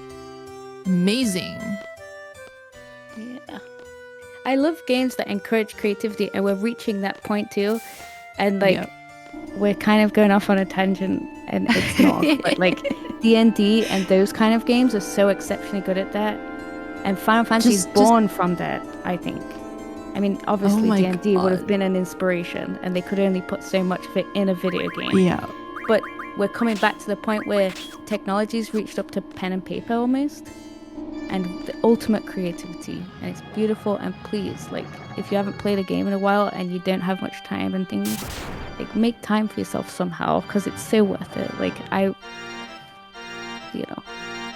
excellent. So Tonberry and Mog are basically seconds apart, I would say. I know, look at this catch up. Oh my goodness, it's honestly crazy. I think they will be at the same boss at the same time at some point. I think we will be seeing 2 Norgs on our screen if all things go well. Yeah, it's kind of a long fight because the dialogue. Well, this conversation is really long here. That's true. But we could. If things go bad for Tonberry and things go well for Mog, we might see an Norg on 2 screens. No, we won't sabotage. Positive energy. Yeah, I think the routes are the same as well, though, aren't they? At this point. Yeah. So correct. This fight, you won't see any time gain or loss, I don't think. But then there's the variables of what happens. Yeah, it's the same except for how many shots Arva needs to take out on Mog. Okay.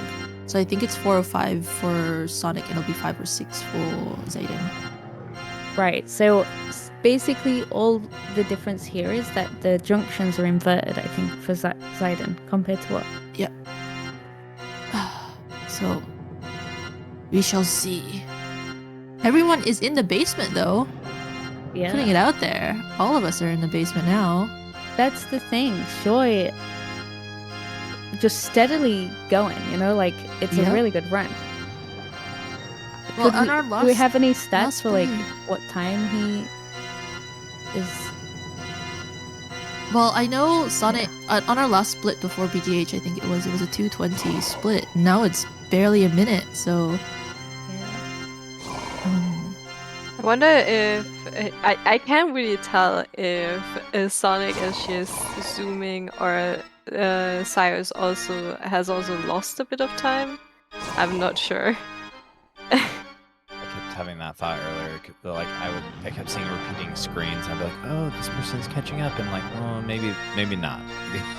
Like my That's the gauge thing, for they're that type of stuff deceptive, is really aren't off. I think when you haven't like been running the game a lot too, it's kind of hard to remember how long things last. Yeah. All right. This is a split here, I think, Norg. So we'll find out the actual time difference here between It's really our interesting 3 runners. to see. I'm almost like counting the difference in my head now. Alright. The res squall attack. You just need Irvine to get limit out. Don't miss target here is important. For a second, I thought Sire didn't take safety save before oil boils. I was there scared. It is. There it is. Yeah. Yep. Everyone safety saves before oil boils. And there you see one of the downsides of not having the strength plus 60 extra, because we needed an extra squall attack here on Norg for xeidin, and we're not going to need that for Sonic. I'm pretty sure. Fisher.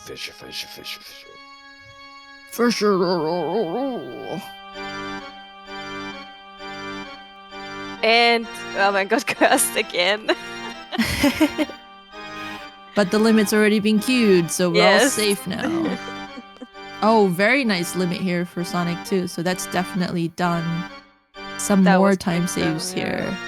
Some more time saves here for Sonic, I believe, because xeidin needed the extra squall attack at the end.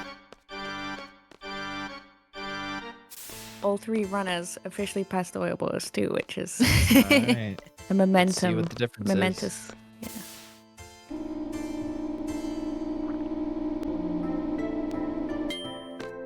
It is a long cutscene. Like, I honestly thought it was over for, like, I thought it'd be starting the fight by now. I think it's like a almost 3-minute. Is it maybe 3 31 I can't seconds. remember. 31 seconds between Team Mog and Team Tonberry. You guys, this is fun. This is going to be fun. It's really close. Where did he? It's literally He, one like, battle. saved 2 minutes in that Yeah. split, right? In that split. I'm just trying to That's think of crazy. I like think where Glenjamin started, like where xeidin got to when Glenjamin hit go. Like I can't think of that. Yeah. And 'Cause how it much was time quite- has? I Yeah, think random xeidin- encounters maybe. yeah, that's it. Well, yeah. and the um, route variation. Yep. Insane. Show's slowly catching up too, though. Everyone's pretty steady on their run though. There's been no catastrophic Yeah, no happenings. mismenuing, no grave errors. I mean, Yet. it really sucks that Team Choco took like what 5 or 6 world map encounters so far. Like, I think it was 7 world map encounters. I haven't paid attention after, like when going to the Galbadia Garden. I only witnessed xeidin. I missed the other ones. I'm not sure if they got any encounters there.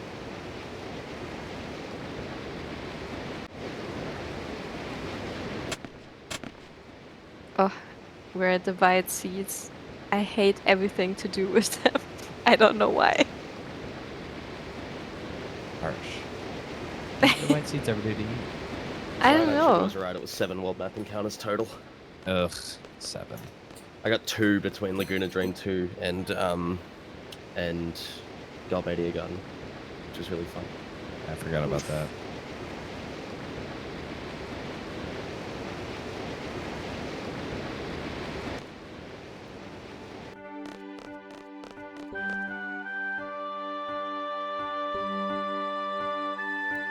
Yeah, so the garden is saved for all 3 of them now.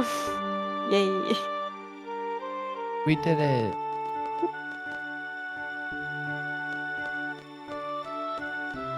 And now they have no clue how to navigate the garden, so they're just floating aimlessly. Screaming at the top of their lungs. And meanwhile, this white seeds knock at the door, I guess, and ask for a loan. So on xeidin and Sonic's streams, they're just looking for her.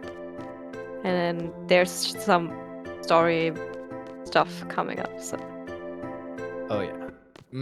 And this is where I don't think this is where it starts to deviate. We still have a little bit more to go before it deviates, but yeah, I think we're getting into the tricky part of the lore waters for most casual players. We're approaching Disc 2.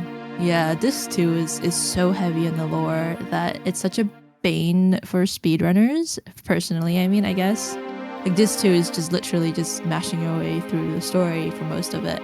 But if you were running this game casually, this is when you start to learn so many things and start to put so many things together about what really is happening. Because also here, I think towards the end of Disc 2, you kind of figure out what the whole deal with Laguna is as well. Yeah, lots of Yeah. The game doesn't do a good job of actually explaining what's happening, but it attempts to explain. It attempts to. It's best. And I think a lot of it, I think the game kind of explains it to you, but in such a roundabout way that you have to do side quests and talk to NPCs and that's how you get your information. And if you don't do that, you're losing bits and pieces of the lore. Yeah, there's so much world building in that sense. If you go back to Delling City now, or a little bit afterwards, if you go back to it, the conversations you have with NPCs are different from when if you had talked to them earlier on in Disc 1, and then you realize, oh, this is actually what happened, and this is why they were cheering on Edea, because they were mind controlled. And you wouldn't know that if you didn't go back to Delling, and they don't tell you to go back to Delling. Yeah. It's things like that in this game where you're like, you have to spend all this time to figure it out because they don't spell it out for you. It's kind of a good and a bad thing, I guess, but it was a way of rewarding exploration, Yeah, exactly. There's for the people who cared, the ones who were enjoying it. Yeah. And I loved everything about the game. I loved every moment when the game opened up, because it felt like you could do anything, although it is quite limited. It's not open, like we see open games now. But once again, they created that illusion of it being open. Yep. Obviously, in the speedrun, we're going to go in one direction. Pretty linear direction. Backwards. Did we already pass the first biggest boss of Final Fantasy VIII, or is it later? Talking about the elevator, of course. The elevators, we have... Because I think it looked like I think it starts maybe now, doesn't someone had like a little oopsie with the elevator. And I'm just trying to make sense of chat. I think we all miss it, but it might be that Sonic had a little now we're talking there. about the oopsies. I see how it is. Oopsies. The elevator thing is like a very common mistake for all runners, no matter how long you've been doing it. I think runs My into... goodness. I think for me, when I switched from English to French is when I got so tripped out, because the French levels are not the same as the English level. Yeah, so because in lovely Europe, now I don't even remember what it is because I'm Americanized, but America uses a different, they call it ground floor, and I think we call it first floor. So that's why it's different, because it's like first, second. But then there's also 0, 1, like, and 2. in French, there's also like, the name... RDC, right? Whatever the and RDC I can't remember what that means. is in French, but it's like ground floor. So maybe I'm wrong, or maybe I'm doing it the wrong way. Which way is it? Who knows? But I remember that. So Yeah. basically, you don't have to read it at all. You just put in your notes in biggest letters you can put to, because it changes every time. So if you're on the first floor, you The can first unlock option the is not the basement, same. so Yeah, it's exactly. second option. But then if you're on the third floor, then it would be the top. It's too complicated. It's just When you're going confusing. from English to French, and you see 1, it doesn't mean what you thought before. No, exactly. Yeah. Exactly. And it really And that messes tripped you me up. up the most. The most. I just have in my notes option 2. Yeah, that's Probably the that's smartest way to do it. Don't think about it. Just remember where you are in the run and which option it is as well as you can, but mainly just put it in big bold letters in your notes.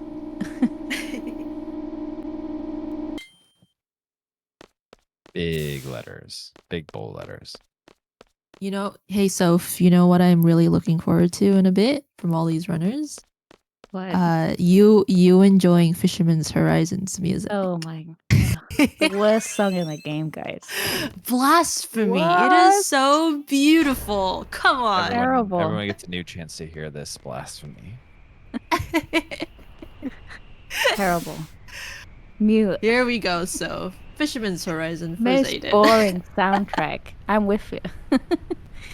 That's the thing, though. It's just like it's the one song that grinds on me. I don't know why. I don't know. I actually love it so much. Always like it's There's too the high orchestra. pitched. It should be like a tone lower or something. You know? There's an orchestra version, like you know, The vocal that is version? with the vocal with the chorus in the background, and it's just like, oh my goodness, the harmonies, so beautiful. It makes me curious about that. But I'd love to go to a Distant Worlds concert. Oh, I just went love to hear, like, to the mini one like last month, and I cried.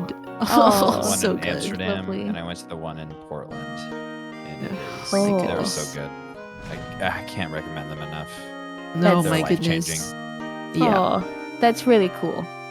Yeah, and I've been to Live two so music far, is like really- the big one and the small one, and they were both equal. Like you'd think like the bigger one would be more impactful or whatever, and then the smaller one would be. And nah, I went to the smaller one.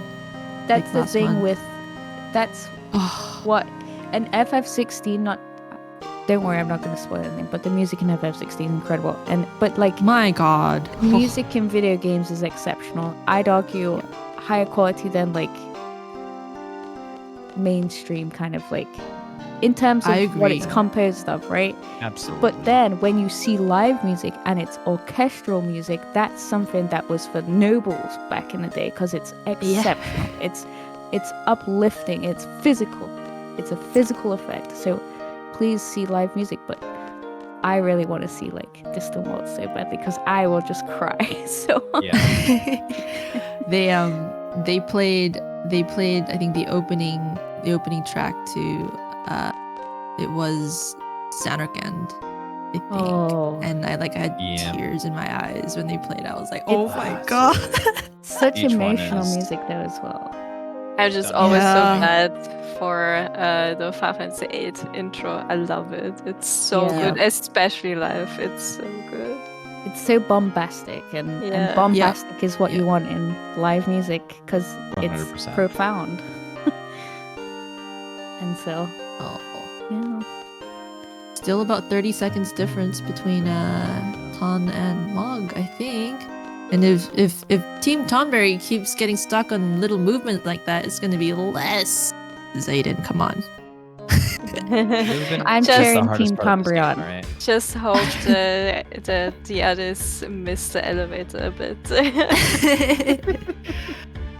BGH2 is a little spicy for non-ECM strat as well, so It shouldn't be potential- spicy if the junctions line up to have waters still equipped, I think. yes, potentially, yeah. But I don't know We'll if see. that's what works out. Yeah. Because, like, if you have waters and then 40% all the strength stuff, then it's like one shot with it should squall. be good. Yeah. Yeah. But it can be tricky No because safety save. No safety save, guys. it can be very easy to actually lose water equipped to element junction if you're messing around with junction swaps and things. It's like really easy to make it go on something else. So I am Yeah. curious. Because Xeidin's like the wonderful magician of routes, really, to me. The special routes. Did That's what something we need happen in- to Sios? Nord fight, by the way? Oh yeah. That So looked this- a bit weird. I only got 5 shots. Oh, yeah.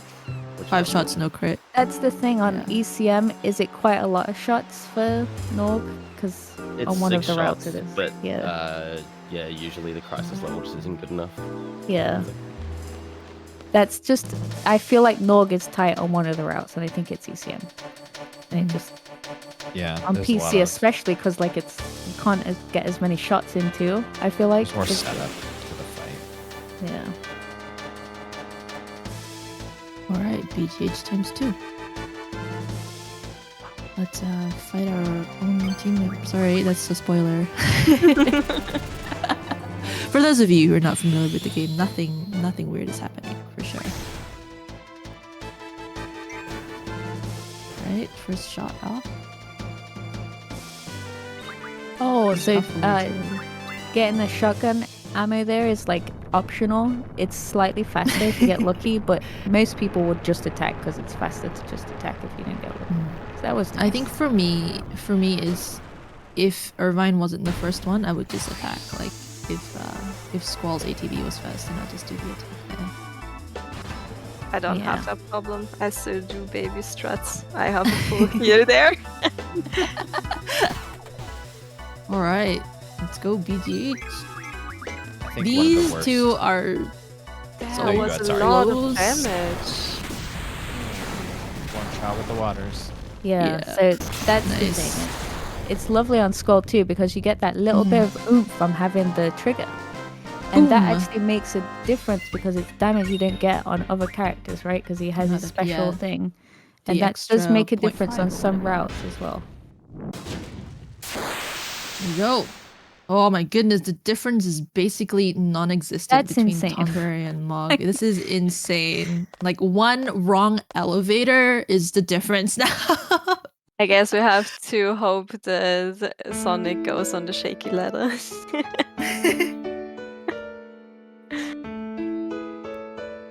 It literally that on PC. I don't think it does it on PlayStation, but on PC when you run there, the camera shakes and it's like people shake ladder. There's a couple Too instances of this game where the camera shaking really throws me off. There's like a section when you're in Edea's house and you're learning like the history of everyone after Trabia, and Squall walks out of a room and goes towards the back, and the camera like does this little womp womp womp shake Yeah. thing. And I don't know. I just always notice those little subtle differences in areas, and I'm like, what causes this? Like, what kind of coding is making this happen? Yeah, with it's camera? so characteristic of something. And especially like speedrunning these games, just Yeah. small little intricacies that You we just get to notice. know. You build a relationship with your speedrun whether you want to or not. Breaks. Mine's Symbiosis. complicated relationship with FF8. Don't get me started, but No, I'm the same. I have to play it and then not play it for a while for me to love it again. I think like I I'm like that I too. haven't played mine in a while because I think I played a lot and then is that I get burnout, I guess is the term for it. But then if I don't play it for a while and then now like you get the maybe itch, I could though. pick it up again. Yeah, you I get the could itch. probably pick it up again when I have time. Time is a luxury these days for me. That's the issue. Mhm. I still I'm so only lucky I have managed to get Revelation. Sunday off for this. So I I'm wonder kind if of- we will see the shaky ladder on That's- anyone. Yeah, I was kind of hoping to see it. Like Salem got past it. So actually it's a bit weird here because you have to mesh the text with Irvine, but there's also a ladder you can grab while you are meshing brainlessly. So that happens. They accidentally grab onto this thing. Yeah, and it's like really, it's like a slow animation for him to climb onto it as well. He's Yeah. like taking his time. So it's really easy mistake to make because obviously you get into the habit of preemptively mashing for things, and that's one of the spots where you don't want to do that. But also, 100%, there's an occult magazine down there. And if you forget to go down there before you leave here, you can't do a 100% run. It's 99%. That's where the guy with the red umbrella that you freak out when you Yeah, from the land. cutscene, right? That's that guy. He's down there with the And he- magazine. He's really lovely, actually. He's like at first he's angry and he goes, I'm not really mad at you. Yeah, it gives you a magazine. It's okay. Here you go. Love, they have a terrible song, but Fisherman's Horizon is where I'd live. I'd be like, we changed the song, but This song is so bad that I would live there, regardless. I think I would live in Balam. Windhill. I'd live in Windhill, I think. Yeah. But Balam Windhill has a would be my beach place. right next to it. Yeah, I don't know about that. If they played It's like- Breezy over the intercom in Balam City, like I would live there. As long as that guitar music was always going. Yeah, that's the thing. We should have that in real life. That's what we forgot. That's what's so Soundtrack great to all on your Disneyland. Right, I agree. I love Disneyland just because you always had like background music to your life. It's so great. When I went to the Star Wars world in Disneyland last year, and as I was walking into the tunnel that leads into the Star Wars area, and they played the Star Wars music in the tunnel, before it reveals what it is, I was like, oh, I'm gonna cry. I'm in Star Wars. Just like the theme song is playing. It's so good. Oh my god. You know what's crazy though? If you think about the amount of people who know how to play instruments, at least really good, and that's a lot of people already, and then you could go down the. But if everybody played their instruments in real life instead of online and things, we'd hear music all the time. It would be an explosion of music. Because there's that many people who know these skills now. We just don't have the trust that we're too scared to express them and share them with the world. And I would love to hear music all day. I don't care what it would be. I would love to hear that during the day all the time. So hey, while I really wish this was true, I've got the crown on, implying that Team Choco is in the lead. I think that's meant to be on Mog. Oh yeah. I do wish that I had 13 minutes of time save in my Nog, but it's not quite the case. Just as a heads up. Why does the crown appear on Team Choco? Sometimes we just need to give the crown to the most respectable player in the moment. There's the talking pillow. Here you go. Here's the crown. Yeah, we all hold the crown, For that everyone's a winner. Exactly. Because in We're the end, still it's just so close. Entertainment, isn't it? Who cares? Who wins? We had so much fun. This is the problem when I run this game. I go crazy at 4 hours. Yeah, getting into Disc 3. You're just all right. This is crazy hours. It's fine. Disc 3 for me when I get into a speedrun of this game is when I wake up. Disc 1 I do relatively okay. You're still starting, it's adrenaline. Disc 2 I kind of fall asleep a little bit when I'm running this because I hate this. I hate Disc 2 so much.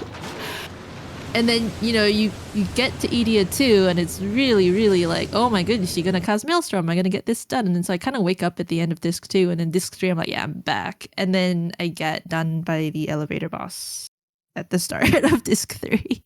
Yeah. But Disc 3 is always fun because that's where I think a chunk of all the really nice boss fights happen on Disc 3. I love it. Yeah.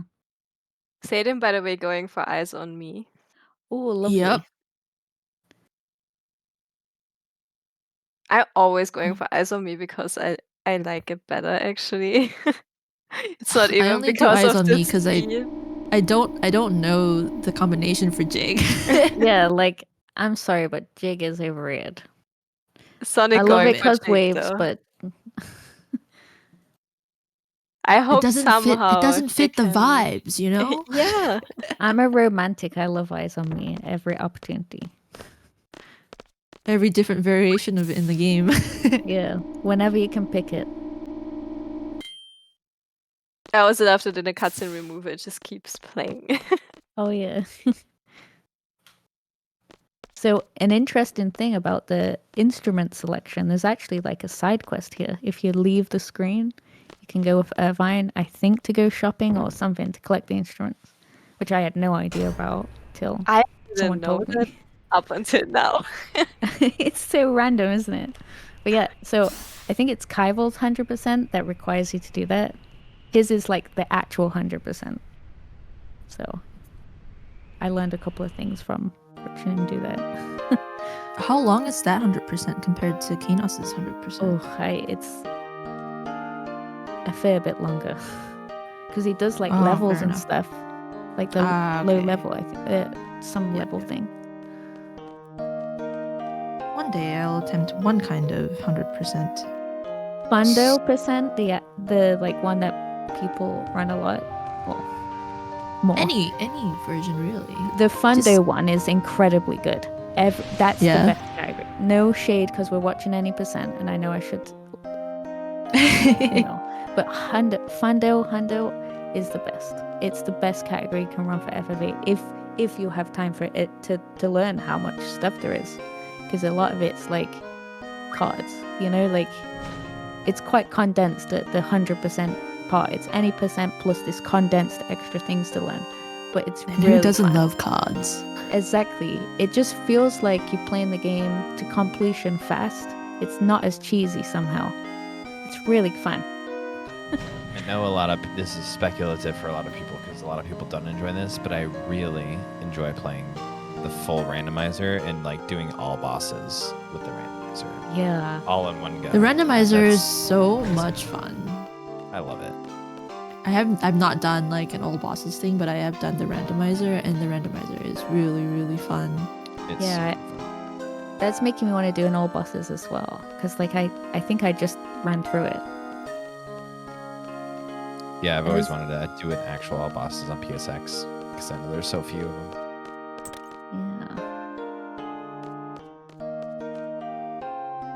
I love that So- Urban in this scene just leaves a porn magazine for the spot. Like, I marked you the Knows spot. what works. with That's what they do in porn. Metal Gear Solid as well. So,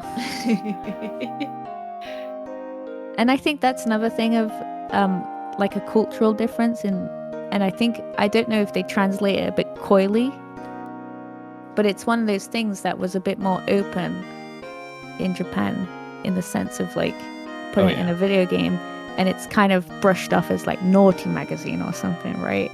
But I wonder if that's one of those things where it is a bit more obvious in Japanese. But probably in German they made it very cute. Like it was still like that's porn, but Reno just makes a cute comment about it. Like it's very sweet. Like it's everything compared to what I see glances of when I speedrun in English. German just made it more child friendly, fun, and cute. That's really cool though. That is very cool. So you would not notice, like, if you just played the one version of the game, right? Learning new things every day. That's why I continue playing the 7 remake trilogy in German with English subtitles, so I can experience German and English at the same time. I remember watching you do that. That's such a wonderful. I did it for the first part, and I pointed out the differences in the translation. Like if I noticed that the English subtitles were largely different to what they said in the German dub, I pointed it out because I think it's very interesting. It is, like, honestly, not enough people who know multiple languages spend their time doing that, sadly, because, but it's wonderful because I can't understand that language. I realistically have no time to learn that language. And in literature, it's a thing, right? Like you study literature, you know that you have to learn the original at some point. Yeah. Right? If it's a translated piece of media. So it's wonderful that we get that with video games too, just, like sharing our knowledge collectively It's wonderful to think there's a more childlike FF8 in the world. Because in English, I think it's really serious. Yeah. Yeah. It's a little bit depressing, the English one. Yes, it is. Especially when you isn't get to the points where you're listening to Squall's thoughts. It's a hard inner struggle that he deals with. So it's nice to think there's a bit of a lighter version out there. Yeah, just from the wording, it's all very, like, in English, I think sometimes it's very harsh, especially when Sid talks to Nork. I was like, when I first saw that in English, I was like, whoa! I thought you were a respectable old man. Excuse me. He's just losing his cool. Everyone loses their cool, especially when they're emotional. Not in German. not in German. They're just always. But they're like, just always angry. No matter what they're saying, it's loud and in your face. Like, have a great day. Except you're playing Final Fantasy VIII in German, then everyone's chill. Yeah. From learning French, like French does things that English can't with expressing yourself. That's why they're so passionate. I think like the language lends to it to express yourself like that. And I think that's what the language differences are. I guess like it really is just a choice at the end of the day. The choice to embrace what you know in the story that is very abstract to a translator who, is looking at it in an abstract lens. In fact, I doubt that there was enough time to work on that and play the game to the level of understanding the story. We've speedrun it lots and spent a lot of time with it and still don't really understand what the true message was. Yeah. So like the true message is love, friendship, and courage. Come on. Yeah. It always is though, isn't it? That's like the foundation of life. Yeah. But exactly. I love that, and I think we've talked about this before, commentary on previous iterations of the show. There's a lot of different ways to digest this game and its lore, especially if you are a nuts and bolts type of person and you're intricately going through the tutorial, which has a whole section of, you can read about the war, you can read about Adele and why she is doing the stuff that she's doing. There's so much that you can extrapolate from going into the menu and reading things that you've learned, because there's text to go along with different story points that you hit. More and more stuff will pop up in there that you can read, and just kind of sifting through that and then making your own formulations, kind of like what you said, what the meaning of the game is. I feel like you get Reno as Ultimecia and Squall is dead and stuff like that, because people get into such big debates and fan fictions about how they perceive this game. I think that's really special. Yeah. Xeidin and Sonic actually doing the thing we talked about before with the transitions, where you actually have, I think the quest is to find the commander and the other guy or whatever, and you're running around. It's actually Raijin. Yeah. Yeah, and you're running around talking to people. It's kind of mystery puzzle thing. But if you just transition the screen often enough, the game is okay, it's alright. Just go on.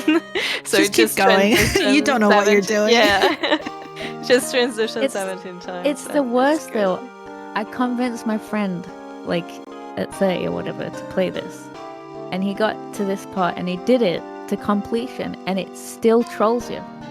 It goes you give it a dog or something, loads of money, and they still don't give you the answer. It's the worst. So I don't know how you're supposed to do it. Big brain forehead strats. That's what we're Yeah. Still trying to figure out that puzzle to this day. What if that's the puzzle and you fix it and it's the meaning of life? Oh my god, they're both gonna be on the same fight. Yeah, Sonic had a bit more luck there with searching for the limit, and also the damage was higher. And also, this is for some reason one of my favorite parts in the run, and I don't know why. It's very short and forgettable, but I really like those fights.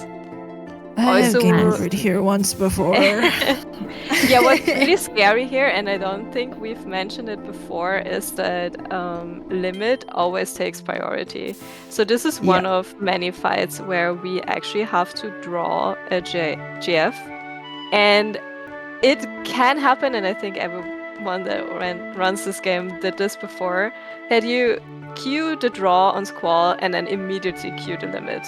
And then the limit takes priority and you didn't draw. The run's over. And then your game is over. So that can be scary. Or you get you do the draw, and then you queue the limit, and then you see them go into the limit and go, oh crap, and then cancel it, and then wait for the draw, and then do it again. That's the thing, you get to watch as your mistake plays out. because Pandemona is actually, I think, the most important. One of the most Initiative. important, I would say. Pretty good. Yeah. So if you miss that, you probably. Yeah, Would you be able to finish Pandemona is the one Probably. giving us But you wouldn't a want to. lot of speed later on. And Yeah, we want it's like speed. it's your speedy summon, and you do need that. Yeah, and you get sorry. initiative from Pend as Yeah. well, so that's nice. Towards We the end of also- the run. same screen. We also equipped encounter none now, so we will not have any random encounters anymore. Yeah, Unless so if we want them later on. I think a very underrated aspect of Pandemona as well, or not I don't know what I said. Maybe not the right word for it, but basically like speed junction. It being able to learn speed junction is really useful, but people sort of forget about it, I guess. especially like towards the end of the game, try doing it without speed junction, and you'll see why it's there. You will Oh die. my god, not fun. So like speed junction, speed, whatever else he learns. And it's so insane also if you compare the ATB and the final boss battle. Like you watch Irvine's just zooming and the others slowly creeping, and you can just see how much more speed Pandemona gives you with the speed junction, the extra speed, and then also you get initiative, which is really nice.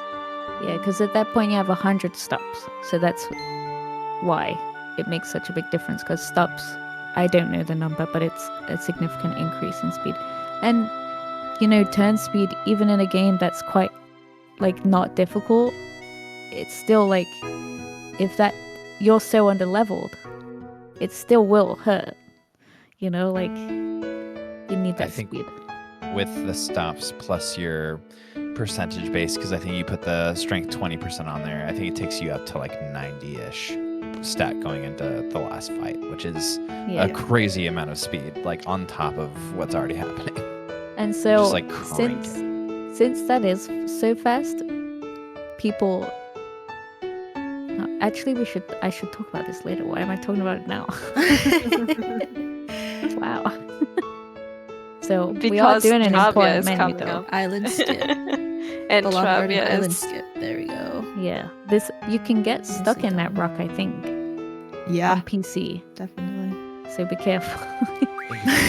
Turn your attention to the bottom right of the stream, you will see the time flowchart going, and you'll see a green line Yep. and a blue line kissing each other. And right they now. are kissing each other. They're so close. I'm excited to see the It's- time. 1 second. 1 second.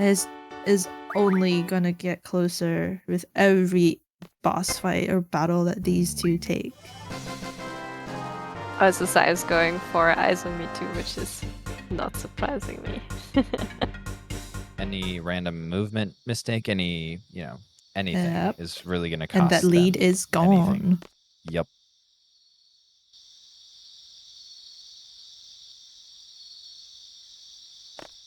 There's like super heavy story section coming up now that explains a lot of things and answers questions no one has asked actually. This is a part of the game that I've actually not thought anything about, and it does make me wonder if like they're trying to say something more. Because the way they present it in the game is basically just a plot dump of, it turns out we knew each other all along. Yeah. And, This is why you don't just remember. forgot. Yeah, and it plays a lot on the memory stuff, but at the same time, memories are important to human beings, right? And that's such a big thing to reveal, that they've lost their memory. That changes so much. Of their But they entire just don't tell childhood, it. basically. Yeah, and it's also so profound that there's still, why is that? That's so strange, right? And they just leave this whole side of it like so open. I like the fact that even though they don't remember their childhood at all, what they experienced as child still made them who they are. Especially for Squall. Because all his childhood memories that you see in the game explain why he is the way he is. And even though he doesn't even remember that he knew Alone at some point, he's still the same person. Because deep Wow. down it still had an effect on him, how he grew up. That's really meaningful to a lot of children, though. I think that's what they were trying to say ultimately with the story. Is you forget your childhood, you forget where you're from, but you don't really ever escape it. You still are that inwards person. And I really do think this game is trying to say something about reality. But what it is, who knows? I feel like I've played this game a lot. It's my favorite game, and I've gone through a lot of like traumatic life experiences, I guess I could say. And like I realized through certain intervals of my life that I've lost a big portion of myself that I would like to get back. And I think this game does like a really good job of like explaining that. And for various reasons, you go through your life and you pick up things that you think are going to get you closer to your goal. And then you reach that goal in your mind and you realize how much you've actually lost of yourself. And you kind of have to try to mediate that. And I think that's good. I mean, I think that that's like kind of that what you just described there is kind of like Ultimecia's journey, right? Like she started off small and then she started, wanting more and more and more, and her ultimate goal was to be respected and loved, and then she ends up losing so much of herself, and ends up being this big bad who wants to take over the entire world and becomes the villain of her own story. Kind of poetic in a way, honestly. In the end, we're all just shaped by the way we perceive the world, right? We all have our own realities. We aren't able to see other people's consciousness. And it changes the way we perceive the world dramatically. And people see threats in people who aren't threats. And all of this is caused from fear of each other. When really, fear is just a disconnection from being able to communicate with each other. And that's why this game is really saying more than we realize when we talk about it's just such a good game, honestly. It is. Final Fantasy games are really good like this. It's a rabbit hole. All of them. It's really cool.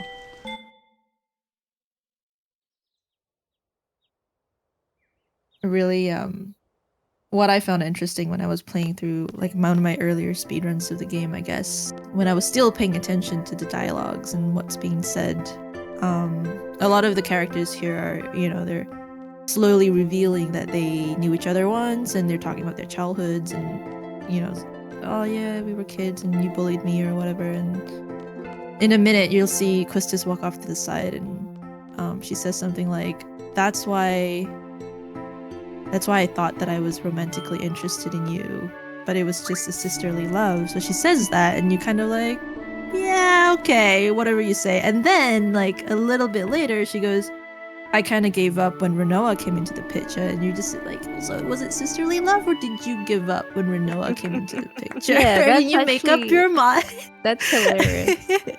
It's hilarious, because you're like, okay, if you really think it was sisterly love, that's fine. And then to herself, she thinks, and then I gave up when Rinoa came into the picture. It's like, you absolute liar. I think it also speaks... what that speaks to as well is the way that Japan views marriage and love and things like that. And we associate marriage with love. But love is all humans. You can love your brother like you love somebody else. But partnerships, sex, relationships, things like that, that's a specific choice for a partnership, a life decision to make it easier as two instead of one, right? And that's what Japanese media at the time understood, that later we've discovered through, being free to discover ourselves. And that's like one thing I think you're hitting on too, with like the cultural references you're making back in like Disc 1, I think. We were talking about different lenses. I lived in Japan for about 6 years. And I learned that the Japanese community at large, like, you won't find drive-thrus, but you will find people partying hard and eating with each other, because Japan, like, harbors this cultural reality of, like, you're never too busy to sit down and have a meal with your friends. Like, this idea of compassion and sharing and kindness. Or even like, the just, whole community it's almost like the simple things that always ground you, right? The simple fact is that we need food, we need company, and you can't escape those things.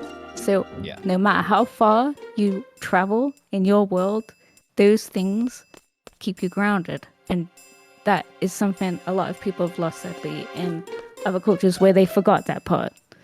And through video games, we got to experience that and kind of like become one with that as a generation, I think.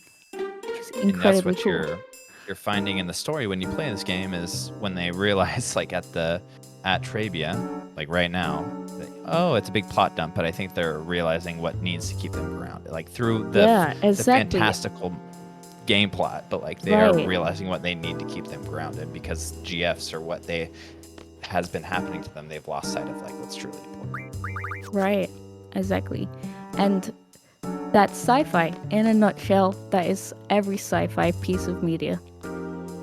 And Square Enix, they did it really well in a video game. So they did that so well. Like, especially in the 7, 8, 9, 10, I think, you know. I genuinely think someone like Philip K. Dick would have lost his mind and totally decoded what they had to say here. This was for him, this kind of stuff. You know. Someone was a big fan. I think for me, Squall here is also going through his own little revelation type character development, you know, because he's realizing that maybe it's kind of good to have all these memories of my old friends back and to be able to have that type of connection to people. To see that he's not alone with the burdens of the inward that others share. They also showed that in like the animations really well because everyone's like Irvin's he comes into the picture way later. Like Irvin's like, yeah, there was Selfie and there was Quistis and Seifer, and Squall is this ghostly figure that's just watching and being outside. And when he goes out of the room, also little Squall was also always an outsider. He was just watching them, but he still wanted to be a part of them. He's just like, and I think a lot of people, if they take attention or think a bit more about Squall, like I know many people don't like Squall, but he's just an introvert, and I think that speaks to many people, and I think that's also why this game speaks to me, because some people are just not that outgoing, but he realizes here in this scene he also wants to be part of the group and not just for himself. Yeah, it's nice that we're almost doing the same right now, meeting online to discuss the themes of this game that are quite hard to, and just like, you know, it's really cool. Kindred spirits and FF8 fans, right? Oh, for sure. And I think it's that goes. Like we're all at the orphanage. Sorry, I was gonna say it's almost like we're all at the orphanage learning like what they were learning. Suddenly we're like, wait, did you also grow up in an orphanage? Oh my god! Oh my god, I did. Oh gee. Whoa. And Sandy decided is like, I knew all along, I just didn't say anything. The entire time I knew. The entire time. To be fair, Urban also gets a lot of shit for like not saying anything, although he's the only one remembering. Also, Sonic with the backwards Balam strats. Oh my god. And xeidin not doing the backwards strat. So I usually do this backwards because it's so easy to navigate because the Balam Garden moves so slowly. But xeidin here going with the full frontal strat. There's a little thing that was discovered, I think in the last couple of years, I suppose. Previously, people would park the Balam Garden before getting into Galbadia in whatever spot they wanted, but they figured out that not everywhere you park could get you outside the main gate at the start of Disc 3.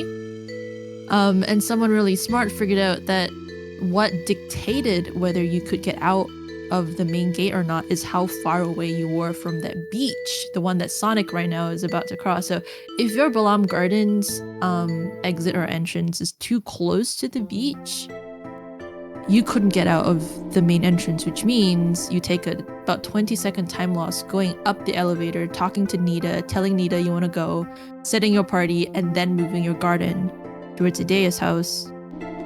But then, these clever people somehow figured out that if you just park your garden just a little bit on this side so that it's not too close to the beach, you can just walk out the front door.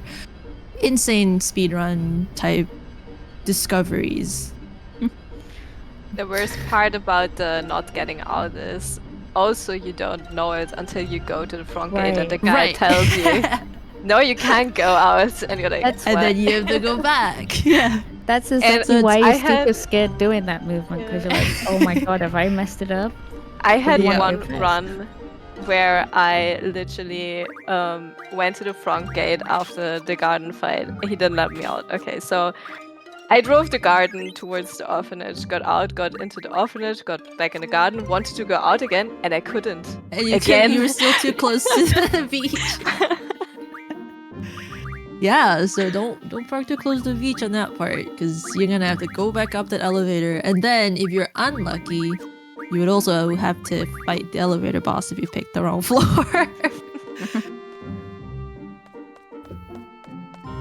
Alright, so we're almost into like the nice part of this too. Yeah, the part where you kind of slowly wake up in the speedrun of this too. And Shoy's just entering Trebia, which I don't know how long that takes, but it's not that long. So we're all gonna be in like combat together soon. Yeah. Another really beautiful like cutscene, playable scheme type of transitions here back and forth. Where you see Galbadia Garden and how different their garden is to Balam Garden in terms of like their firepower and the kind of weaponry they have, and how come Balam Garden didn't have that. Instead, we have a giant egg under the basement of the garden instead. But it's a very cool sequence. Also, very cool. Pay attention to the paper mannequins they put out in the hallway and also in the quad.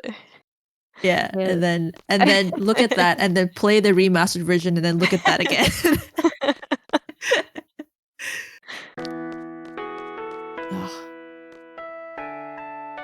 Did anyone save the hot dogs today? Or I did. Sonic did. Oh, nice. Sonic saved the hot dogs. Just giving Team Tonberry a little bit of a leg up. Yeah. It's all good. Here we have Tonberry and Mog here at a point where Zal is asking Squall for his ring. You don't know why just yet, and it's a bit suspicious. You don't know why till very much later. But for some reason Zal's like, give me your ring. Squall's like, sure. Do whatever you want, mate. It's also when he gives it to Renoir, she asks like, how'd you get it? And Sal's just like, well, I just told him to give it to me. Like, it's such a weird little plot. Yeah, Cute, I like it. And I think though, like, these little things are what kind of make this game so charming, kind of, because you have this overarching thing that, oh my goodness, people are gonna attack this school, there's a sorceress, there's, the flying schools, and the headmaster is useless. And then there's, your friend being like, can you give me a ring? And you're like, yeah, sure. You go. It makes it so charming. It's a way of keeping that thread of Renoir and Squall, that theme, like showing she's thinking of him and all that there still. And I think that's like, among all the chaos that's happening, it's nice that you get that, like, it was more romantic when you're a kid, but it's still cute. Yeah, like you said. Yeah. I'm also always excited by media that has like many different characters that are so fundamentally different. And JRPGs mostly have this very, very often. And I just love that you throw them into a situation and every single person has to say something different about it. And I don't know, I'm fascinated by it. And I guess that people, that people are so different. Yeah. Oh, look at these flying motorcycles.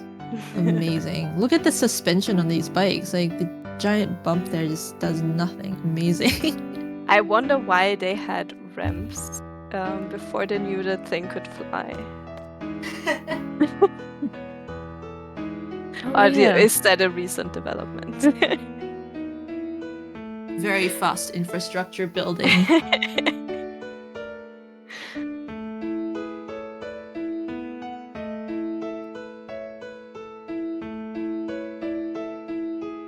Do we get a selfie float? Oh yeah.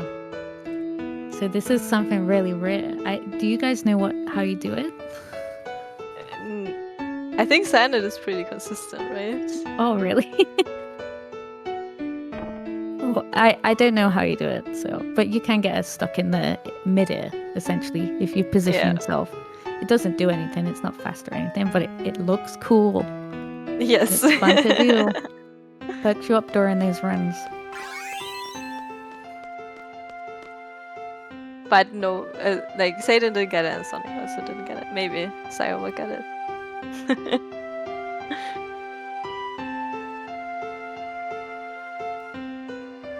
Yeah, so basically they all discovered that they knew each other and also that they knew the sorceress Edea that we fought before. And so they tried to find a place where they grew up, and it just so happens that the Galbadia Garden is right next to it, and now they fight.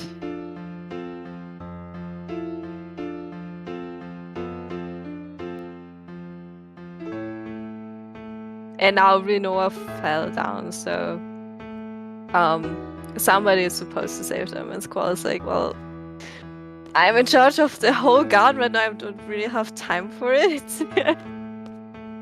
But everyone's like, Squall!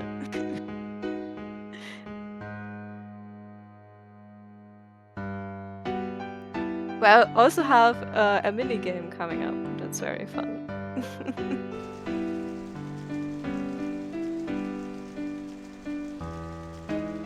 I also think I'm alone with commentary all of a sudden. Now I can get to the juicy details. No. Very important here. Very important here is you get to pick which two people will join Squall on his mission, and it's kind of important that you do the right thing here, or you have to re-junction everyone. And it's not fun. Yeah. But both they picked the right people. So I have a little tiny fight ahead that shouldn't pose too much trouble. The only thing here on Diablos is that if the enemies get a lot of turns before you can kill them, that obviously costs time. Yeah, the paratroopers that you're about to fight have a lot of spells. Yeah. Really they can cast time-related spells too, like slow, and if it casts on Irvine before Irvine's ATB is full, that's eating a time loss that you don't really want to. And also, it's like there's 4 of them. Oh, 4, sorry. I thought it's it was 4 of 5. them. And then if all their ATBs are like full and they all get an action off before you do, also not fun. Yeah. So the fight is like not difficult. Deceptively variable fight. So it's like, oh, you just shoot them once with a shotgun ammo. Yeah, but first. But here's also a cutscene where you can run during the cutscene. We also had one in Fisherman's Horizon we didn't point out, where while the cutscene plays, you can already move to be a bit faster.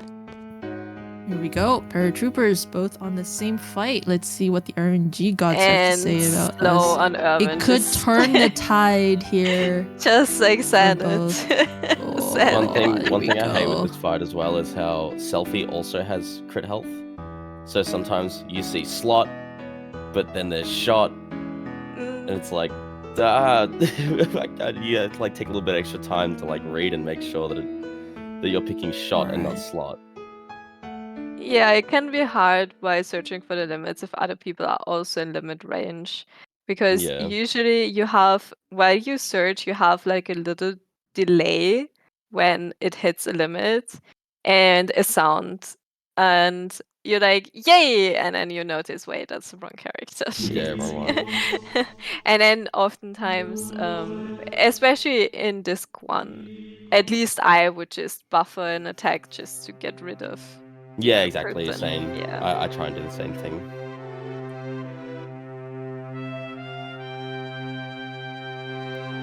I think most of our commentators back. I'll get back in the tank. There's I was listening and enjoying. I'm not gonna lie, I'm getting really sleepy. Might not be much help. I am There's a getting little really mini game hungry. here after. That's fun for some people, not so fun for some others. I think it's alright. But I never died on it yet, so. So there's we'll talk about it a little bit more later, but the Air Trooper minigame has Squall hanging down from a rope or a tension string, whatever technical term you want to call it, fighting another Galbadian soldier. And for a well-accomplished Seed who passed all his exams and is tasked to fight this giant sorceress, he punches and kicks very, very slowly. It's very annoying. Not like the Seed you would expect, but we'll see that coming up in a second. Lightning fast But kicks these and two punches. runners, and there's Yeah. a death blow that you can do too, which is really nice when you get to pull it off. Not in the first screen, Soft or lock else your use game. soft lock. I was told Exactly. it's slow, never use it. It's good, if it so happens to come up and you're not particularly bothered, because it is it's timed, like it's a minute and a half, I think, like it's like a timed thing. But if you do a death blow before the first screen transition, the game soft locks you and you cannot proceed. Yeah. There's so many soft lock opportunities in 8. It's really bad. It's fun like that. It likes to do it now and again as well. You'll be like just doing a run, and there you go. You've experienced that new soft lock today. And hopefully that's the only time. You hope.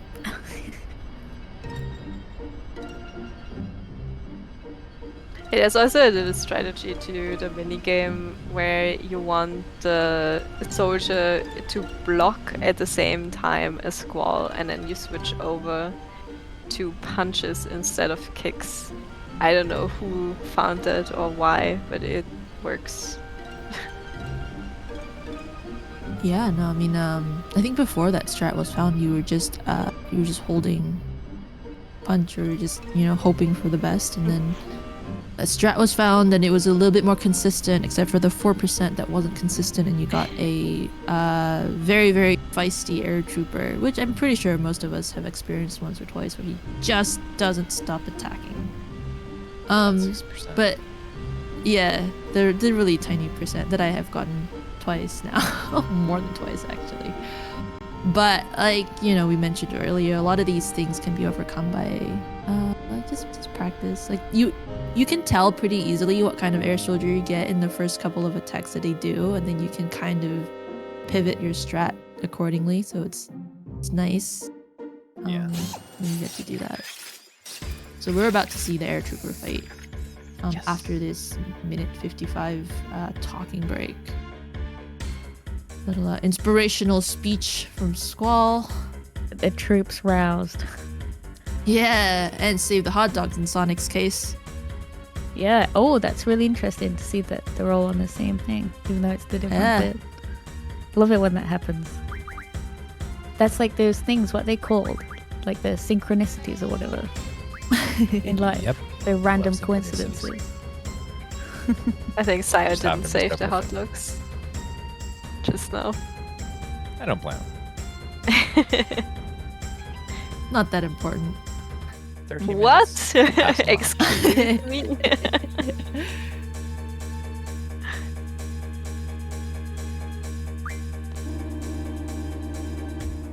Yeah, so Squall has to save Mark. I only recently found out that his name is Mark, although this girl even tells you his name. His name is Mark. There's a Galbadia Mark when we go to Galbadia next, just hanging out on the stairs, being the bane of your existence. But here, beautiful air trooper fight. So let's see how these folks go. And super unfair that you start with lower health because he already Yeah. punched you. Press the escape hatch. Get released. Right, this is a bit weird in a casual playthrough because it doesn't tell you what to do. You just stand there with Squall and you actually have to mash X for the menu to open and decide what to do. So I'm just going So full we've got ham. a good we've got the good one here. Here we go. Sonic did the kick and then the kick. Alright. Trying to line up that sequencing. Xeidin really just out here going ham. Let's go. Yep. Just punching him in the face. That's the best tech. End the fight as fast as possible. I think if you're too fast, it doesn't really matter because it still plays out Yeah. the You scene. saw the it's a cutscene minute until you and go a in the back, half. Yeah. And I feel like I had an instance where I couldn't kill him fast enough and eventually he just fell over, although... Yeah. Whatever. And then you start again. Yep. No, I mean, I won. The Galbadian Oh, soldier he just fell off. Oh, he fell off. Yeah. After a while, and the game pitted me, I guess. Like, Like, alright, whatever. sweet. You win. So if you take long enough, I believe you just win. And as long as Squall doesn't die. So, I think for this next big fight, Edea and Seifer coming up, I think this is really where we're going to see ECM strats potentially paying off big over Little bit, QC yeah. strats. Because that's like the time differential here we're talking about is like 1 to 2 seconds. I think 3 we're under seconds. 10 seconds of a difference Yeah, at the moment. so Yeah. it's very, like, it matters tight. right now.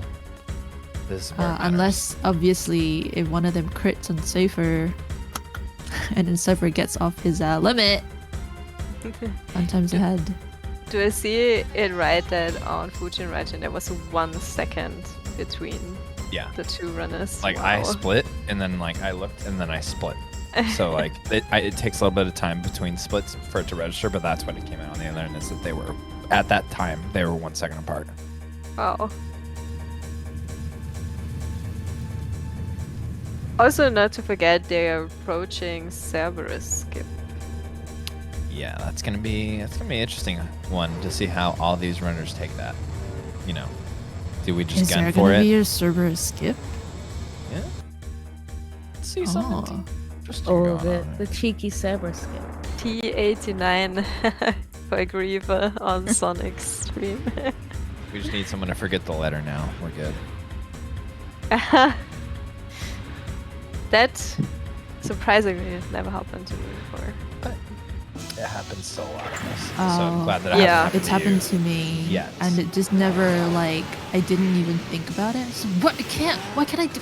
Why is he not letting me? And then, you know, someone's chat's like, did you get the letter? I was like, I did not.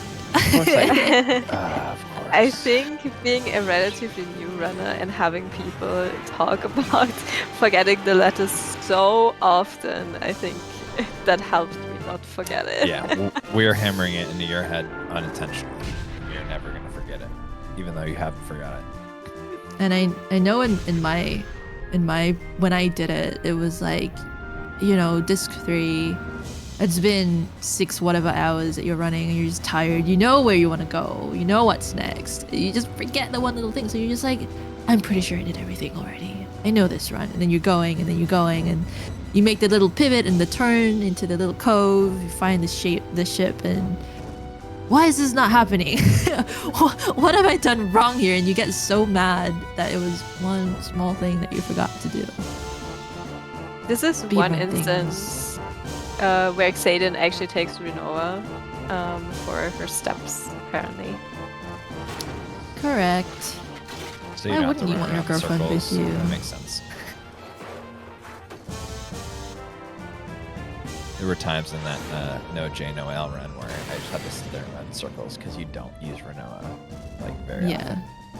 This other is a than really for certain nice way fights. to get her steps up. Yeah. Also, like the Galbadia Garden is so confusing. Everything is. looks the same. If And you- if you you guys based- get an encounter on here, on the little ice rink, you'll fight hockey players. The only time you will find these hockey player enemies. They're very cool. In little hockey jerseys and stuff. I think someone's trying to draw out like the map schematic of Galbadia Garden, and like it doesn't make sense. Like to try to put it on paper as you see it, like it doesn't make physical sense. So like the fact that you need to feel that way you need to is, compress space as well in Galbadia. yeah, they really did themselves a disservice, like building this visually. Yeah, basically It you just have looks to cool, find okay. 3 key cards here to progress and find Seifer and Edea. Also the epic face palm coming up on Saya's stream, I love it. Squall is gonna do a very slow face palm. Slowest one you've ever seen. Oh, Cerberus. Cerberus. Damn. There we go. Beautiful three-headed dog. This is very precise movement from. I love the Xeidin. choice of direction, you know, like the precise amount Yeah, of like steps. exactly. You know, I am, by Blanchard's the going way, very similar route. I like it. I am, by the way, the one person that read Waves notes for ECCM where it says very hard skip coming up, Sarah skip. I took it very seriously.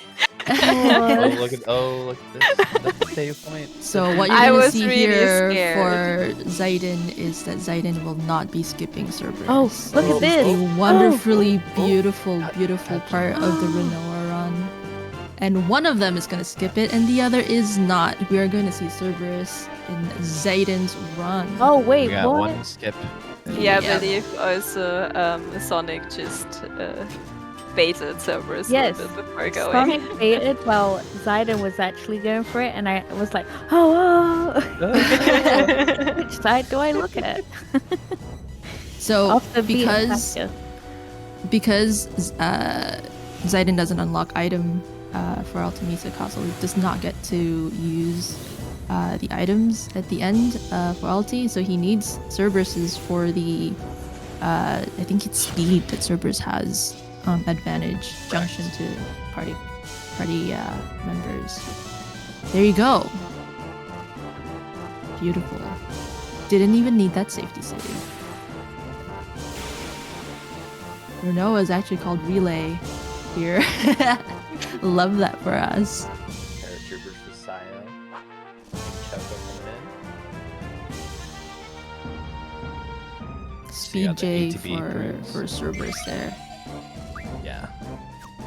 Very imperative for this route that Xeidin is taking. Extra speed stuff.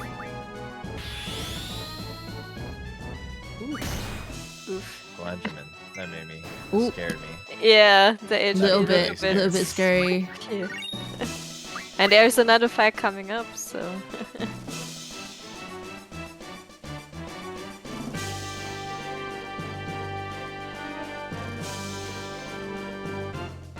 Yeah, I'm very interested to see what's going to happen because, like, if you Edea 2 for ECM is one where if you line it up correctly, like, you can skip a lot of dialogue and you will not take any damage. But if you don't buffer your attacks correctly, you could really suffer like a casualty at this low of health. I didn't see. Did he hear Squall a little bit, or It's just going? Don't think. I think saw he it. might just be going for it. Yeah. Okay. There's a save, but there wasn't a heal. Let's hope it Yeah. paid off. It's gonna be some real quick buffering. Like as soon as we see his like ATB load, like you're gonna see attacks go. Oh. Here it is. Kind Oh, of but- here too. yeah. Oh, I thought it was gonna be the limit, but I was mistaken. It's the end of the fight. Yeah. That limit is really cool to see.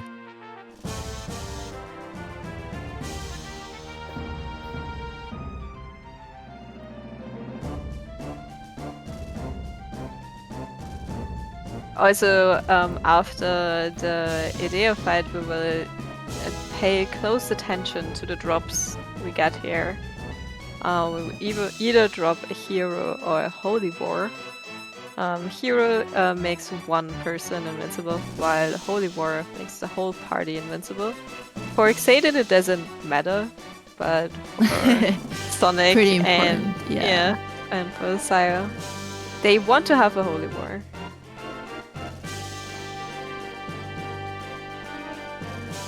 You want to have double holy wars too? You could.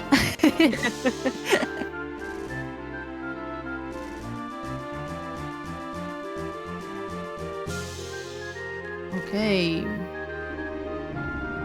Damn. Oh. That looks kind of scary there.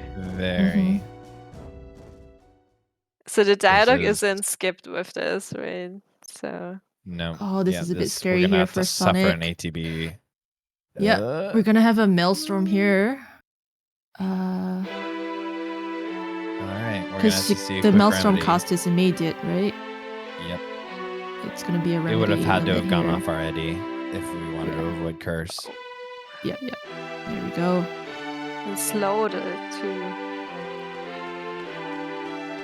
The remedy, I can't remember if it remedy cures slow. I don't think it does. No. I think. Yeah. I think we're gonna have ATB to still suffer. purple, yeah. Don't die. Okay. Crispy, good. crispy, Okay, crispy. Good. Oh, I think we're gonna get Mhm, ATB here. Gotta quick Yep. hands. Okay, I think. Okay. Wow. This is really good RNG. Of all the Oh, spells, no! hey. On the item. Oh. Was Wow. a bit. I think he was a bit. Oh. Yeah, he was a bit confused because the pointer was an item and not an attack. Yeah. Yeah. Yeah. On top of being slow. So like it's just that was, it faded. needed to And happen Team immediately. Tonberry is. Yeah. Tonberry is having a beautiful Edea 2 fight. Look at that. Oh my god. That was. Oh. So painful for Sonic. I'm so sorry. Luckily, Sonic is so close to where the fight is, and we Yeah. still are trying to make up for lost time from XATM. We've seen the entirety of this run, time being made up. Yeah. So I think if we can Yeah, just yeah, remain yeah. consistent on Team Mog, we can try to keep up with Team Tonberry's huge lead It they've can been still. able to contain it- the entire yeah. time. Oh, but that was heartbreaking though. It was very heartbreaking. Like that's one of those Mog fights had the where you see lead him, for it can be like real scary. 2 minutes. We were like right on it. Oh my goodness. Yeah, And then so Edea people 2 say- is not fun. Yeah, people say Final Fantasy VIII is not exciting. Excuse me. That was pretty tense. Did we split for Tonberry's Edea? Correct. Yeah, I did. It's just Okay, cool. updating. Yeah. So that's end of disc 2 for Team Tonberry. Right back in the lead after the lead got stolen for about 2 minutes. It's all good. We're Team Close Race here. Close race to the end. Team Close Race till the absolute very end. Mog can still catch up. There's a lot of fights in disc 3 that definitely advantages the ECM route. So It ain't over till the speedrunner sings "Eyes on Me." that's right.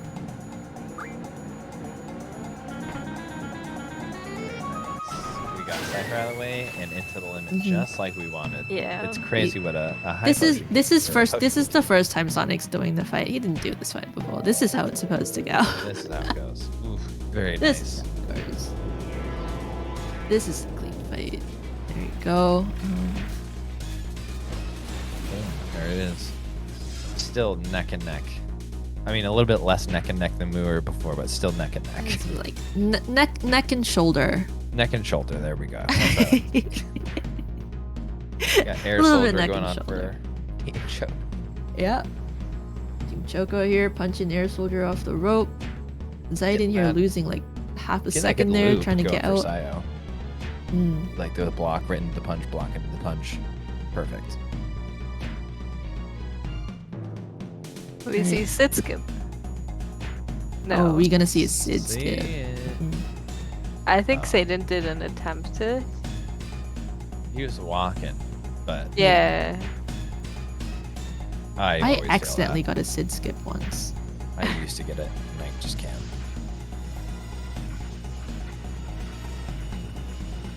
Alright, Air Soldier is being defeated. This part is always super surprising for me because like it feels like you're not very far in the story, but then suddenly you're in Esther. It goes so quickly from now on. Yeah, I mean, suddenly we're on disc 3, right? We're more than halfway past the game. So good. So we went from being 1 second apart to being 1 minute and 22 seconds. That is heartbreaking, Okay. but still super. But still viable. Still viable yeah. here for Team Log. We're sitting at a happy 13 minutes, so Sayo is creeping closer and closer. I think we start off at Creeping 17, closer. so Sayo has made up We did. lots of time. Well, lots of so time. it was 15 at the last split. So even in that last split Yeah. between there and now, it's been 2 2 whole minutes of a minutes time is save. nice. Yeah. Yeah. And that's to Glenjamin, who is like picking up lots of time on side. So that's double to say that Sayo's doing an amazing job right now. Yeah. I think all three of them are very consistent and very strong runners. Yeah, absolutely. They're great runners. We haven't seen any catastrophes like we've been talking about. Like just lots of consistency and just kind of unfortunate things that are happening to like when we are seeing like what happened to Glenjamin there. Just choosing not to go for the potion and then like it being detrimental in that fight. Sonic had gotten the sit skip though. Very clean. Very nice.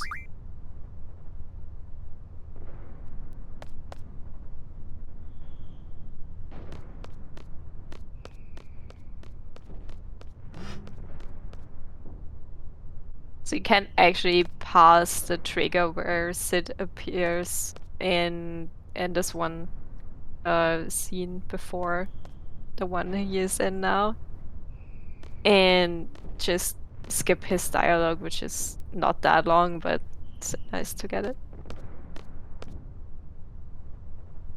And just to like we're about to fight Edea and Seifer for Team Choco, which just to put into perspective, we landed there, so like we're all kind of rolling around the same stomping grounds, which is cool to see. All of our runners really, really close.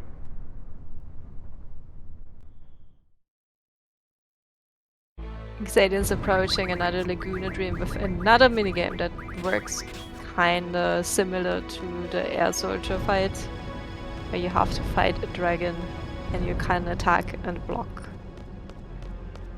And the dragon is weird, sometimes it just stands around and does nothing, and sometimes it's really mad and wants to kill you. And it kinda has like two attacks, where one you can block and sometimes he just does a fast attack and it's just The you can't do unavoidable anything. attack. Yeah. I feel like if you try to use turbo on this fight, it's like a disadvantage because I feel like, and I can't prove this at all because I've never like done the research, but I feel like there's like this invisible like sympathy bar, and if you're like mashing too hard to attack, it's gonna like just bite you really quickly. And I've learned that just like kind of steadily holding a like square to block and then X to like attack, just kind of like tap tap tap tap, like works better than if I like try to mash, you know, a button on turbo. So it's this Yeah, I mean, I fight can't speak for turbo obviously, but definitely in terms of blocking, you have to hold it. Yeah. If you just tap the block, it's not gonna work. Laguna's gonna be like, nah. You'd be like, what? He also And does it not- very delayed. It's super Yeah. weird. Like you hold it for like 2 seconds and then he decides to do it. And you're all the time you're not sure is he going to Yeah. or Did it register? Is he gonna block? What's happening? Hello, mulling it's square. really- And then he blocks. It's really cool here though. I mean, I think for the veterans of FF8 and those who know the lore here. If you look at the way Laguna is holding his gunblade, is it familiar? It is the exact same way Seifer holds his gunblade when you fight against him. And you'll notice that Laguna is playing a knight here to a sorceress, and Seifer's whole goal in life is to be a sorceress's knight. So this movie that Laguna is filming here obviously meant a lot to Seifer growing up, and it's literally formed his entire personality into wanting to being a sorcerer's knight. Literally watching Squall's dad be a sorcerer's knight is kind of a really tangled web, but kind of cool little bit here that you won't necessarily know if you don't really delve into NPC or the little nitty-gritty of the game. Kind of what we're Not talking something about is spelled earlier, out for you. seeing the subtleties like in the text, and like seeing there's certain scenes that you can see outside of the speedrun of like finding out that like Seifer checked out a book and it was this that Sorcerer's Knight copy of that play, and finding out that like the deep diving that happens with Seifer and the connection between like Squall and Renoa, Sid and Edea. The idea of the Sorcerer's Knight protecting their family trees. The sorceress, so just seeing all of these themes play out, like love and like what that means, and like dedication and what that means to people, and these different lenses, like we're talking about, like zooming in on them and what that means. So like even these subtleties of like holding the gunblade and then the triple slash, like swish out after defeating an enemy. It's so cool to see. Yep. I also love the idea. I also love the idea that Seifer is really looking up to the character Laguna plays in this movie, whereas you see that Laguna's first sentence when having to fight this thing is like, "Wait, I only have a gunblade. I don't even know how to use it." Yeah, it's all these really fun things about the game that you kind of, really appreciate if you play it more and more and more. If you play it once, you might not have gotten it, but it's the little things like this that make it a little bit more well-rounded, I think. And it's like, look, Seifer's kind of holding the gunblade the same way, and then you find out, like you said, he checked out a book, it's his favorite movie or whatever. Sorcerer's Knight versus Sorcerer's Knight. It's all lovely the way they've woven all of this into the game. Yeah, it's almost poetic. And it's even more poetic that, he's looking up to the dad of the guy that he hates. That's funny. Yeah, like there's this duality, and when you talk about like them warping into each other's minds in the past, like it really just kind of like the yin and yang to like what we're talking about there. I also just love Laguna's random life. He just stumbles into weird situations like this. Right. Like, I want a game just about him, to be honest. I mean, he kind of also stumbled into becoming, well, spoiler alert, the president of S-Star, honestly. It's kind of the same way that like Squall stumbles into these situations, like not like in the same humorous way necessarily, but like, the yin to the yang again, like this idea of struggle and being together in love, and what that idea means, and protecting the people that you love. These themes just crossing paths again. I too want to protect the people that I love. Hi everyone. Speaking of people that I love. Hello, it is good to join all of you finally. Introduce yourself. I'm just some guy on the internet. They just pulled me in.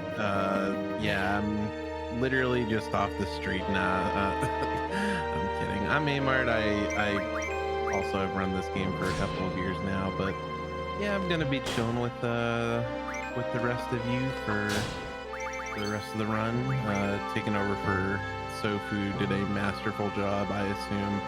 And just glad to be here, and I hope you're all enjoying the run and enjoying the relay. Having a good time. These guys to have you are with us. operating like they're doing fantastically. No huge flubs or kerfuffles. It's team close race, and I'm excited for you to be here. I'm personally a fan of team commentary, but that's just me. Xeidin also just pointed out that he is actually ahead of his French PB right now. Very good. Here you go. We might just find a little PB here for Xeidin. Also no holy war on Sire. That's a split between Choco and let's see what time differential well, is. so I didn't get to do the instant kill. It's unfortunate. Right. Everybody will be headed on to disc 3 now.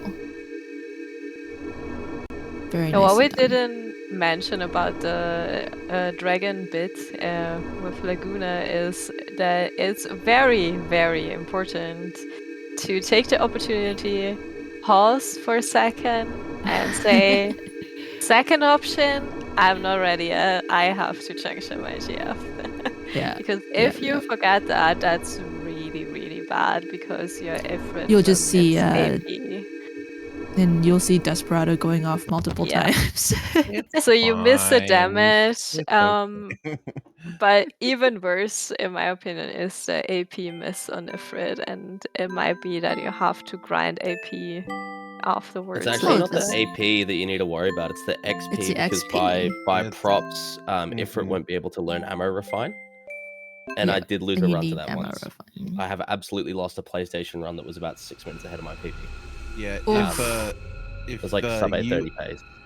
If you end up forgetting to do that menu, you just go to your Alexa speaker and you just say, Alexa, please play Despacito while you Desperado for the next 20 minutes. That's what you're supposed to do.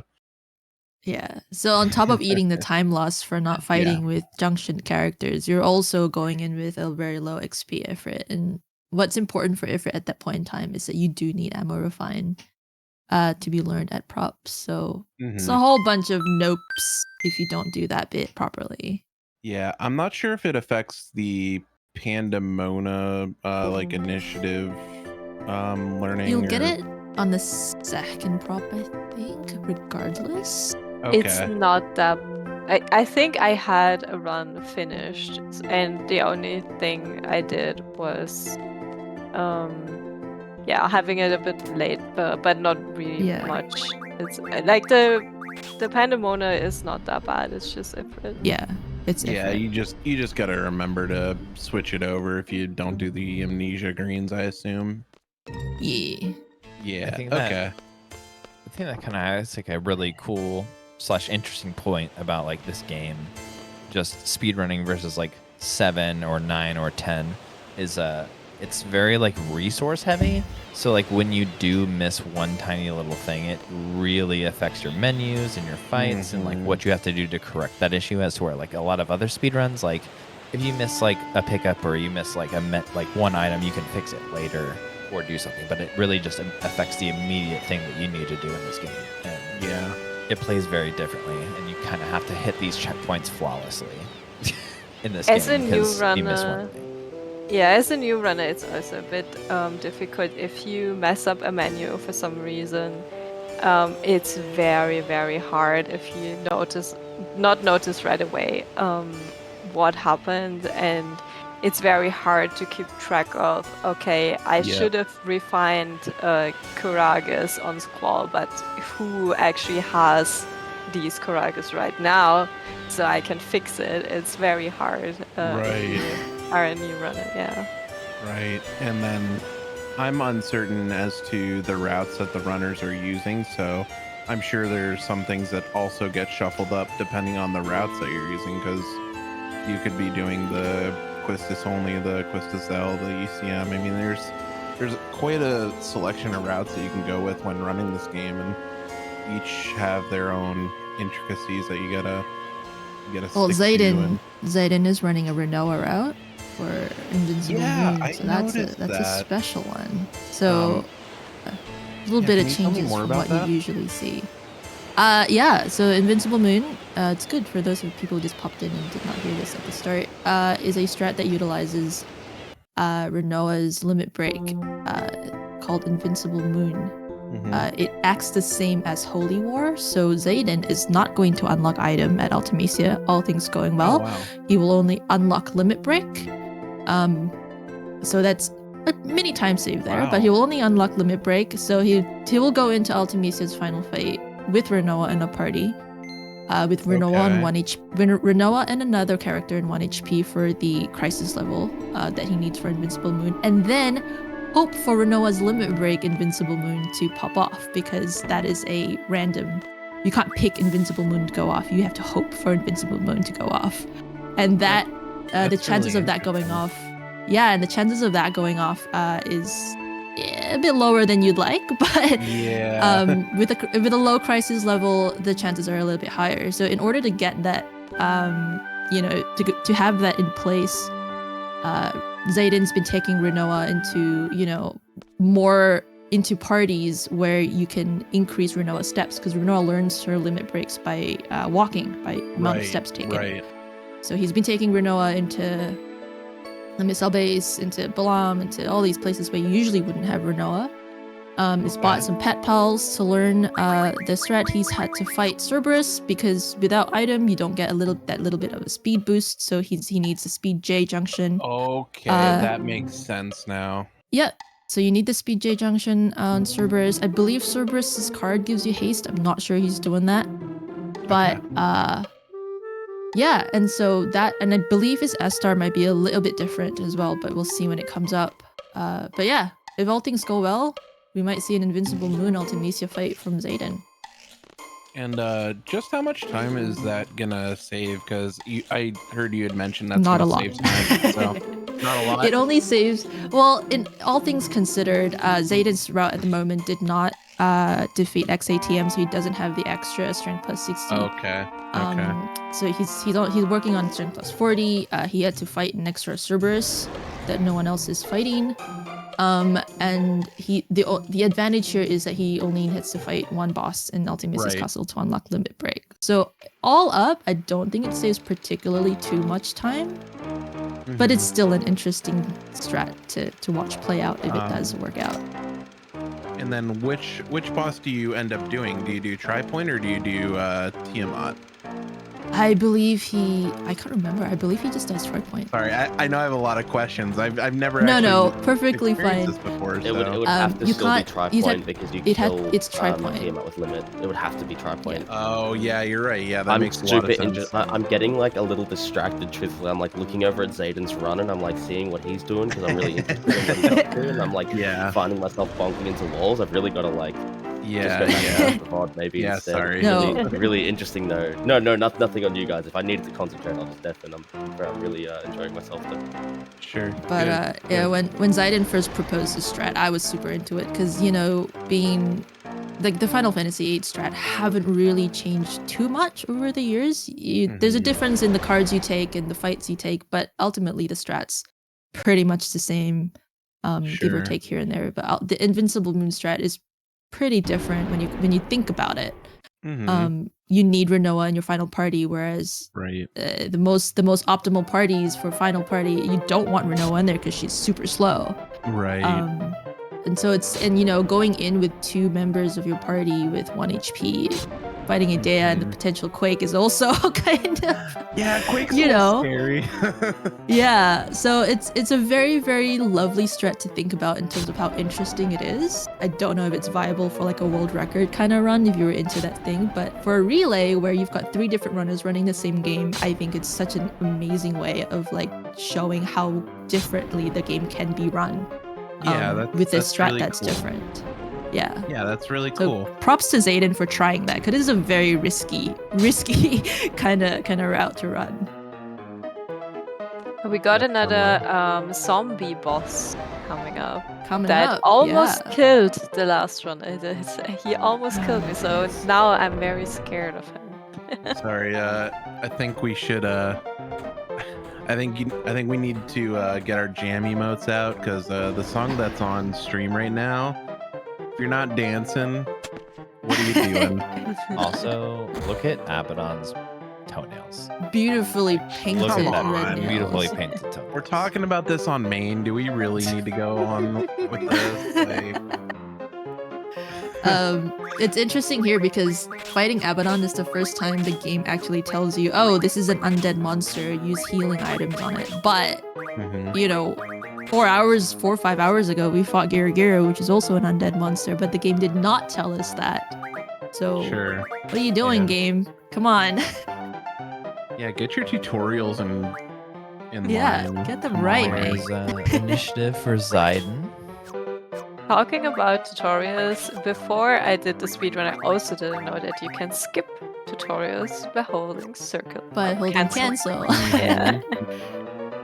I did not know that. Every time I played it casually, I read the fucking tutorials. Oh no! I mean, I feel like if you are running casually though, that's like a rite of passage, right? You'd want to read all the tutorials. It's a new category. Even though the tutorials are a bit useless in this game, like Quistis does an absolutely terrible job of explaining anything to anyone at any point in time. But maybe she gives a little tidbit of lore instead of, like you have to read it just in case. Just in case. Boy. Japanese Why is Sayo doing Desperado? Oh, Don't tell me he forgot. Desperado strike. I didn't forget. I didn't forget Ifrit. Okay. I didn't forget Ifrit. Nines. I think if Kyros is in yellow health, I think we'd be fine for Ifrit. Means it's got junctions. Just a bit of swag. This is the second time we've seen Desperado today. I did an incorrect setup and Ward was junction to Irvine. So it ended up being Quistis with no magic and no junctions. With what I needed. Ward with an incorrect That's health. right, because we got to see Desperado again. And luckily, because Kyros and Ward leave your party, I don't need to worry about rejunctioning properly. Yeah. It's all good. Scared me there for a second. I mean, anyway, to catch you up, Ayymart, Tonberry was in the lead for a while, and then Mog took the lead for about 2 minutes, which was very exciting. And then Edea 2 happened, and Mog lost the lead on Edea 2, which is very heartbreaking. The unfortunate death from Sonic. That's I just hate to see it, but hey, at least it's not too bad. You're still It's not too bad. A lot of relay left to go, and a lot of relay left, a lot of battles. Game. Yep. And the fact that it's only, I think, a minute and a half at the moment, the difference between Mog and Tonberry, Sonic definitely has a lot of opportunity to catch up because of this extra strength plus 60 versus the strength plus 40s on xeidin. So interesting to see how it all unfolds. Also going in the last Laguna Dream with xeidin. All three of our runners are definitely more than qualified to do this, and can definitely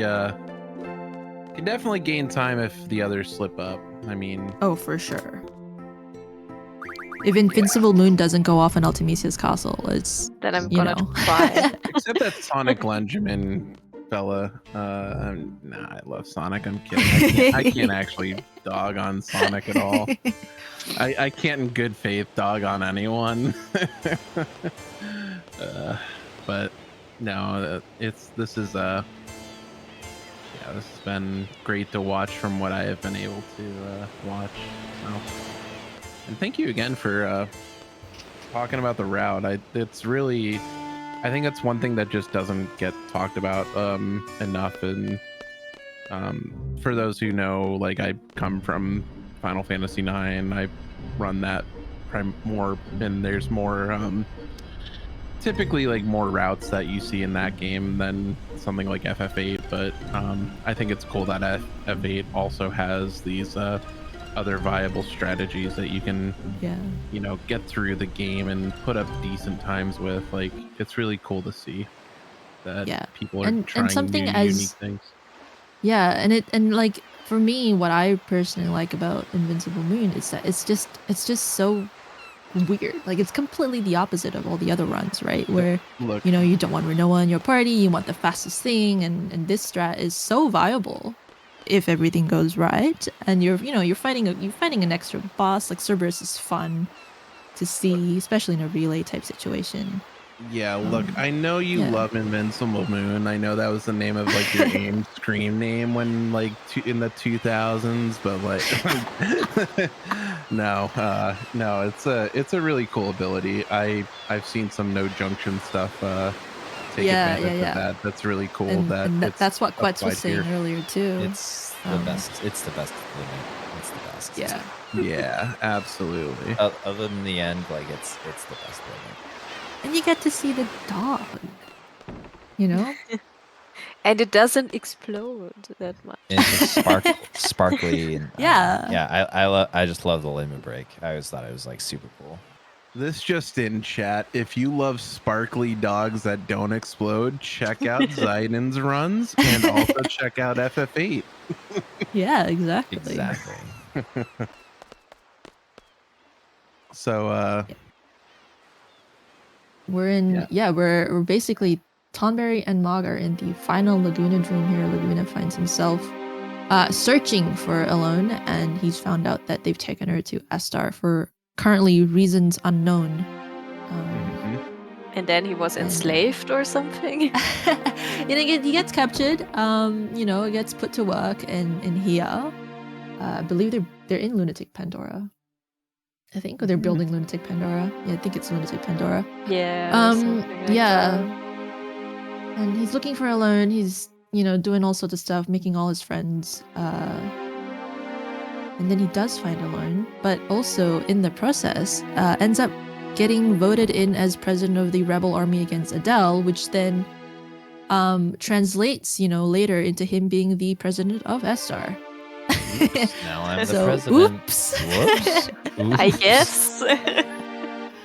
Also, the comic fight has a Gaspar, I think is the name in it. They can be a bit scary because love they the can Gaspar. confuse you. They do anything. They can hurt their own people. They can hurt you. I had a really, really fun fight once where I accidentally attacked with Ward instead of Kyrus and Laguna. So the Gaspar got off a confuse on Laguna. I was panicking, but then the soldier attacked Laguna and it was fine again. And it was such an unlucky but at the same time very lucky fight that I just laughed afterwards. That was so funny.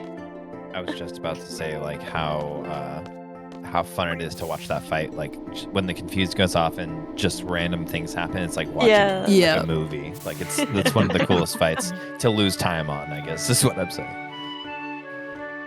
It's like playing Pokemon and you just clicking the move metronome over and over and over again and just spin the wheel. Yep, spin the wheel. See what happens.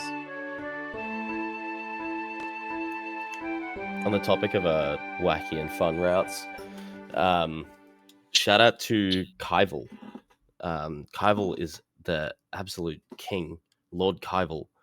For the people that remember early in the run, we had to grind like 3 fights for 5 fish fins. He actually found a manipulation where you can use ATB refreshes during Squall's Thunder to basically manipulate the drop, and in one single fight you get all 5 fish fins that you need. And as the commentators were pointing out, a benefit of fighting more fish is that you get a lot of AP and they're really efficient. But just fighting one of them, you can get back to the garden on PlayStation at like 17 minutes, which is massive considering the current world record gets back there at about 20 something. Yeah. 20 minutes, 20 something seconds. To be fair, he did do early Quistis, so add about a 40 seconds net. But yeah, basically it's a massive time save, and it's the PlayStation version sort of stagnated for a little bit, whereas the PC version had all these new skips and step routes coming out, so a lot of people were more keen on PC. But Kaival's fish fin minute basically made some of the really aggressive strategies that the current world record holder Connor Cordell, those really aggressive strategies that he would use, it's actually made them more viable in RTA, which is really, really cool. I'm really inspired to play the PlayStation version right now. Obviously, still having more fun with the PC version. The PC version for that, I think, is just a little bit hard to get because of the It's harder, 15 yeah. FPS battles. 15 FPS battles, exactly. So you just can't refresh your ATBs as fast because some of the in a single thunder animation, it'll ask you to do 33 ATB refreshes, and it's like, ooh, that's barely possible on PlayStation. On PC, you'd have no chance. I'm still gonna try it. I'm gonna give it a little go if I do play PC a lot again. But Kaival was also nice enough to I was asking him about, because he also has a lot of knowledge of the program that we use to track cards and whatnot. And I was complaining to him that I really wanted to do early Quistis because I hate late Quistis. I just hate it, and it never works for me. And I was complaining to him, and then he's like, "All right, we're gonna sit down and we're gonna like program something that you can like import into your card thing to make it perfect for you." And he did it. He made it's got early Quistis. It does everything. It's got all the buttons are really simplified and everything. It's like a really straightforward like layout for that tracking. And he did it just for me. Obviously, I'm willing to share it and whatnot. But yeah, he was nice enough to do that. Take time out of his own day for that. Teamwork makes the dream work. I offered to pay him. I was like, can I flick some euros your way or something? And he's like, no. No, you can't. Shout outs to Kaival. Big shout outs to Kaival. Huge thanks to Kaival for just that sort of generosity there, and also just like the work that he's put in. He has also got a manipulation for the end on XATM, but it's very, very it's unstable from what I understand. So, but it seems very fun. The program itself is stable. It's getting her to the crisis level she needs to be at that point in the game, and lining up HP and values and all that. Because Selfie needs to be in the right HP. It's like a very, right very specific like set of circumstances. Just wanted to take some time, I guess. Yeah, while there's not a huge amount happening across the streams, just to shout out Kaival because he's a cool guy.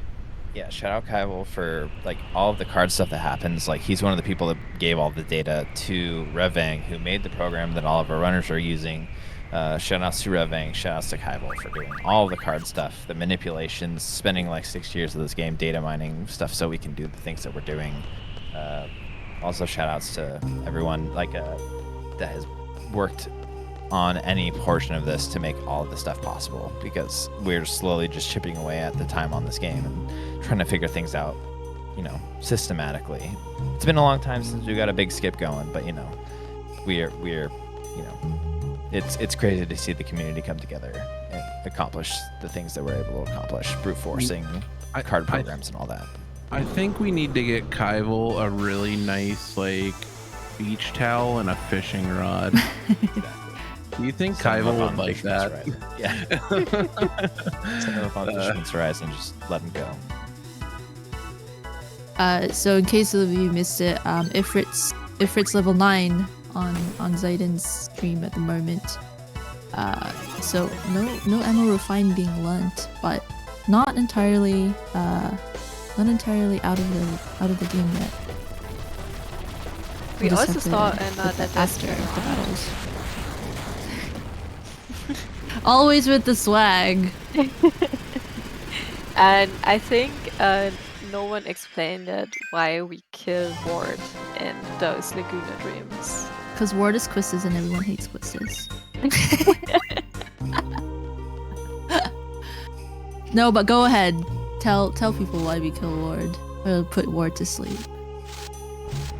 Well, first of all, his attacks are super slow, so you don't want to attack with him anyway. And second of all, as Cyanide pointed out earlier, we don't want experience, so having him dead helps with not getting levels. And in this case, he is Irvine, so Irvine should just stay where he is, please. Yeah, we don't. Estar City, beautiful Estar City. Yeah, we don't need the gun boy to be lifting anymore. He's strong enough. We don't want to be too overpowered. Yeah, Irvine definitely lifts like 5 days a week. I don't think we explained why we don't want XP though, right? In the Sure. entire Yeah, that's how many true. hours we never explained why we don't want XP. So this I can game. take it if you want, or if you want to. Yeah, that's go fine for too. it. Nope, It's up go to for you. it. No, go for it. I Tell just us know why we you've don't been want doing XP. a lot of heavy lifting, and I wanna help a little bit. All right, take it away, my so- friend. All right, I'm gonna do my best. So if I miss anything, please correct me. But the enemies in this game level to an average of the 3 party members that you have actively in the party. So the more you level, the stronger your enemies will be. More likely that you can just die from dumb things, and it's yeah, just generally you're just making the game harder for yourself by grinding more. So That is absolutely correct. That's kind of the simplest way to put it. Yeah. There are some fluctuations, like the Ultimecia fight does have a different formula. I don't know it off the top of my head, but I think it's like a 2 or 3 level like variance that it can swing from the average party level based on I think it's the initial. Don't quote me on that. I might be incorrect, but it is based off the initial 3. Okay, cool. So I found that out casually, actually. Oh, that's awesome. But so Ultimecia can come in at like a higher level, and like with that comes just more trouble, and like just don't level, just stay low. Just stay low. Just get low, low. So I love this story. When I played this game casually, I had no idea about the way that the levels worked at all. And so I got to I didn't have much trouble in the game, but like Squall was level 66, and I didn't really like Zell very much, so I didn't have Zell leveled like at all. So he was like level 8 or something. I didn't really use Selfie much either, but it was like 60, 40, 20, and then like base levels for the rest of them. And then I go to fight Ultimecia, and I couldn't beat Griever like at all. And I had no clue. I could not figure out what was going on. I just was getting absolutely smoked by this boss. And I started to look it up, and I was like, what am I doing wrong? And then I found out about the average party levels. And so I had had saved outside Ultimecia's castle. I just kept running in until I got my 3 low-level people.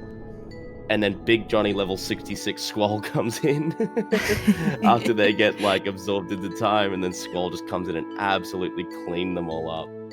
Yeah. And that's how I had to like almost cheat to beat the game.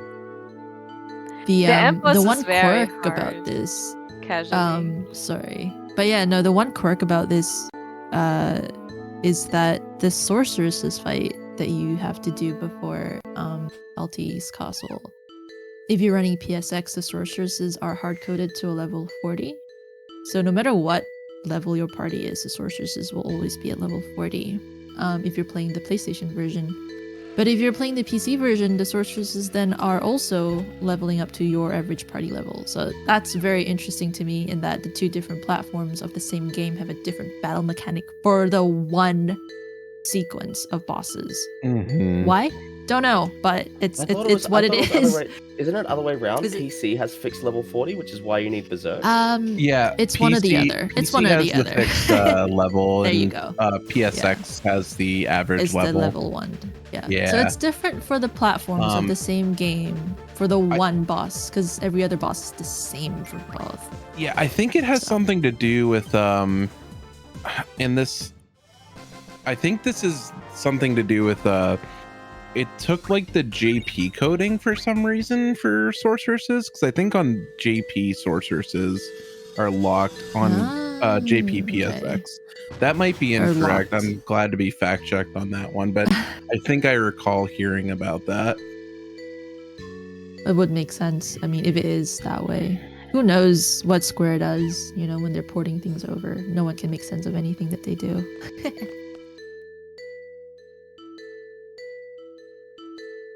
What's also important about not leveling is the higher the level, the more higher level spells everyone gets. But also the other way around, with lower levels they have lower magical defense and so on, but the higher level spells are still available to us and we can deal massive damage like this, whereas they wouldn't be as useful otherwise. And also I don't think we explained the quirk about water magic and why we want those fish fins really, really bad.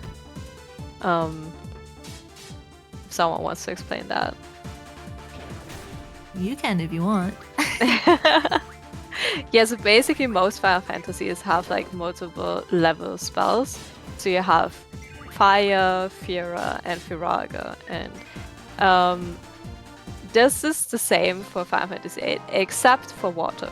Water is just water. There's no waterer or watergar, and this is why the spell already gets classified as a higher level spell, and if you junction it, it gives you a massive stat boost, as opposed to fire. And that's why water is really, really important for the run at the beginning. I can't believe I just noticed that. I didn't notice. I had to think about you saying this about the water, like there not being like a water and a waterga. I did not realize that until just now.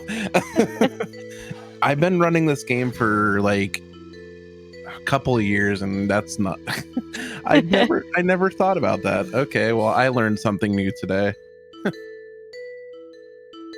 Yep, and that's why like it makes it super strong, especially in the beginning. Later on, we use Blizzaga, I think. Or actually Firaga. We also get Firaga. Also coming up, like while Squall is chilling in space, Cell is tasked to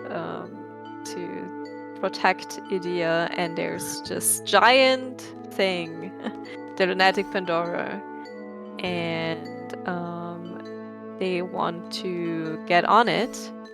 And for that, there's it's going to be explained very soon on xeidin's stream. It has different access points that are available at different times. The earliest is available after 5 minutes. So we basically have 5 minutes to waste, in which the runners will do the biggest menu of the run. And that's coming up, and it's going to be very exciting. xeidin's probably is a little bit different than Sonic and I Files. imagine it has to be, because you already have fire learned.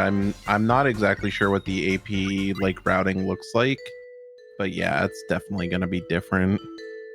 I think he also might need to junction something on Rinoa that would usually be on someone else, because he That makes wants sense Rinoa in the fire party. Yeah, that makes sense.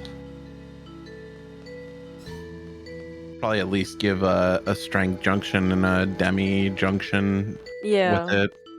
Yeah. I'm pretty sure that Rinoa has to be 1 HP, so I think he is gonna kill her somewhere in the castle, or sorceress, because then characters that get into the party are revived to 1 HP that are dead before Ultimecia. Sure, yeah. So that's my theory on what's going to happen. Yeah. Yeah, that would make sense. I do wonder if it might be in the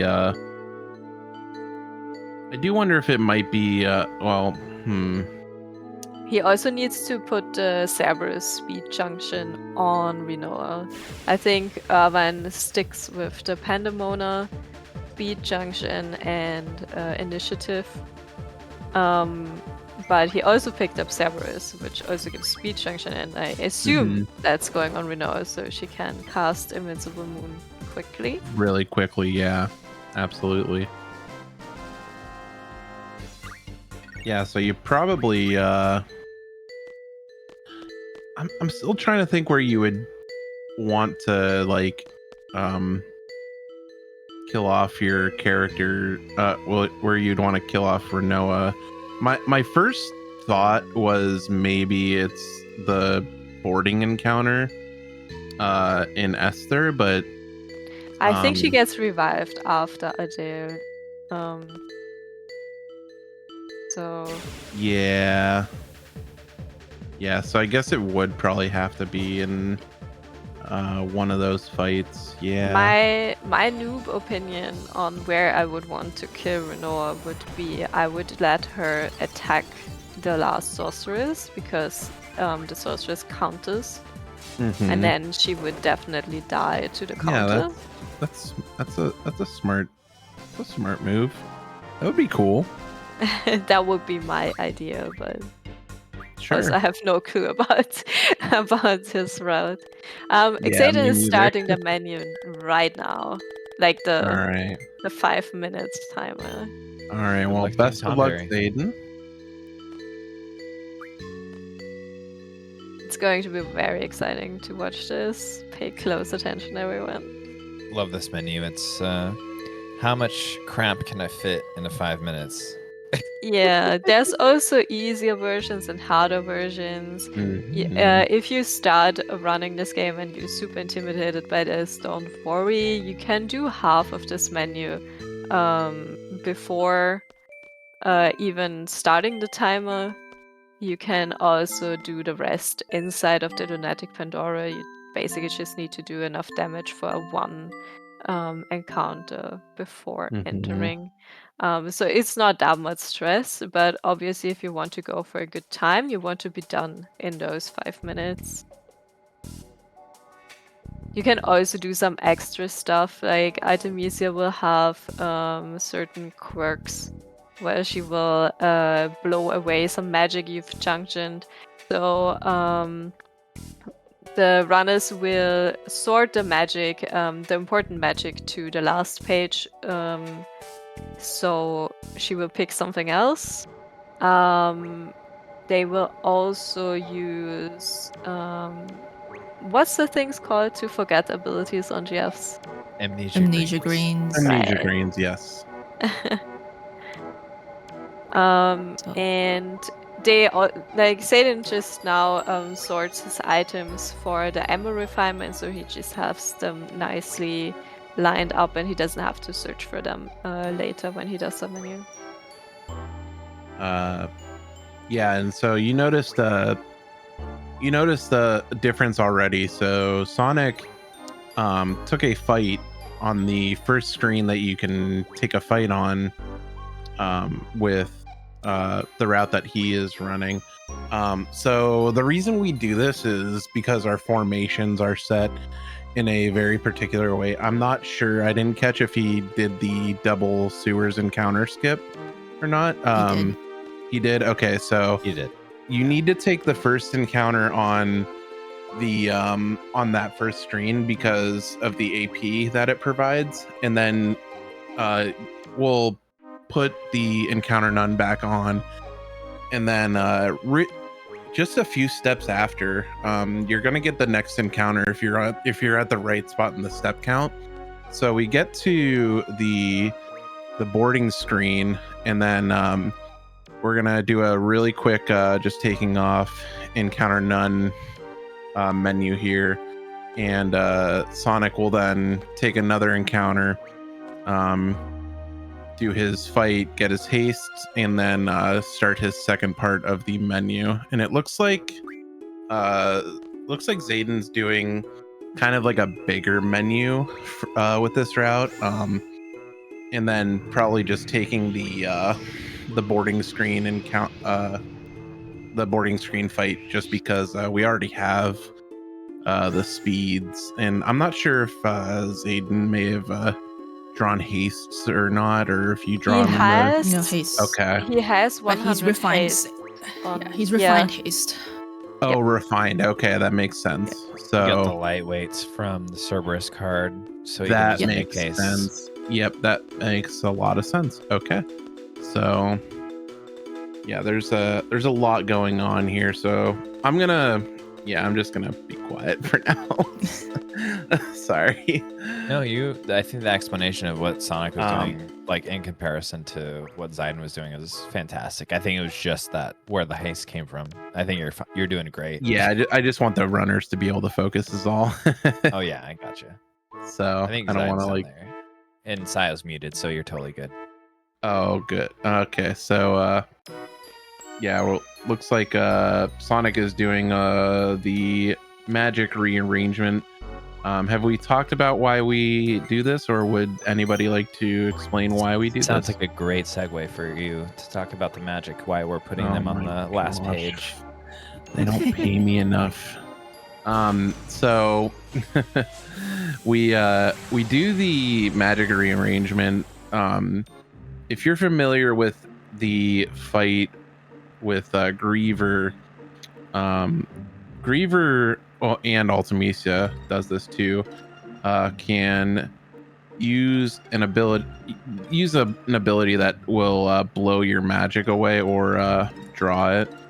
And the way it works is it will draw or blow away from the first spot that's available on your magic menu.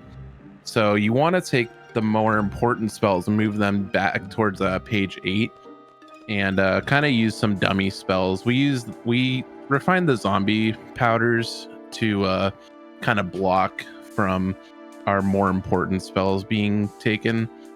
So the arrangement is to just ensure that we don't lose our important stats when we really need them. Tonberry split. Also, the battle speed at the end of this menu will be, once in the Lunatic Pandora, will be set to 0 to make the propagator's fights that are coming up next, or in a while, but nothing in between. More consistent and easier. And since we have initiative at some point, the battle speed doesn't really... What do I do? Okay, you need to go to the next boarding screen, I believe. It's behind the shops. Yeah, it's behind the shops. So put your encounter none back on. I believe you're going to want to put that on. I think you need to enter on 12, if I'm not mistaken. Yeah, it's 12 to 9. So put your encounter none back on. It's just behind the shop, so if you enter the shop screen and then just go straight ahead, there's the second entry point. Yeah, Waves typed in the chat, you go to the shops, then you go up, and then left. So that's what you do. I will trust Waves when he tells me anything regarding this game. Yes. I will trust a lot of people when they tell me anything about this game, if I'm being honest. Yeah, so it's very unfortunate because as you see, if you flee from the boarding screen encounter, it doesn't count as you actually winning the encounter. Therefore, you cannot board the Lunatic Pandora, and you have to correct here. Next screen when it hits 12, I believe. So it doesn't count as you boarding the Lunatic Pandora. So this is just sadly it's time loss. Sometimes, so this is a good thing to know if you're going to run this game and you do plan on checking out FF8. Because sometimes you got to take the menu slow and make sure you don't, miss steps. But for Sonic here, you need to go in at 12. Yeah. But this is a thing that just happens. So yeah, you're gonna be zoning in to the next screen on your left once it hits. You're gonna want to do it at 12:02. Yeah, 12:02. So you can be on. Yeah, same thing as the other screen for first spot. Yep. Okay. Yeah. Sheesh. I can check that box off now. Just enter. You say you've done it. I think it might be 10. Yeah, I think it might be 10 as well. 10? But I was gonna wait. Oh, because 12 is when 12 is when Yep. it leaves. 12 is when it leaves stage 1. Oh, that's. And it takes 2 minutes to get there. Yep. Yeah, that's. All right. Okay. Take a bathroom break. Enjoy your Bathroom bathroom break break. for you. Yep. Here we go. 10:02. You got a minute 40. All right, it's time for Team Choco, I suppose, to make full use of this. This is all time save right here. Yeah, if Team you're Close calling race for coming up. if you're calling for team close race. Yeah, so there you know. are a few fights you don't want to run from. Just the Lunatic This is Pandora definitely fight. the one you do not want to run from. And then also in Yeah. Altis Castle, there against the seals you also don't want to run. I think that Glenjamin is using a great resource right now. He has time to check and make sure things are as they should be. Yeah. I mean, If you only could Desperado now, that would be great. One thing can cascade into another very easily, I feel like, in this game, so... Yeah, you can press square to bring up the little map of where, like, the... Oh yeah, it also shows you the There you go, time. Yeah. So, yeah, it's on its way. Yeah, and it's this screen, so yeah, there you go. Yep. Yeah, And sometimes once that arrow it's- reaches it, that'll be at 10, Yeah. so 10:02. Sometimes it's just muscle memory because you always press the run buttons. Always, except for like 4 or 5 times. So Sometimes Zell just eats too many hot dogs and misses his flight. It's okay, it happens. This is what you get for saving the hot dogs. No, that's not true. We all need to save the hot dogs more often. Oh yeah, right. The good thing that Waves pays attention because the way inside the Lunatic Pandora also. Yeah, you're gonna board at a different spot. I think you have to run in and out again. Triggered. I think he ended a little bit too early there. Huh. Go back. What? Yeah, I'm confused now. Do you have to be on top? Yeah. Oh, how do I get there? Wave says it was. Okay. You need to, yeah. Okay, not all is lost just yet. Oh my goodness. It'll be fine. It'll We're be here. fine. We made it. Don't Fingers run are away. off those- Don't off run away those from this fight. buttons. Yeah, don't run, please. As a matter of fact, just the R2 and L2 buttons, they don't exist. They don't exist. Actually, this is kind of nice too, like as a backup if you don't get your hastes for some reason. This is another way you could do it, I guess, but Yeah, just take the second point, Smilers. It's easy. yeah, Thank you, guys. absolutely. Yeah, Yeah, no, also, sorry about it. Waves also pointed out that the way to the end of the Lunatic Pandora is now a little bit different. Yeah. Yep. I remember when I first did my, I missed the first one, I need to go to the second one, and then the routing there was completely different. I think you show up in the middle room, and then MT8 shows up, and I was like, the game is I took it as a game over screen. I was like, Yeah, what is right. this? You have to go to the place where the lifts are instead of up. The lift one, I think. Yeah. Very jarring. Like being on my first or second PlayStation run, like 6.5 hours in, and I'm like, oh, the game's over.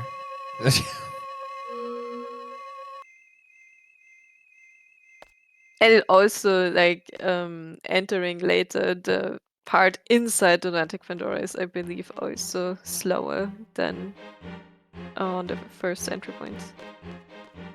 We got Team Choco going for their menu here. Oh, I'm so excited to see Sayo. He's so quick with his menus. Keeping it snappy and fast. There's still a lot more time save that can be saved on Team Choco side by performing a fast menu. Absolutely.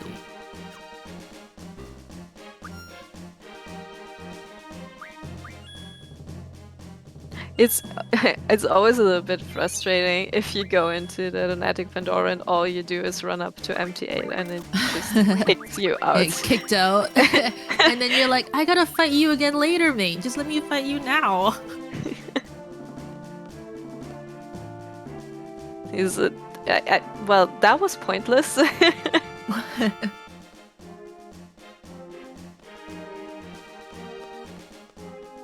Rinoa here, acting all zombified in Xeidin's screen, currently being controlled by Ultimecia, who has ulterior motives because Rinoa isn't her endgame. She's using Rinoa to get to someone else.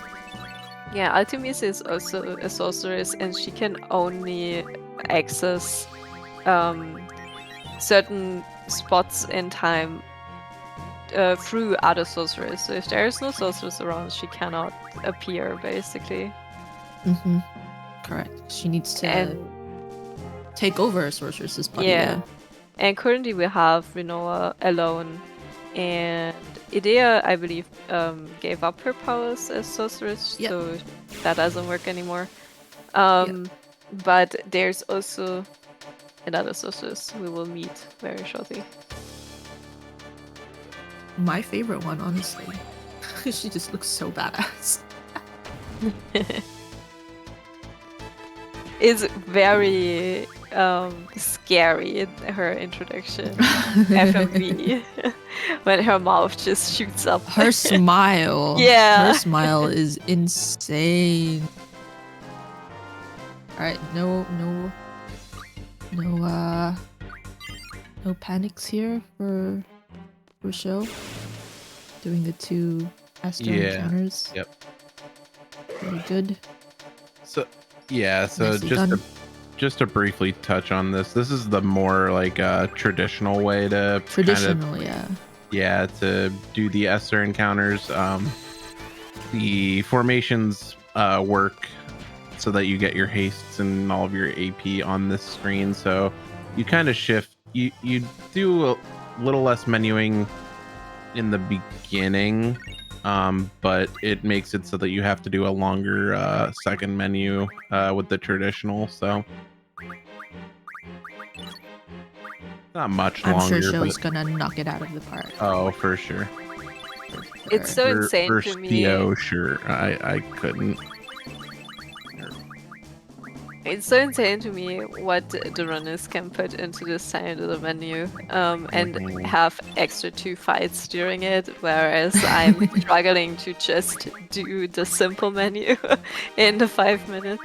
Yeah, I remember when I was grinding this game and just this is just a menu that once you get to be like once you're like, even like, I don't even want to say like quote top runner, I just want to say once you start getting more familiar with the game, you just start to really drill, and it's really fun to actually to drill, in my opinion. I don't know how everyone else feels. We were talking about how the menus feel like this really snappy, like consistent reason why we enjoy playing this speed run, and there's like we get something from it very specifically. So I think you're hitting on that. I think the really good thing about this game is, I mean, I guess for most of the Final Fantasy games, is that, you know, a lot of the things are in the same place. Like your items are in the same place, the magic's always in the same place. So if you have that consistently down, like you don't pick up any extra items or any extra things in the speedrun, it becomes really a more of practice and making it muscle memory. And it will come to a point where you're not even thinking about it and your hands are just moving on autopilot. I know when I was grinding, you know, however many months ago now, like I was so scared of the Esther menu, and then the Esther menu became like not even something that I was afraid of, because I knew that my hands could do it without me having to think about it. And it was other stuff that was scary, like boss fights and RNG and you know, not damaging enough and stuff. Like it becomes something that's so ingrained in you. But that being said, for something to be so ingrained in you, and then like we play in different languages, right? Like, you know, and then if you do one thing wrong, or if you get like a drop that doesn't really drop all the time, and one thing is out of place, it throws you so off that even if it doesn't matter because that item is never going to affect you in any other way, it throws you so off because you're seeing this thing in front of your screen that you're not used to. You're like, what is this? Did I do something wrong? Did I junction something, or what is this doing here? And it like, so it's, for me, I think it's happened to me once where I just got something that I wasn't familiar with, and I was doing so well and I wasn't really thinking about it, and then I got this thing in my face. I was like, wait, where? And then because it's so muscle memory, you don't know where you are in the menu, because the menu is so long.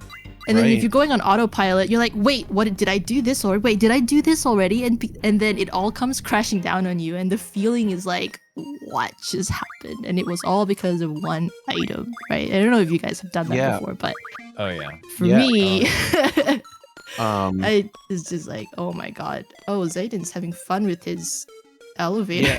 Yeah, the other menu that I can easily recall that you definitely can like get yourself into like a zone.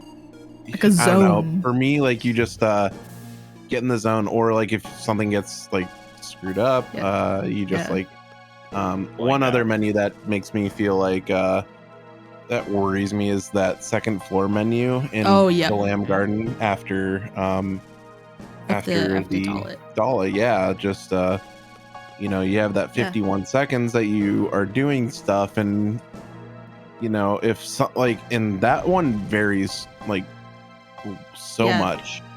Because the drops are weird too. You can get whatever you want, you Right. see something weird, and I think for me it's like you're doing it in French as well, so you see something weird that it's more memorizing, because I memorize all these French words on the list and I expect them to be there, and then suddenly one thing is there that I don't expect it, and I don't know what it is because it's in French and I don't know what the English equivalent is, and you're like, what happened? So yeah, I kind of want to share a really quick story, because I submitted some runs to try and run in this too, and let me tell you what, as a native English speaker, coming back to FF8 in English is probably the worst thing you can do. Oh my god, I was just saying that.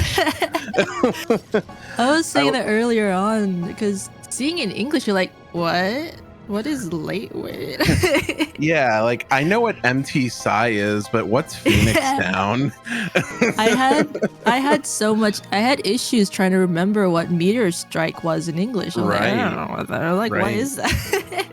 It's just like not a thing that you would think would happen, but yeah, it was just so funny. I was like slowly doing Esther menu. I'm like, okay, this is what is and it's really funny, right? Because in your head it should be muscle memory, whether it's in English or French, it should be muscle memory, but the fact that something weird is in front of your eyes just messes you up so much, even though it's the exact same thing, just in a different language. And to me, that's like the thing that like hit me. Is like, oh my god, this is so weird for me. It's the same thing, just play like normal. And like, I can't, because like haste is on there, not booster. What is that? I want booster, not haste. Oh, they're the same thing, right? Okay. I was having a conversation with Glenjamin just in Discord the other day. Like, hey, how are you feeling? Like, how's everything going? And I was just like kind of going through the run, just like as the splits were set out, and just like, how do you feel about this fight? How do you feel about this menu? And I was talking about the second floor menu, and he's like, oh, it's great, it's been going really well. And I was like, like sometimes you get really caught up in that menu, because like for ECM, it's the second biggest menu in the game, and it's like within the first hour, hour and 15 minutes, and everything is on a very specific spot and on a very specific page, and it's like you guys were talking about, like if it's not the way that it is, you're like, what is this here? And he was like, no, it's fine, no problems. And I was like, well, it's, sometimes you can get the rare drop from the bats and get a vampire fang, and then you get the rare drop from the soldiers going into Dollet, and it's like a G potion or like a high potion. It's something extra. It's 2 extra items, which shoves like a very important item that you're menuing onto the second page. And he's like, no, that's never happened to me. Did the CSR run last night, and it happened. And he sat in that menu and was like, yeah. It's so funny. After my first D-Rust run, I have all the notes in French for like when I was running. I scribbled the French words out and I wrote them in English. So I was like, what is, like, I was doing my first run and I was like, what is U-boat? And then it took me a moment and I'm like, oh, it's spiderweb. Yeah, spiderweb totally is U-boat in French. So I mean, like the tents and the cottages as well, like Red Cross, like what? Yeah, that's definitely Red Cross in French is definitely 10. Yep. Totally. Shout outs to the localization teams. Definitely localization. Not even close to translated. I love that we've managed to completely ignore the fact that we're in space because It's such a. It's I mean, this like, It's It's actually like Dr. free. Evil says, space is cool. yep. There's actually 3 tiny little skips, movement strats in space. One of which we missed for all 3 already. Whereas Oh, when you mean land, the very one space skip? Yeah. yeah, where Yeah. you press right, so Squall floats out of the room before he has to pick up Renoa because he's lazy. It's very easy to do, but it also saves a lot of time because lately I had a run where I had to pick her up. That wasn't fun. And the thing is, when you have to pick Renoa up and you miss that skip, you don't know where Renoa is. Like, yeah. she's off screen somewhere, and you're just running around with your screen. Like, the screen's tilted sideways because apparently that's what gravity does to you, or anti-gravity does to you. The screen's tilted sideways. Your up is not down. Your up is not up. Your down is not down. And then you have to look for Renoa, who is off screen somewhere, and carry her into the room. It's so annoying. I've done that. And I'm like, never doing this again. Just gonna skip this every single time because you cannot find Renoa. Right. Is the Seifer's also gonna do the next thing, I think. Where Renoa wakes up and then slowly walks towards the bridge or whatever that is. And instead of watching her walk very slowly, you can transition the screen a few times to speed her up, basically. Yeah. That also saves a little bit of time. Just don't let her walk too much. She's ill, you know. Yeah. Right. And yeah, we're all Yeah, in so- space. We're all in space. So you see Renoa skip ahead whenever Cyrus enters the screen, and then suddenly she's there, and you just have to run past her and continue the story. And Yeah, the trick is to make her move one step. Yeah. And then transition the screen. And you fast sort forward of- her. Yeah, you sort of see her like in a little idle stance, and then she sort of drops down and goes into like the start of a walking stance. You don't actually have to wait for her to take a step; you just have to wait for her to drop down. You can do it really, really efficiently and save like an extra second over like waiting one step, but it's not a big deal. Right. Another fun quirk in this area, there's a borderline dead guy right in front of the computer that I just went up to. You can actually play cards with him. And he says something to the effect of like, the world is ending, I don't think now's a very good time to play a card game. And you can still challenge him. Yeah, I mean, I think that would be wise because the space station has the best card game rules of any area in this game. I can't even remember how that works. It's awful. In my casual hundo, rather, I was following a guide for the card game, like manipulation or whatever, to try and get like decent rules across the board. But I mucked it up so early that the random rule was there from like hour 1. I had the random rule in every region. It was the worst, the absolute worst. That's awful. And then the more cards you get, the worse your selections are going to be. And now I'm ending up with like 2 geezards of Tonberry. You know, it was terrible. Yeah. Yeah, so the last little thing in space coming up is also for Sire. You have to actually watch this dialogue between the astronauts coming down. You don't have to follow Renoa and try to catch her. You cannot catch her at that point. So the runners will just hover at the exit of this screen until they see a certain text box and then quickly leave to save a little bit more time. Also, nobody got soft locked by Alone yet.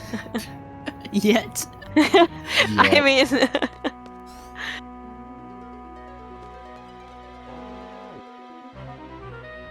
what's happening here in space though? I don't think we'll just throw some lore in here. We haven't even talked about Renoa being in a coma. We haven't talked about why we're in space, right? Yeah.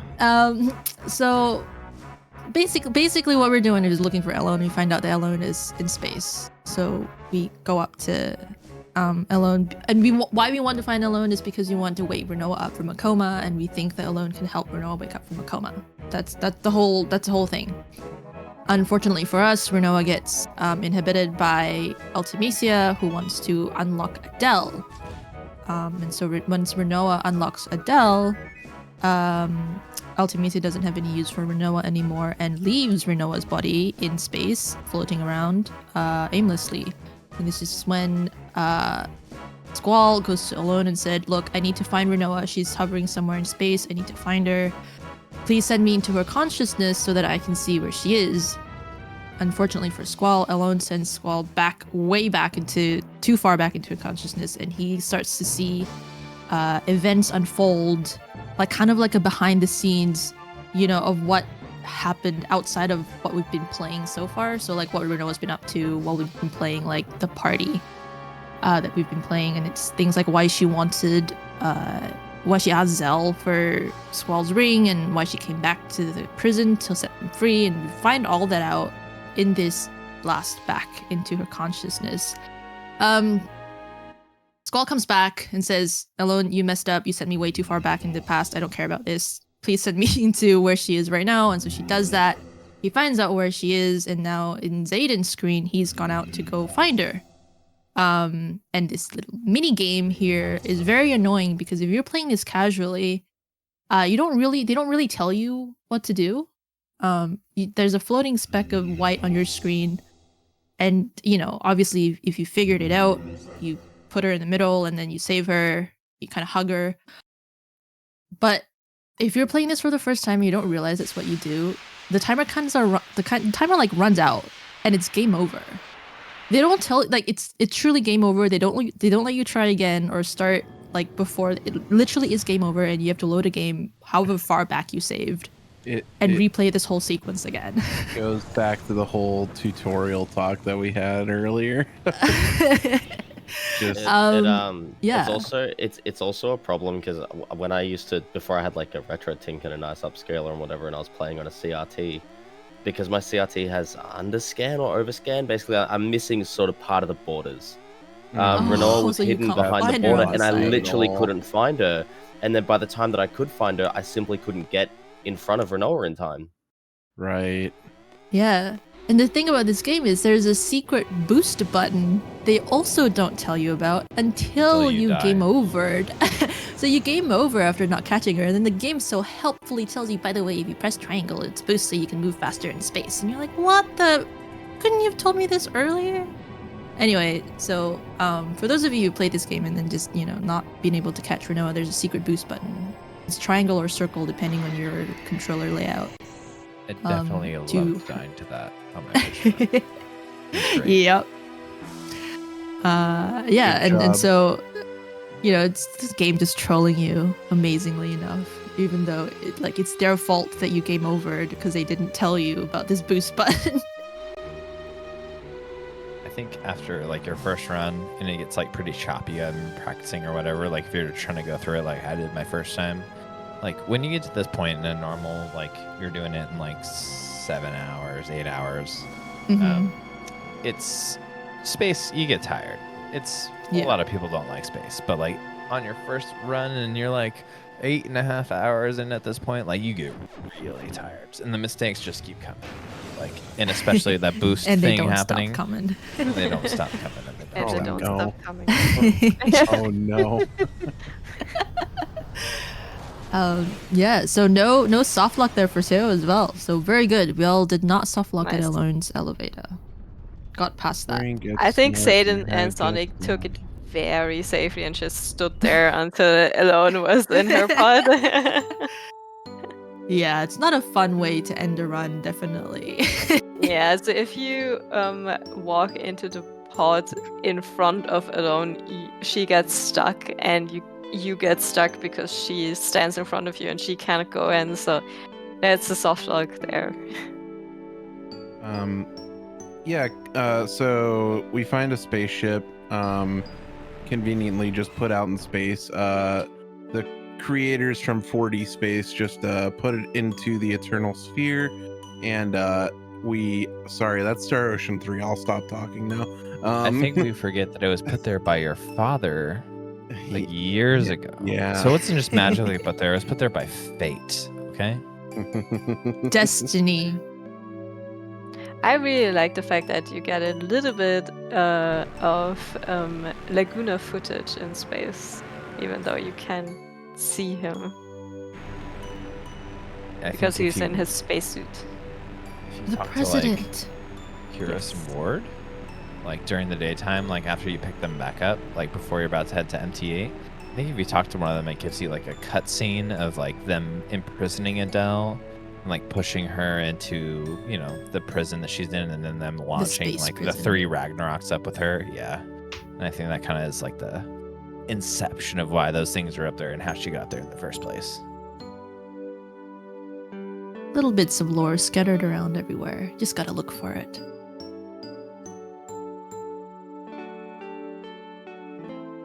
Alright, xeidin has said that fun fact, the save point in the Ragnarok is not there in the Japanese version of the game. There you go. Just making life harder for everybody. Someone also way back pointed out, which is interesting, maybe, that this game fully took advantage of motion capturing as the first Final Fantasy that did that. And also fun fact, there is in the credits an extra actor just for Cell's backflip in his intro cutscene. I have noticed that. Yeah. It was really fun to find out. The backflip. Just one person for it. One stupid little, it's not stupid, but one little tiny detail that is in the end of the game is Zell's scarfing down, you know, hot dogs. The hot dogs. Bretzels, whatever you want to call it. And empanadas there is in actually Spanish. a quest that you can do in the game to unlock basically Zell's like affection. And it's how you get like one of his like ultimate, it's like Burning Rave or something. That one's the strongest one. But it's the only way in the no junctions, no leveling category to get magic in any function other than using a GF, because like the girl in the library, whether you pick like 3 different colors like pink, red, or some other color, and then you pick whether you like fish or beef or other, and it will give you like a random magic based off of that. But it's really interesting that that's who he ends up with in the final FMV. Like, but if you don't get through that like super serious, tedious amount of quests to go back to the garden with Zell to unlock those things, you would never know that you went through this long, tedious task of trying to like get with the library girl. Yeah, she's an eater. Pretzels. Yeah. Like, it makes no sense. And I would love for the German translation to have just, I don't know, schnitzel or something.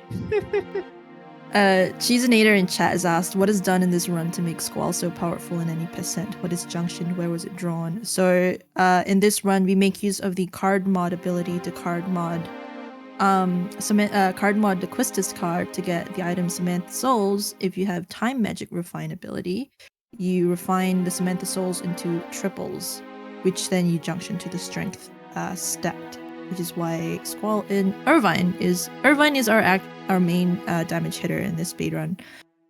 Not that you can tell from space, but Irvine is the main damage dealer here. So Irvine and Squall are super OP because of the triple junctions on their Strength stat. Also, for these enemies, you always have to fight the right colors. So you have to fight 2 purple, then 2 green, and 2 red, and 2 yellow. Order doesn't matter, but it always has to have the same color. It has to be good doubles. Also, from the red ones, they drop aura stones, which we will need for the final boss. Not for xeidin. Yeah, that's why he got one, but he also didn't save. I hope the others save.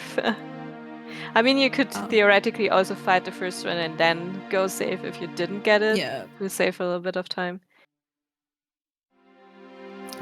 The funny thing about these propagators fight is they don't. Again, the game doesn't tell you that you have to fight them in in pairs until you go and hit on a computer screen. It's like in one of the. I think it's one of the rooms. In this Ragnarok. So like if you were playing this casually, you'd be fighting these monsters as you encounter them, and they obviously won't be in the pair colors because that's the way they set it out.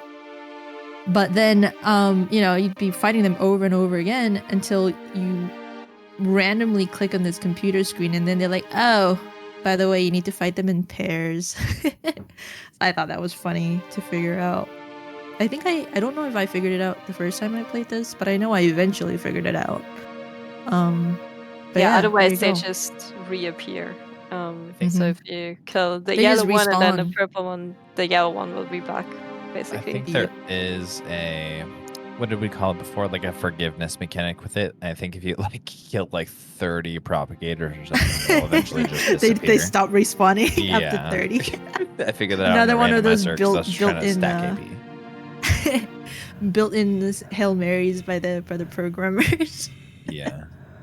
What's also interesting is after the second propagator fight, Pandemonium should have learned initiative, which will be added to Squall's abilities, so he can immediately hit.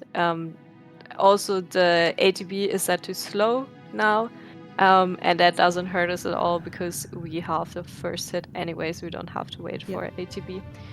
So that's very neat. Sometimes the game does troll you though, and because the propagator's speed stat is so high, it does get an attack in. After you've queued up your attack, it still slashes you in the face at least once. Doesn't really happen, but it has happened. On the first two, I'm mostly very unlucky, and Squall has the worst ATB of all time, and your ATB is on 0%, and you watch him for and it's like a minute. slowed. I think for me, the MT8 fight, that one, if you don't get the MT8 down in time and you have to wait for the ATBs to load, you're just like, oh my goodness, stop. Crisis level, please. MT8 is so scary to me. It's the boss I have the most respect for. You want to slap you in the face with its tentacles? What do you call it? Would you call them tentacles? Little whiskers? Yeah, little like tendrils, I guess. Yeah. Uh-oh. Ah, good old MT8. Yes. Eyes on me time. Eyes on me time. That's a 5-minute break there for xeidin. Yeah, go get some food. You deserve it. It is, I think, crazy o'clock now in Europe, and xeidin started playing at like midnight or something. What is it, like 7 a.m., 7:30? Oh, this is breakfast time. 6:30 for xeidin. 6:30 a.m. So, earinor, did you sleep or are you No. up? So you've been up for hours now. Yeah, I think xeidin and me had a similar strategy in which we adjusted our sleep schedule just for this race. Oh, so smart. So smart. Going out to the diner after this, or do they have diners where you were at? Go and get some Probably doner some kebabs. Yeah, Some doner sure. kebabs. There we go. Doner Breakfast kebab, kebabs. Do breakfast kebabs exist? I don't- Absolutely. It's certainly a thing that I should definitely be asking in an FF relay, in the FF relay. But the sun know has for sure. definitely Sorry. come up for xeidin and me.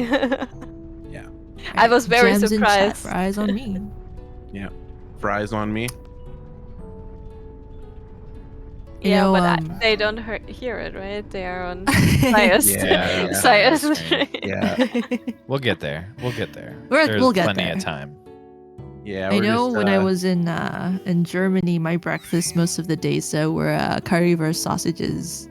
Oh, wow. I fell in love with those sausages, the sauce mostly, and I would wake up every morning and there was like a little stall underneath the hostel that I was staying at. They're like, yeah, 2 please at 7 o'clock in the morning. Yeah, when I lived in Amazing. Japan, I was going to talk about just breakfast foods around the world. Like in Japan, like it's just rice and meat and everything else. There's no like eggs or, the very Western Mhm. or Americanized Yep. version of breakfasts. So it's kind of just more of the same. Oh yeah. Do we want to talk about what's happening with Squall and Renoa right now? Let's do it. They're just chilling out, falling in love, Yeah. as you do in space. And then Netflix Squall and chill. abandons her immediately. And then says, "Never mind." And then he I'll get says, you wait, Wait, it says never mind or whatever. Both. Both. Whatever. Whatever. talk to a wall. Yeah, I think they're both in space. They're talking about life. Maybe I don't know. They're talking about what they're gonna order from Burger King when they get to touchdown. Yeah. They're so hungry. It's been so long since they've eaten food last. It's like the entire game. You know, when you're being possessed by a sorceress, it makes you a bit hungry. It's true. Saving the world requires nutrition. And while this relay is not sponsored by Snickers, you are not you while you are hungry. Oh, please don't mention Snickers. I'm hungry. So good. I'm hungry too.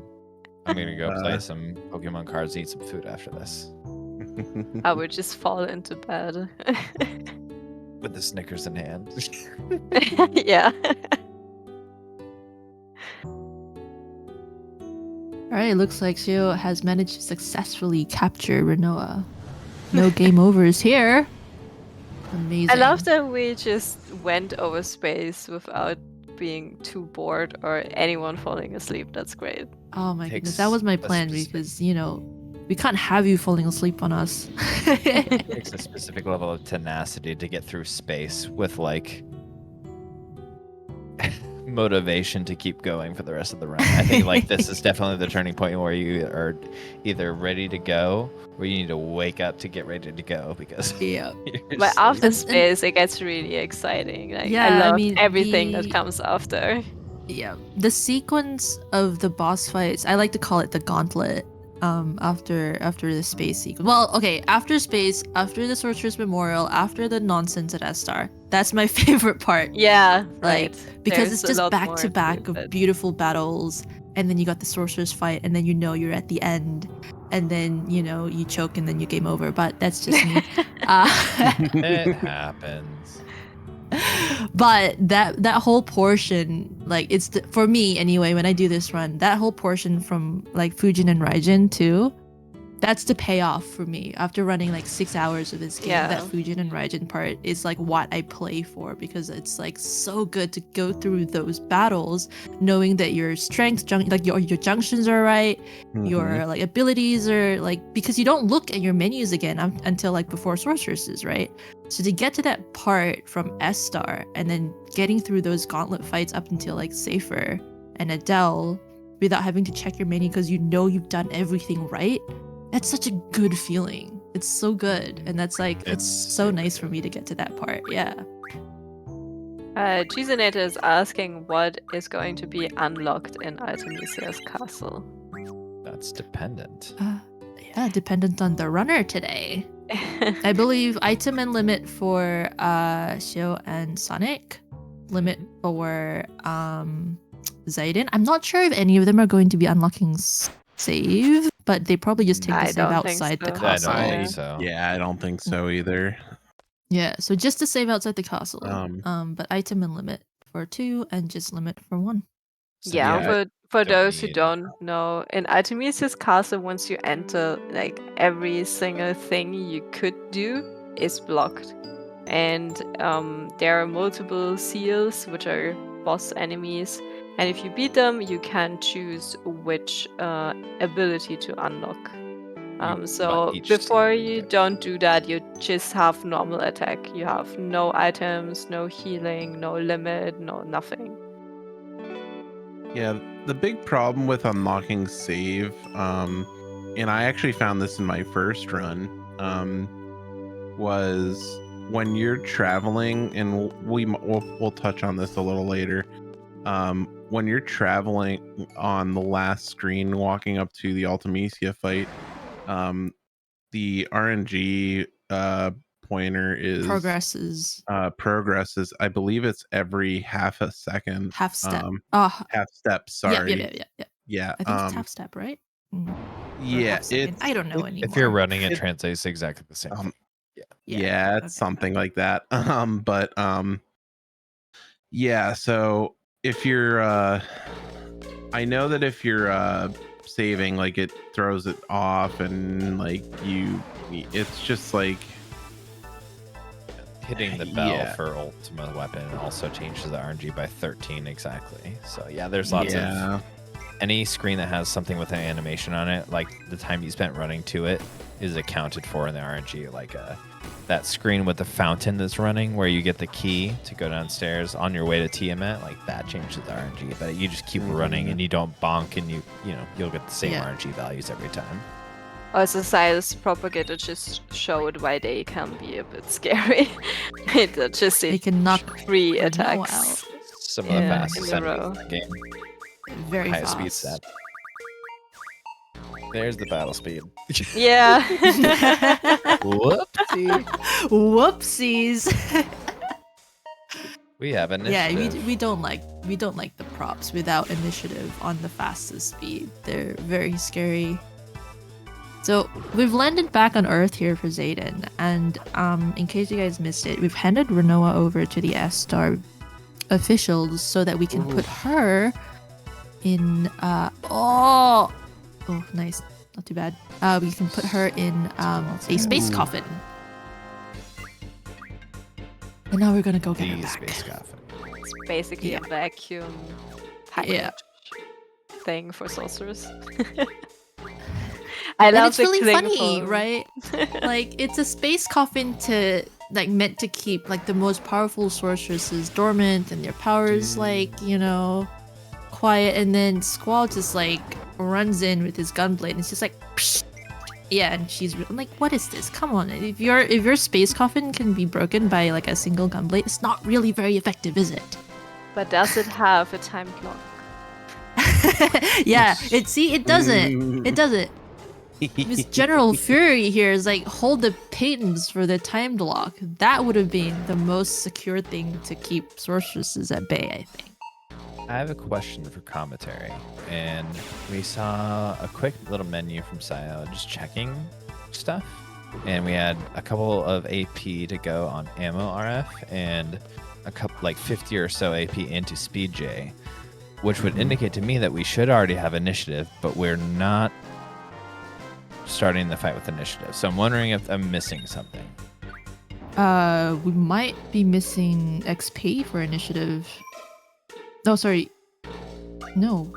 Why don't we have initiative? Yeah, I thought that if you were because learning you Speed J, usually get you get ammo. It probably was not junctioned after because you junction it on the Pandora screen. Before Trebia. Yeah, so Well, you learn it. You said it's to learn at Trebia, don't you? You learn it. No, you learn it after on the boarding encounter, and then you have to open the menu, and then when you do the swap from Edea to Squall, you also add initiative in that menu. Correct. So I don't know if it over. So Ammo Refine. So Ammo Refine just got learned here, so that's fine. That's where you usually get ammo. Yeah, I don't know if it just it probably just wasn't added. It's definitely learned though. If we're learning speed. Yeah, because you learn speed after initiative usually. It's either it needs to be equipped, and we're just either Did he needs to be unequip equipped it? or unlearned it on accident, which would be awful. Like during the S-Start menu, like oops, deleted Definitely initiative. not have initiative there, right? Or are we just not seeing things right? No, that's why I was like, what's going on here? I didn't see. I saw the menu and I saw him learning Speed J, and I was like, that definitely I should think he mean has that we have initiative. Charging by the ATP. Oh no, it is. There is he has initiative there. Yeah. Yeah. There you Before go. it wasn't. It was building. That's like where the punches were happening. So I was just confused. Yeah, maybe he just didn't get enough. Yeah, maybe we just got severely unlucky. Sorry, I didn't mean to throw a wrench in the gears of the commentary. I was just wondering. I was trying to figure out what was happening. I didn't notice it, so. All right. Yep. Space Coffin has been defeated. Big hugs. We just sent her to the coffin and got her back immediately. Pro strats.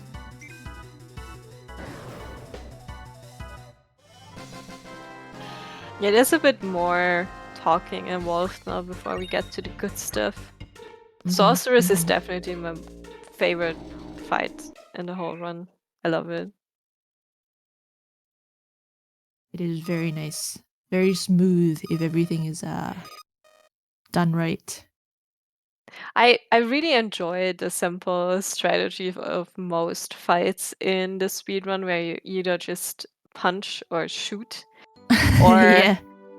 just limit and that's it. But Sorceress has a little bit more to it and I just love it. Have you ever seen a booster run of this game done? Like a booster speedrun version of this game? On HD console booster run. It is so funny. It is Yeah. hilarious because the speed is on 3 times. You've got infinite limits because you start with limits already because it's booster percent. And so every battle you're just using your rends on every battle. And it's just like the sound effects because it's 3 times fast. It's like yeah. just like over and over and over and over again. It is so great to watch. It's hilarious. Just limit after limit after limit after limit. But yeah. It's nice. It's a nice way to do a speed run if you guys are interested on a short. I think it's about 3.5 hours, the booster version of the speed run. And you just rends all the way through. Very nice. Oh, and the backwards Ragnarok movement. I think the Ragnarok is fine, and I recently started to lower it down to better see where I'm landing after the mountains. We're not gonna go to fight Oda, I guess. Nope. Yeah, the tower we passed is, I think, where you can find Odin, but you have to defeat a lot of Tonberries first. Saw he's smiling at me. Was it real or what? I Great, need to you pull just up the lyrics. cursed I don't all the have them runners. right here on my iPad, but I'm getting there. The Don't fun get upset with thing that people like to me. say is that if you sing here instead of once you've done the last hit, Finished, then you're cursing your run because you're supposed to sing at the end of the run rather than during. Yeah. The last. Oh no, hour. we've all been cursed. But we will get to sing in this song because. Yeah. You We know. will. If we have the There's opportunity to. Of course, there's more things coming up after this. So we can't just steal it. Quetz. I already know it's coming. Did you ever know that I had mine on you? I thought I was an automaton coming, so I mean. Darling, so there you are. Put that look on your face. Someone else sing the song. I'm You're on your own, feeling mate. really lonely. Okay. That's all I got. It was over. It can't I'm just sure. be me. I'm sure the viewers are singing along Here. and having the best time. I'm all nervous in front of all the. Don't worry, I'm gonna get into people. it just at the aforementioned time. I promise. On Xeidin's part at the orphanage, you actually have another opportunity for a soft lock, but he did a soft lock gladly. I think that happens from like talking to if you hold right The dog. and you're like mashing confirm, you're gonna talk Yeah. to Angelo, and if you talk to Angelo before Zell walks to the spot or whoever character is there, if you talk to Angelo before they've reached their spot, you will not trigger the next story trigger. Yeah. Yeah.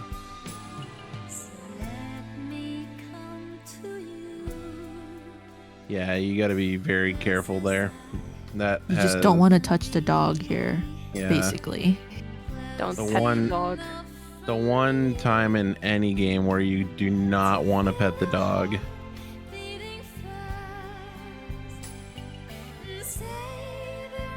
In every other game, pet the dog. Or in this Right, we're case, about to go to 360 no Estar. pet. Or 360 pet. Did you ever know that I had That I had mine On you. On you. I still need to do a German version of it. I think I have a recording of Xeidin doing a German version of this song. It is Well, he already That's had kind of one. cool. That's really cool. Yeah, I did one for the 10-2 song, and it was very It's well so good. received. Like I think Xeidin like translated the whole song and just sang along. It was so funny.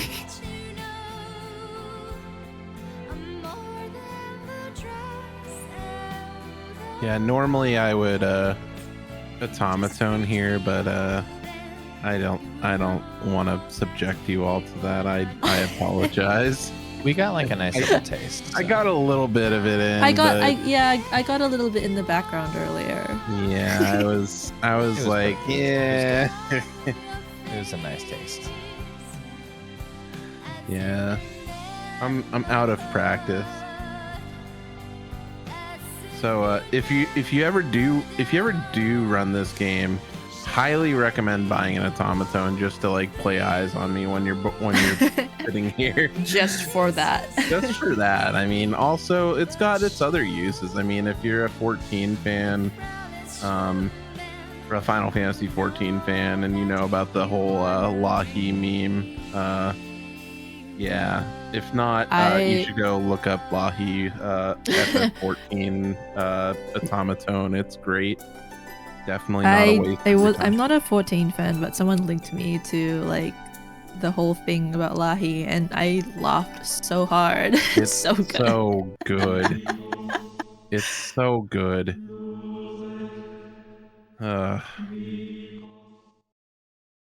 Xeidin's about to meet the president. Who could it be? Oh my goodness.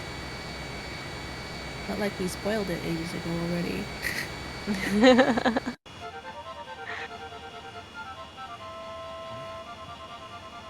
Do you know Lahi? I know Lahi.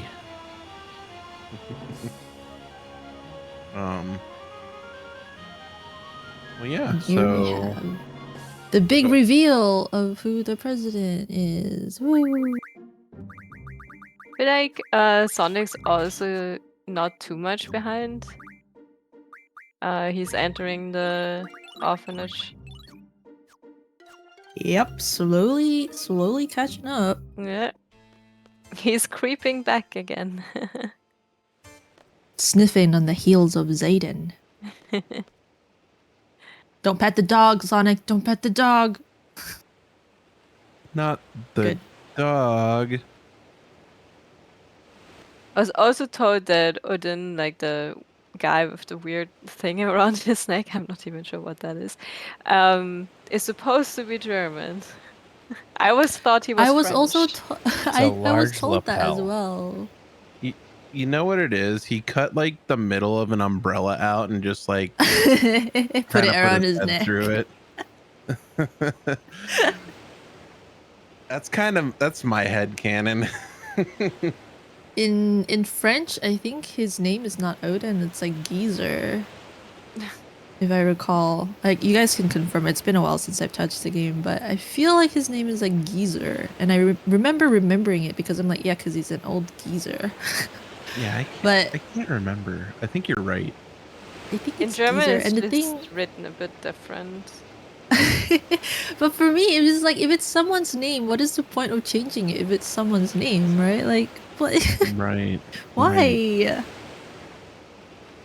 Though it feels like it could actually be the Japanese translation, like Dr. Jesus. Yeah, maybe in Japanese it means something different, right? Maybe in Japanese it does mean old geezer. Maybe.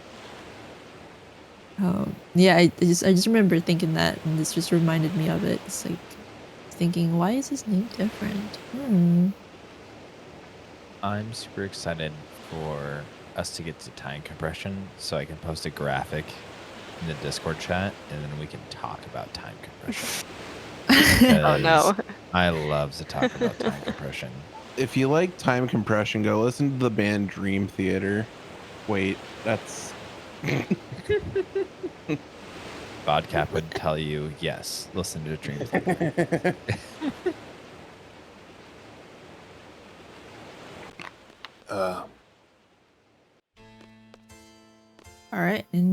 off. No soft lock for Sonic. Very nice. Very good. I think on the xeidin screen, this is the where you can talk to either Ward or Kyros to get that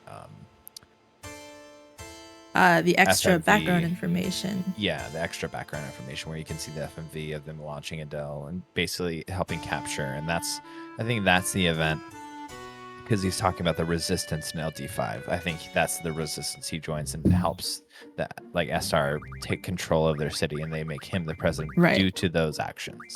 Right. And leg cramp. Boom.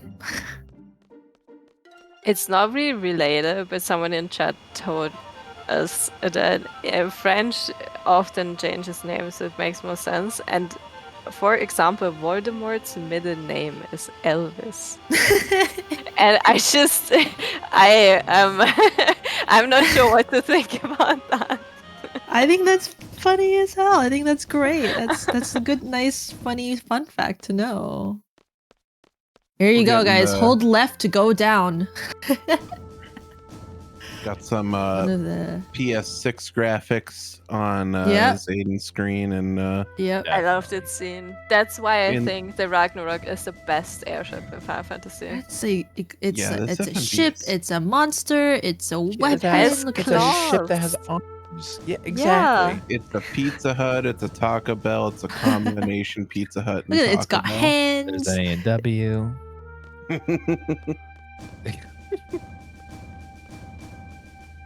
Boom. Yeah, and then you hold left to go down. Doesn't make sense to press left here. I hate it. It's very clearly down, but you gotta hold left here. For future speedrunners in chat.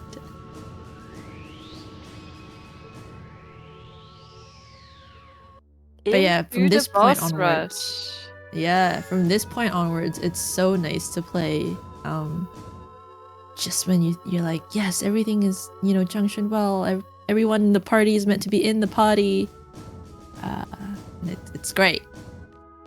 We go And very Irvin, nice. Yeah, Irvin has Pops initiative. off. So you can. So you'll see that Renoir is here as well, because Invincible Moon hasn't been learnt quite yet for Xeidin. So he's taking Renoir everywhere just to make sure she learns Invincible Moon in time.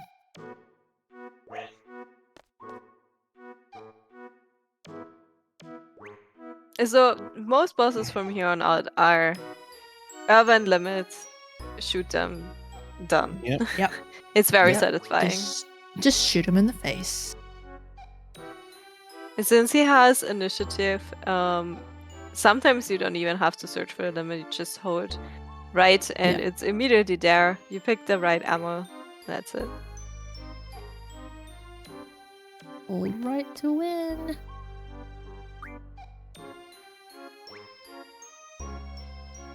So the thing third that and final threw- hug for Seo. Yeah.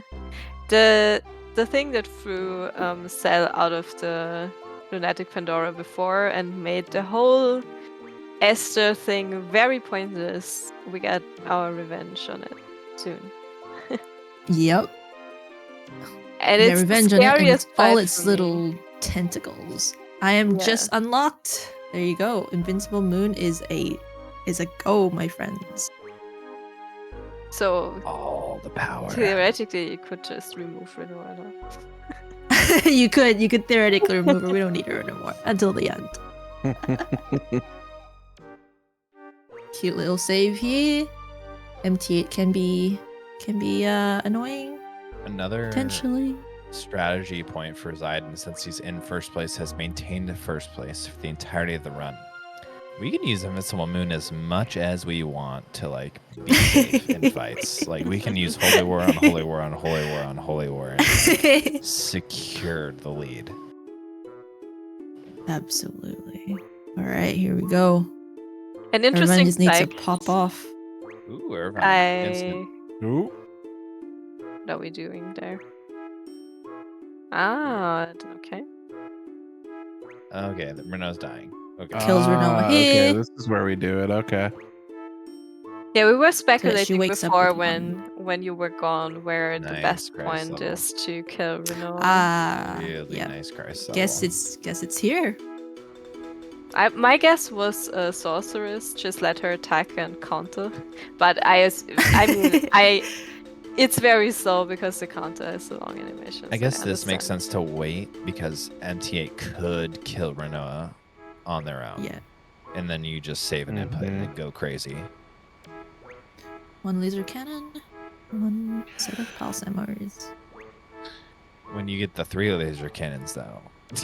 Oh.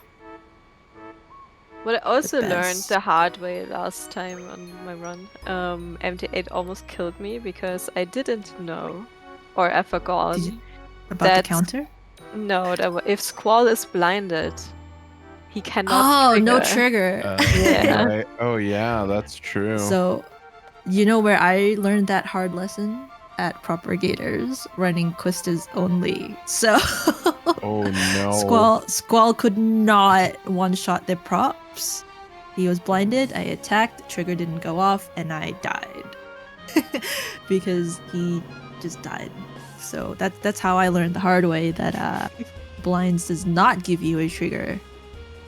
Yeah, I had a pretty hard time because I triggered, but it didn't kill. So Squall was dead, Urban was dead, and I was scared.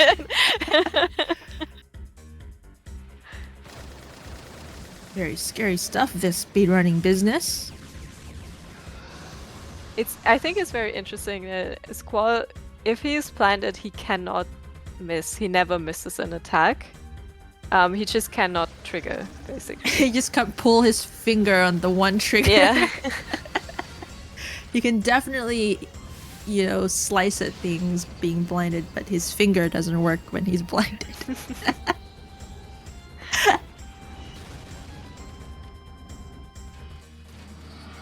Alright, here we go. Seifer, the final time. His clothing is torn and tattered and ugly. He needs a shower. Yeah, it's 2 nice shots. that his clothes get more and more ragged and dirty the more often you defeat him, basically.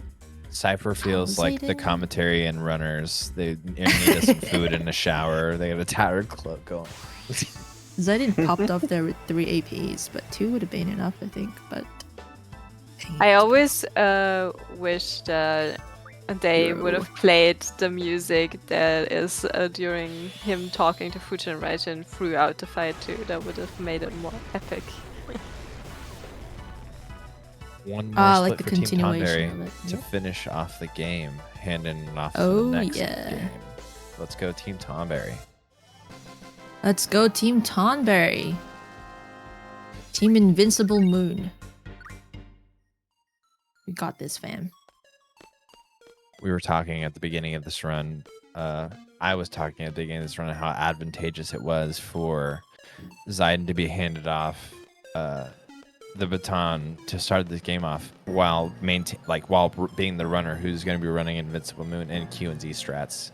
As to where ECM tries to sacrifice time to make up time over the run, which almost happened. But, some unfortunate circumstances on Glenjamin's side, Team Mog, and we have maintained Team Close Race, and We have. I am Indeed. just buckled in for the rest of this run. What about you guys? I am absolutely buckled in for this. I just want to see Invincible Moon so bad. I'm just here for Don't the let us down automaton. now.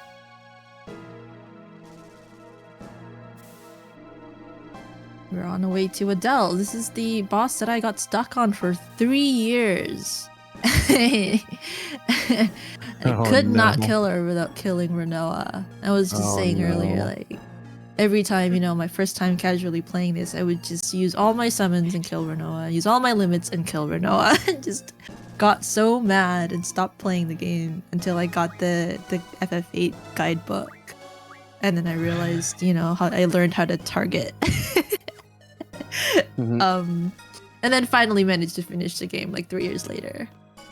Look at her. Amazing. I love How the many days do you think she thing. spends in the gym? This. Is there any explanation why she is so tall? Well, I'm assuming she just spends all her time at the gym. I don't know.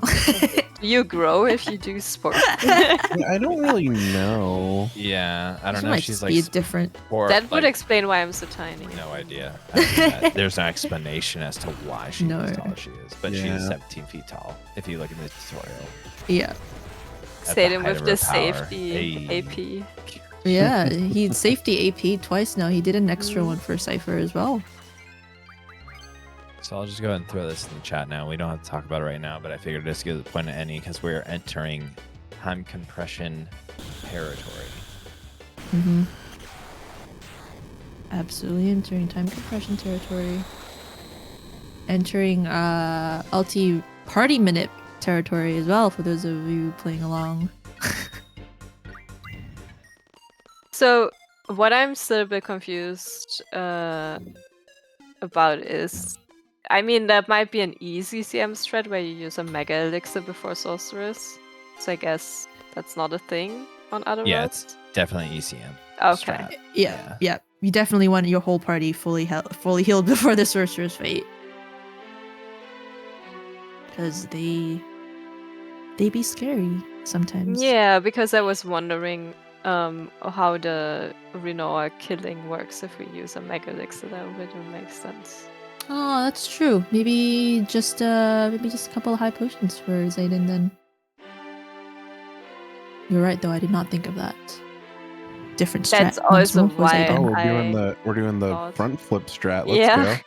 Yeah, I love we're that. just rolling through this. Oh, Who backflip. needs Whoa. don't need to manipulate the final party. Who needs that? Let's go. We're gonna do We're some just back rolling. flips and front flips, and now we keep rolling.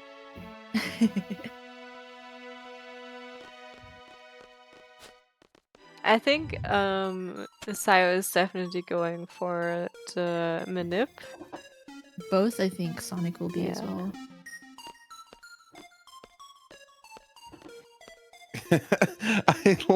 I don't see the backflip often, and it's really funny. I apologize. No, it is goofy. Do you see the side rolls are hilarious as well. Oh, the side rolls are great too. Do a barrel roll. Do a barrel roll.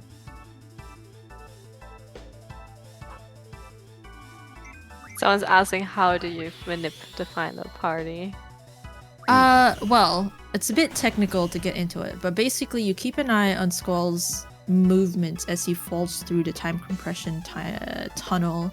You keep track on it, keep track of the directions, and then after the 12th movement, you hold a direction to pause the RNG where it is, and then you input those movements / numbers / directions into a calculator that tells you what the RNG is, and then you put that number into a something, and it tells you the party that you're gonna get, so that you can manipulate it. Correct. Yeah, you can use a bunch of different combinations. You can use WASD. You can use the For arrow numbers. keys.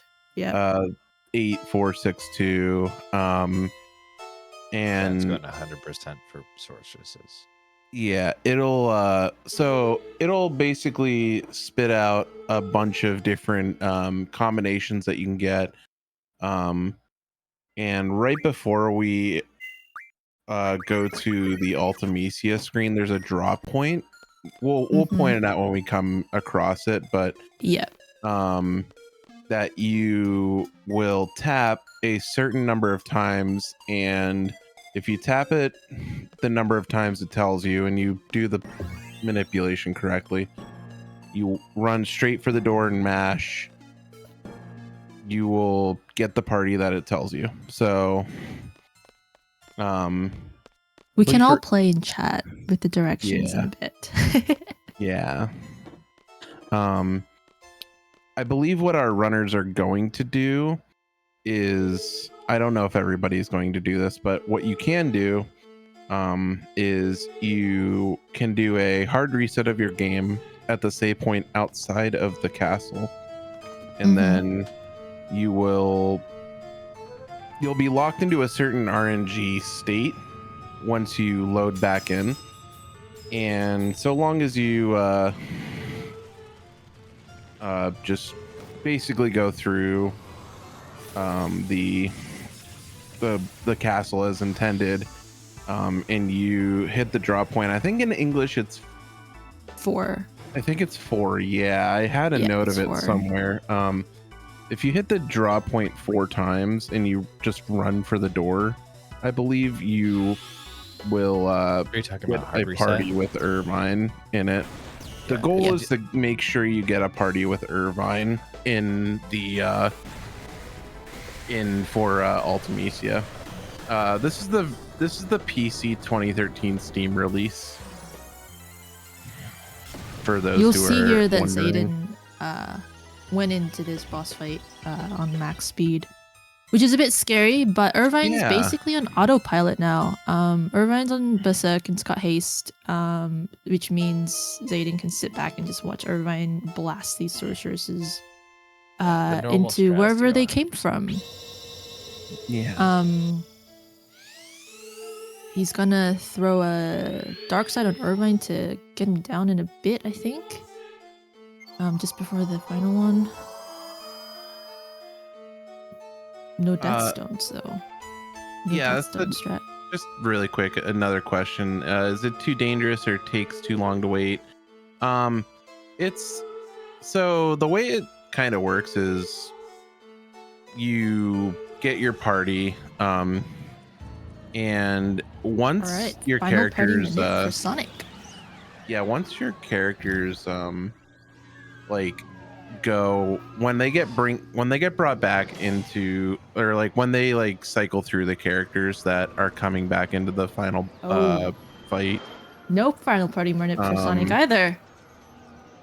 I lost my train of thought. Sorry, I interrupted. No, it's fine. But basically what you're doing is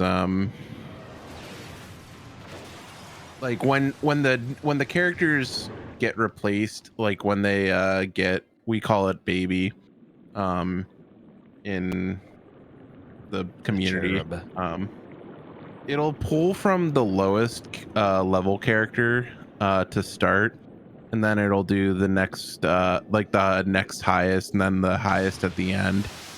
So yeah, typically with how that works is if you don't have Irvine in your party,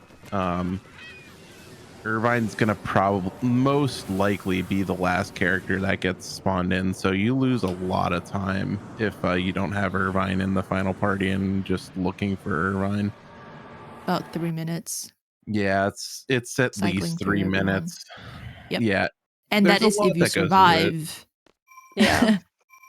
That is if you survive waiting the 3 minutes. Generally, also for casual playthroughs, like we helped Brutus a little bit with the final boss. He was really struggling. Our strategy for casual was also just limit as fast as you can and don't let the enemy do anything at all. Please, just try to kill it fast. It's the best strategy. Yeah. We are at Ulti's castle for Xeidin. We're so close to the end for Team Tonberry, my friends. So close to a potential invincible moon strat popping off as well. I'm so feel excited. free to share your favorite horn emotes. Oh, here we go. Sorcerer's Fight for Sonic. I believe the strat would be the same here. Berserk, Haste, and go ham. So yeah, it doesn't look like Xeidin used a Mega Elixir. He just healed the people who needed to be healed. So first, he did. He used a high potion on Irvine and then some potions on Selfie. Yep. Doing the save reset strat. For sorcerers, also, you can be very unlucky when they just have good A to B and do attack after attack before you can kill them. It's a bit annoying. Also, Irvine is already pretty fast because of Speed Junction. And he also gets haste on top of it, which makes him super zoomy. And it's much easier to also berserk him. Like, yeah, just don't think about it. I believe it's 6 blue sorcerers, and there's 4 red sorcerers, and then the final one. Just to jump in regarding the final party manip, the reason that none of us are doing it is because the programs that are out there, because the manip is different per platform.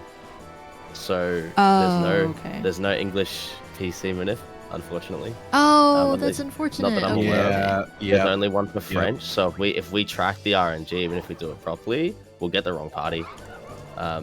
So Did not think of that. That was different between English and I'll be French. using the step strategy. I'll be using walking steps to delay my reaching of the door. I'm not sure what the other two are doing though. I also prefer the steps, and I think Sonic's today also tried the steps, or like yesterday, my today, to get the party. So you can either go to the draw point and draw a certain amount of times, or you ignore the draw point and walk a certain amount of steps on the last run. It doesn't matter which one you do. Xeidin's gonna take 6 steps to get Renoa in his party. Renoa and Irvine confirmed in his party. It's 6 steps for English, I believe. Yep. And 7 steps would be Skull, Cell, and Irvine. 6 steps is the safest because you can do 6.5 steps, and then if you overwalk, 7 steps still has Irvine in the party. So it's a nice little like sort of caked in backup, which is really nice. I usually go for 7 because I just want. I don't want Renoa.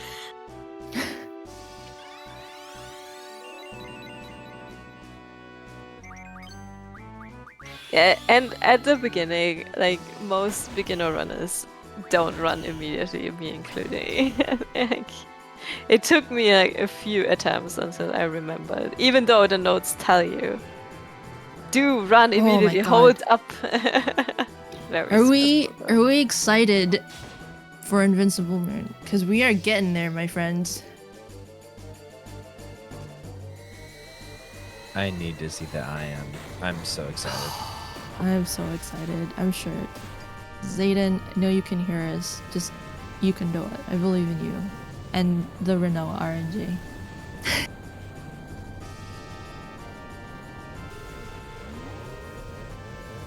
Are we gonna get the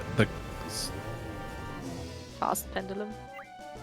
Oh yeah, We'll you see. skipped it. Oh, he doesn't have did. to. No.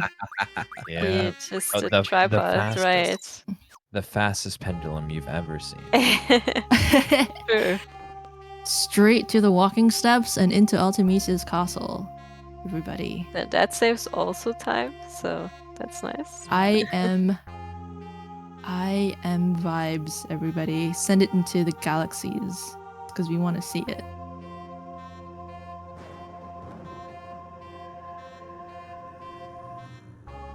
Is it 255? I thought it was like 203 or like It's enough to do quad 9s. I think it's yeah. I think on top of just like, I mean, you're already hitting that threshold. It's max. It's definitely it might not be enough. max, but it's max damage for sure. All right, took us Also 6 very steps. important to mesh the text to enter real fast. Immediately. Yeah. Yep. On frame. You have 2 Frame. frames of wiggle room. Or 1 frame of wiggle room, I guess. All right, get your prayer hands up for Xeidin. Pray. Oh, I'm Let's excited. Let's see it. Bring it home. Bring it home, my friend. Because if Invincible Moon fails here, no pressure, Xeidin, but Team Mog is going to overtake you. Yeah, Mob's knocking out of the door. No Wait. pun intended.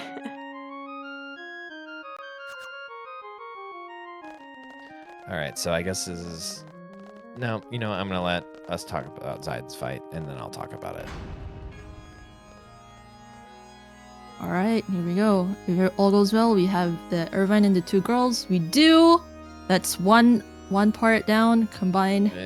No Oh. Angela Cannon. No Angela Cannon. Whoa. Yep. Here we That's go. the wrong ability. This is why it took me 3 days to get this fight with no J Noel. So I guess getting Oh. it in the next round is still fine, Yep. right? Usually Yeah. you would Next also round, get yep. Holy War or Hero off in the second phase, Yep. so you have 2 attempts, I guess. Correct.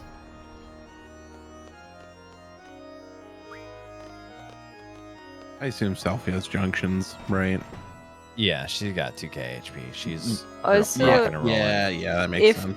If it doesn't land, he can still now use a hero, right?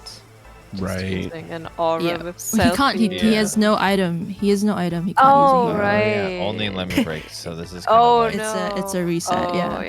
yeah. It has to happen. Oh no, that's a reset. That's Yeah. a reset for Oh, Xeidin. no. Okay. No, Oh. no. We're Item to back at revive. the beginning of the Aw. castle. This Yep. is a gosh darn race, Okay. my friends. And now Alright, it's alright. close. Now Team Team close race? Choco Team close might race. be able Team to close come race. in. I really hope he tries it again, to be fair. Okay, Xeidin, Oh. please try it again, please. The Xeidin, swag. please try it again. No, he's The level not. of swag. He's not trying it again. He could. I If don't- he tried it again, he could still be in first place. Yeah, but he junctioned. He Yeah. changed the junctions, so I don't think he will. No invincible moon, my friends. We Aww. tried. We. Who I just didn't wanna see it believe in the once. heart of the cards? Yeah, which You're one of fun. y'all didn't believe in invincible moon? Heart of the cards, Yugi. Heart of Don't the look at me. cards. Heart of the. Heart of the Heart of the Charizards. Heart of the triple Angelo frag let us cards. down, everybody. Ah, Angelo Cannon of all things. So much effort, so much Very work. sad. 9,000 steps to get Invincible Moon, by the way. Yep. 9,000 9,000 steps, We and we didn't got an see it Angelo all along. Cannon. Yep.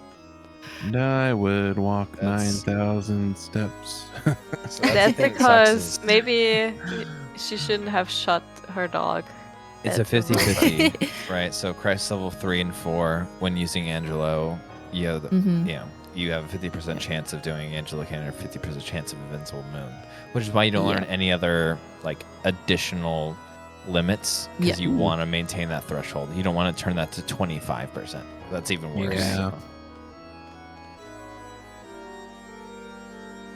Xeidin does have 2 heroes, so we can do the backup, but that one would have been a lot faster. That would have If been they do- so beautiful to see. It would have been epic. Yeah. Oh, you see, if Xeidin tried Invincible Moon again, he could potentially still be in the lead. Yeah, I Yeah, mean, it's just a lot closer than what it was. yeah, a lot closer. We're thinking about Team Tonberry as a whole now, I think. Mm-hmm. All right, we're all going into.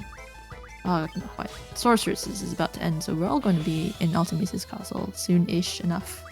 So that's think not too far back. Actually, I think he also gained a little bit of time again. Yeah, Oh, definitely. about like 30 seconds to a minute. Like just each split, I feel like we're just gaining in time. We're flexing a lot.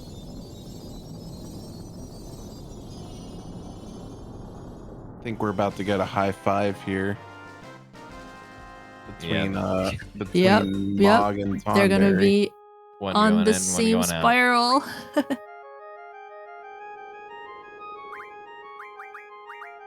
A little menu here for Glenji. Mhm. For more speed. Yeah, replace strength 20 with speed 40. Oh my Battle gosh. speed We're on the 0. same screen. Battle speed 0. One in and one out. There you Oh go. my gosh. We're literally like Wait. steps behind. This Why is is Xeidin now? Oh, Xeidin is gonna try Invincible Moon again. Oh my god. Oh my god. Xeidin is going for They Invincible are Moon on the again, my friends. same They're Technically. they're on the same exact. Oh my god. All right, we're gonna have This to is check insane. who hits the frame This on is- the door to give the This crown is insane. to that Xeidin, person. Xeidin's gonna have to walk more steps. Xeidin walks more steps, Okay. I think, compared to the Okay, English. so I think Glenjamin Maybe. is gonna keep the crown. Maybe. No, xeidin needs 6 and Sonic 6 or 7. So Sonic's just ran straight in. Yeah, I don't didn't think he Sonic's touch doing the any steps. drop? Oh, he touched. Okay, yep. Did he? All right. All right. Okay. Oh my Oh god. my god. It's just Sonic like, lead by like Sonic 3 is seconds. this is crazy. Literally like Sonic is Oh, like yeah. the 6 steps ahead. Here we go. All right. Breath. This time we want to see Invincible come Moon on, mates. Angel. I This believe. time. Be a good boy.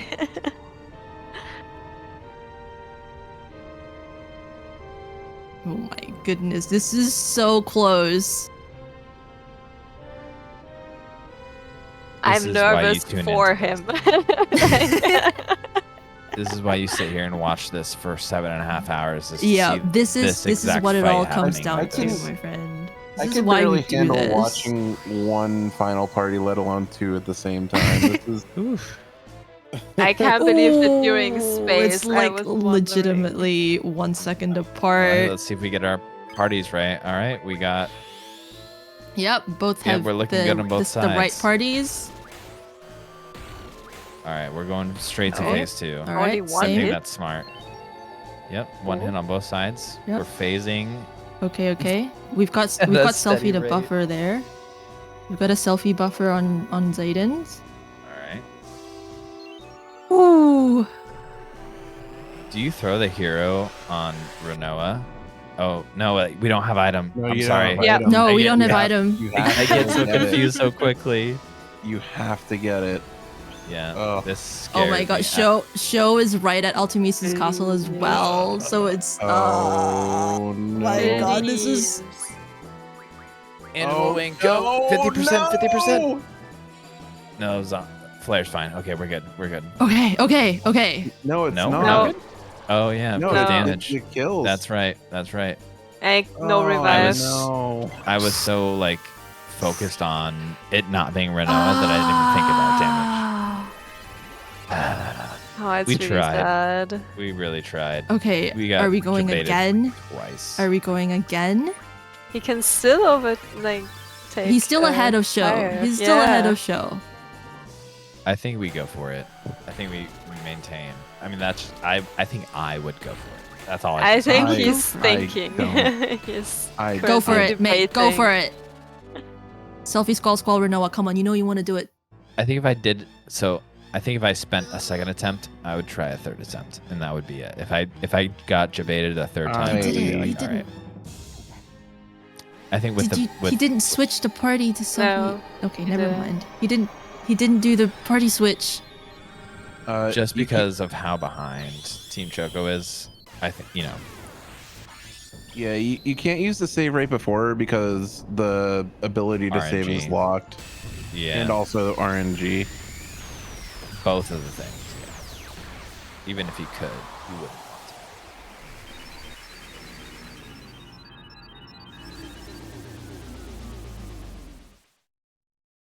to. All right, Sonic now about to go off. Xeidin, I think you should. One more. One more. Do it. We Believe. we didn't even get to see what the limit was last time before you died. As a commentator, I don't feel I can comment whether it's a good idea or not. I just want to see Invincible Moon go off in a relay situation. Yeah, I think whether it's good, there's so many moving parts along the 19 games of this relay. Like, it's so hard to say what's best or what's best and what feels good. These things overlap. All right, I guess we'll find out what Xeidin's decision is after this fight. Oh, it's okay, Zayn. You're doing fantastic. Zayn. Yeah. You have provided Don't a even lot of worry about entertainment. I mean- you can't beat the RNG. Like You in both definitely times. stole the show from everyone else right now. Oh, he unlocked item. Item was unlocked. We're All right. going We're- classic strats now, We're going guys. consistency here. I think that's really smart. We're going consistency. What? He unlocked limit. You have to unlock limit on tripod. limit? Anyway. Okay, no. Yeah. Oh, I must have blinked. Yeah, no, you have to, because heard even it, if yeah, you it's definitely even if you fight, You have to get limit for Tiamat. Yeah, Yeah. that's fair. All right. So we're still in suspense here. We're still in suspense until we Oh. see that pendulum, I guess. And Xiao is walking up to Tiamat as we speak. What a race! This is crazy. Xiao is at a 735 headed to Tiamat. Nice. That is insanity. Xiao has just All played right. an impeccable game. Yep. Team Hit my Choco is just. music. Oh, he's and going for we're it. coming in He's phase going 4. for it. There we go. Oh, one more That's what we time, like to my see. friends. One more time for us all. Let's Yep. see. Let's see the He's shiny doing puppers. the switch, the selfie squall. Please. Squall Renoa switch. There we go. Time shall compress. All right. We All did right. possible. All right. Third time's a charm, my friends. That's what the Yes. saying is. That's what the saying is. And final phase for Sonic, though. Here we go. Touch my Ultimecia tattoo for good luck for Team Mog. Ah, Go. it missed. Oh darn. Maybe skipping the baby would be cool. It is possible because I did it last run. Oh, I don't know all things how. are possible when you get a speedy, quick legs Irvine. That's you don't get quick legs Irvine here, but you get a speedy Irvine. Speedy. Right, Team Mog, get ready. Yeah, get Yep. on ready.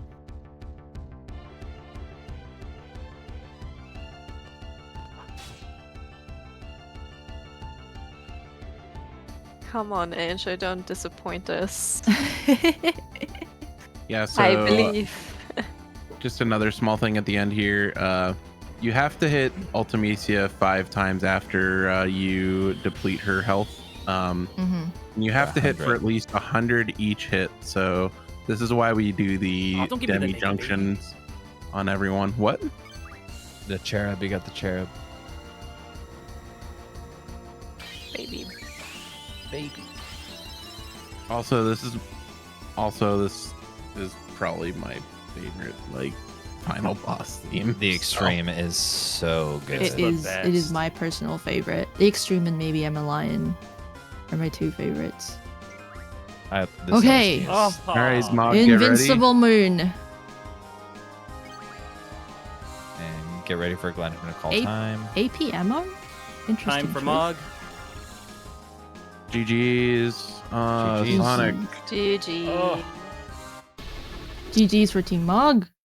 GG's Fate Mog. is a go. Bringing it home. Heart's Let's see pounding this. like it was before the race started.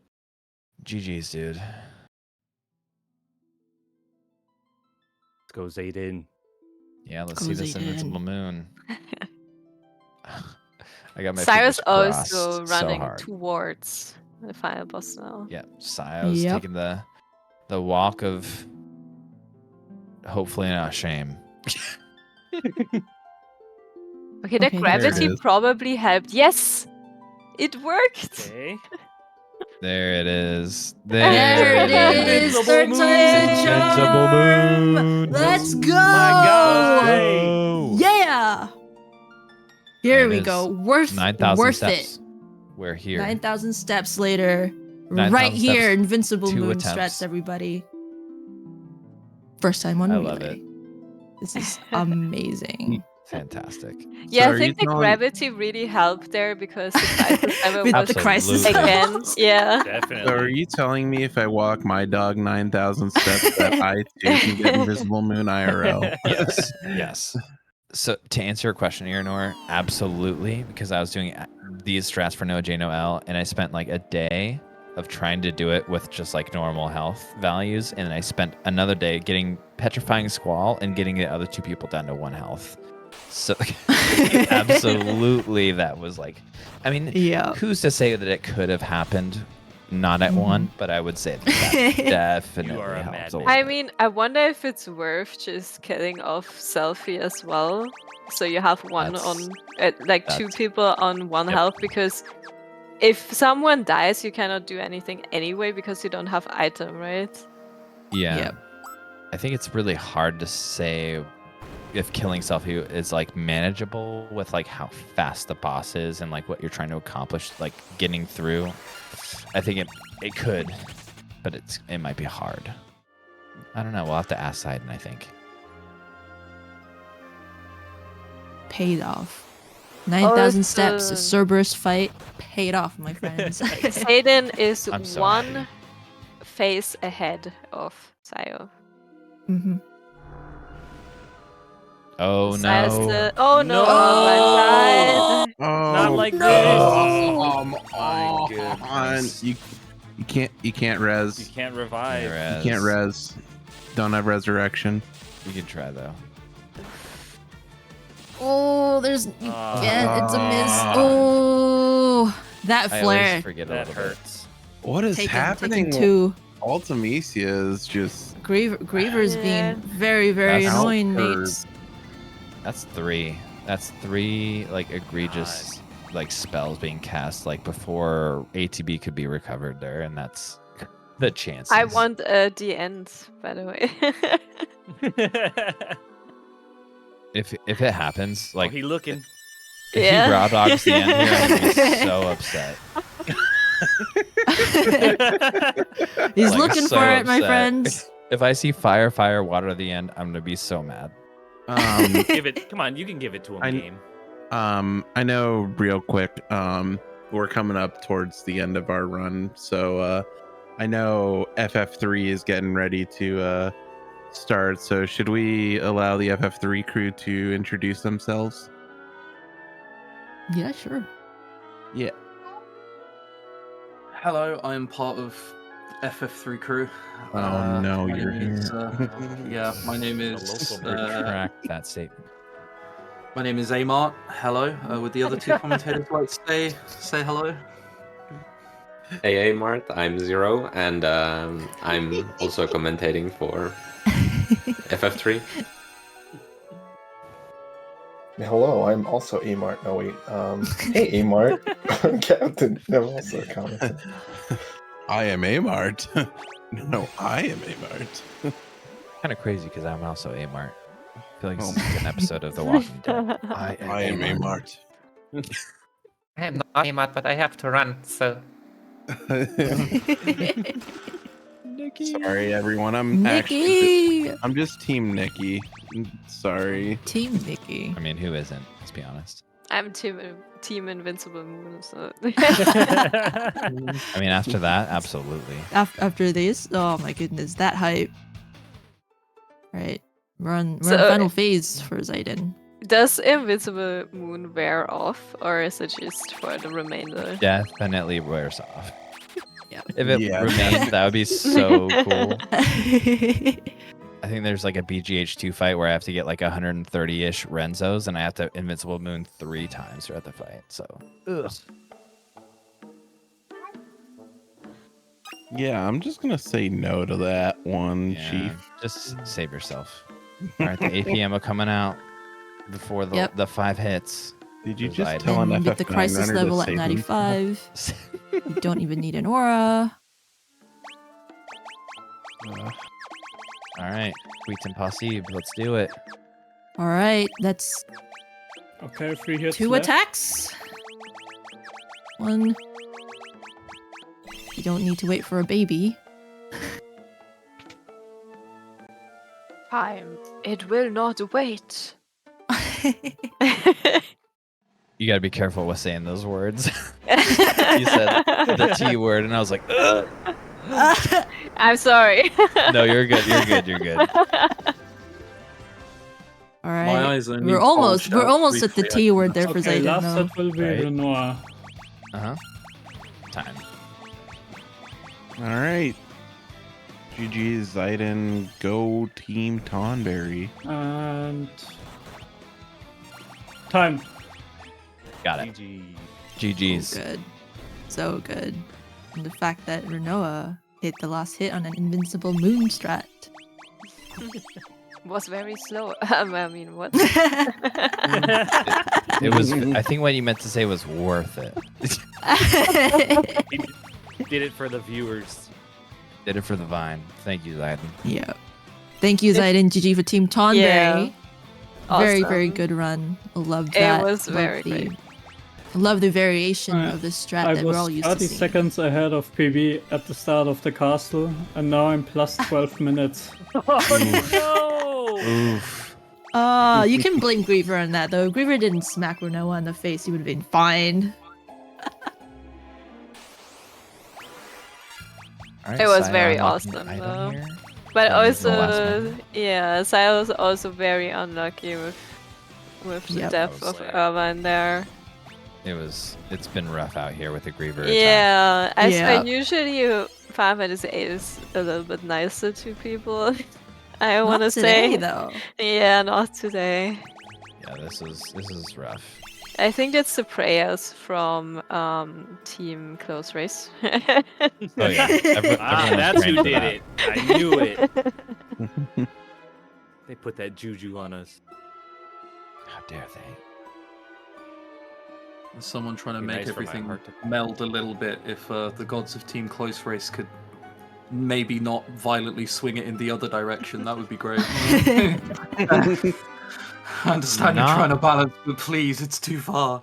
Not often is FF8 the great equalizer. It's usually like FF5 or FF1 Yeah. or something like that. Like 8 Or is not usually the 10-2. neutral. 10-2. So it's good to see. It's good to see. I think it was in a nice spot in the relay. It's usually like first or last. It's good where it was at.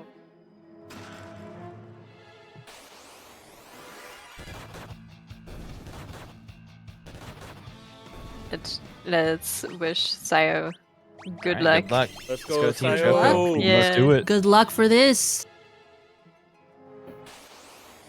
You don't Thank need you the for all the seed Griever. checks.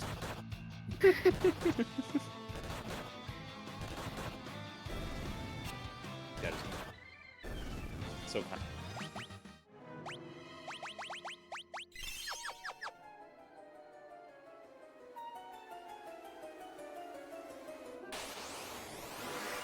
I feel like how this ended will turn potential runners a bit off. Yes. This is not normal. This is a Yeah, fluke. this is not normal. This is Normally it's, it's very nice to you. yeah. This will never happen to you, Smile. Don't try, I am at home. Play our game, Smile. Look at that ATB. Gorgeous. Amazing. Already starting off so good. It's not like he has initiative or anything. I forgot that as I was saying it, and I was like, never mind. It's been a long day. We're multiple hours into this, and I'm ready. Ready for my heart to stop racing. Never. Ready to see this this fight go off without a hitch. Yep. Here he comes. Griever control that many times. The great equalizer right here. Let's not go 4 for 4. Yeah, so we actually didn't explain the normal Very nice. strat. So Aura Stone will give Irvine Aura, which means he can use his limit anytime. Doesn't matter how much HP, crisis level, whatever. And then we also use Hero on 2 characters, or a Holy War if you got it, that would be on all 3, to make them invincible. So we're safe and just shoot. And then it's just Irvine doing damage. It's so nice when you get what just happened to Sayo is when you could Yep. you go into phase 2 and 2 ATBs just pop up like instantly. You're just so ready. first person go to Aura Stone, second person I'm go so to Hero. mad. Yeah, I Never bet, had buddy. that happen to me before, man. No, it's all cool from here. It's There's- like easy going from here. Said there's There a was first some- for everything. Yeah. There's 3 Griever snipes. Ugh. 3 Griever Just relay snipes tonight. tings. Just relay tings. I was closing that gap so slowly. Yep. You weren't the only Reaver person to did the get same Flare thing. Death No, Irvine. I saw 2 of those. I saw a little bit of Xeidin. That's needing to crazy. reset, but I'm really happy that we got to see alternate strats. Yeah, Invisible yeah. Moon. And like going for it, like, you know, a third time, we're gonna make this work, and we made it work. Was able to close it out.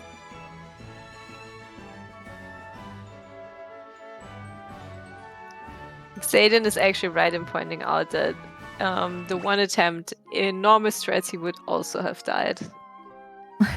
With that flare or whatever that was. Yeah. Yeah.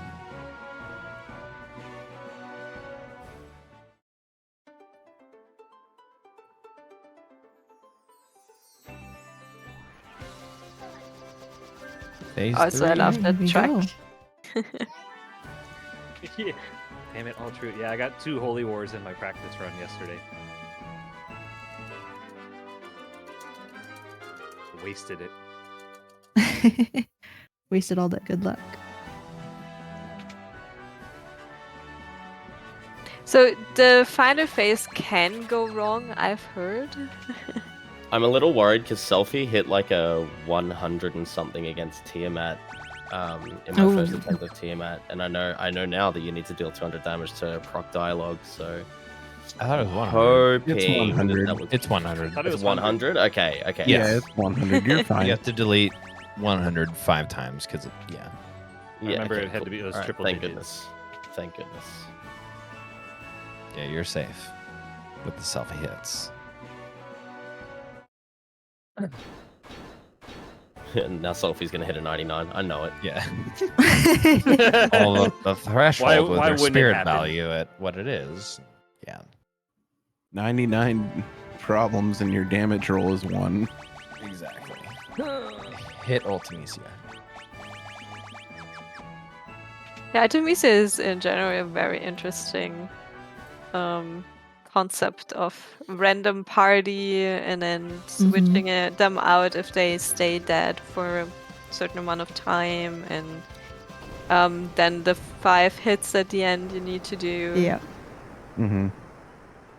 I mean, just her, her 4 phases that do kind of vastly different things. Like the final phase does that Last Judgment, I think, whatever that name is. That brings her HP down to 1 HP. Like that's weird. That's Lost Judgment. Yeah. That's like a weird one, right? And it doesn't really do much until after until after Apocalypse. So it's like a weird battle, but I like it. Arguably, it doesn't make much sense to do the judgment thing 2 times in a row. But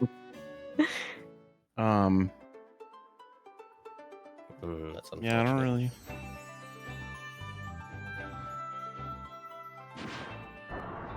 All right. That's 1. We're almost there on Team Choco. Getting this APMO in. Depleting 100 health 5 times, and that'll do it for us here at the FF8. Yep. Booth. Started blast. So in there. Start blasting. Yeah, before we go, I just wanted to say thanks to the Relay for organizing this event again, and for allowing us to represent FF8, and to all of you. Thanks for having everyone for jumping in on commentary. Yeah. Everyone Thank seemed you. to love it. I didn't get to Yeah. listen to a great deal of it, but I know that we had some great people. You will be. But yeah, thanks for having us as well. Yes. Just thank you. So, enjoy the rest of the runs. Take care of yourselves. Take care of each other. all right, time's Be coming up safe. for me. Yep, I'm getting ready to Make good split. decisions. Don't do not anything the I wouldn't do. baby. Team Damn. Choco representative Make it, anyway. baby. That's all right. We're coming in. Baby. Coming in for Final Fantasy III. Coming here down to the Final Fantasy Relay at the RPG Limit Break Twitch stream. Coming in about 3, 2, time! Thank you, everyone. GG's. GG's. Let's go, Team Mog. GG's, everybody. GG's. Mog Yeah, Good luck, FF3 GG's to crew. Yeah. all the Easy. runners.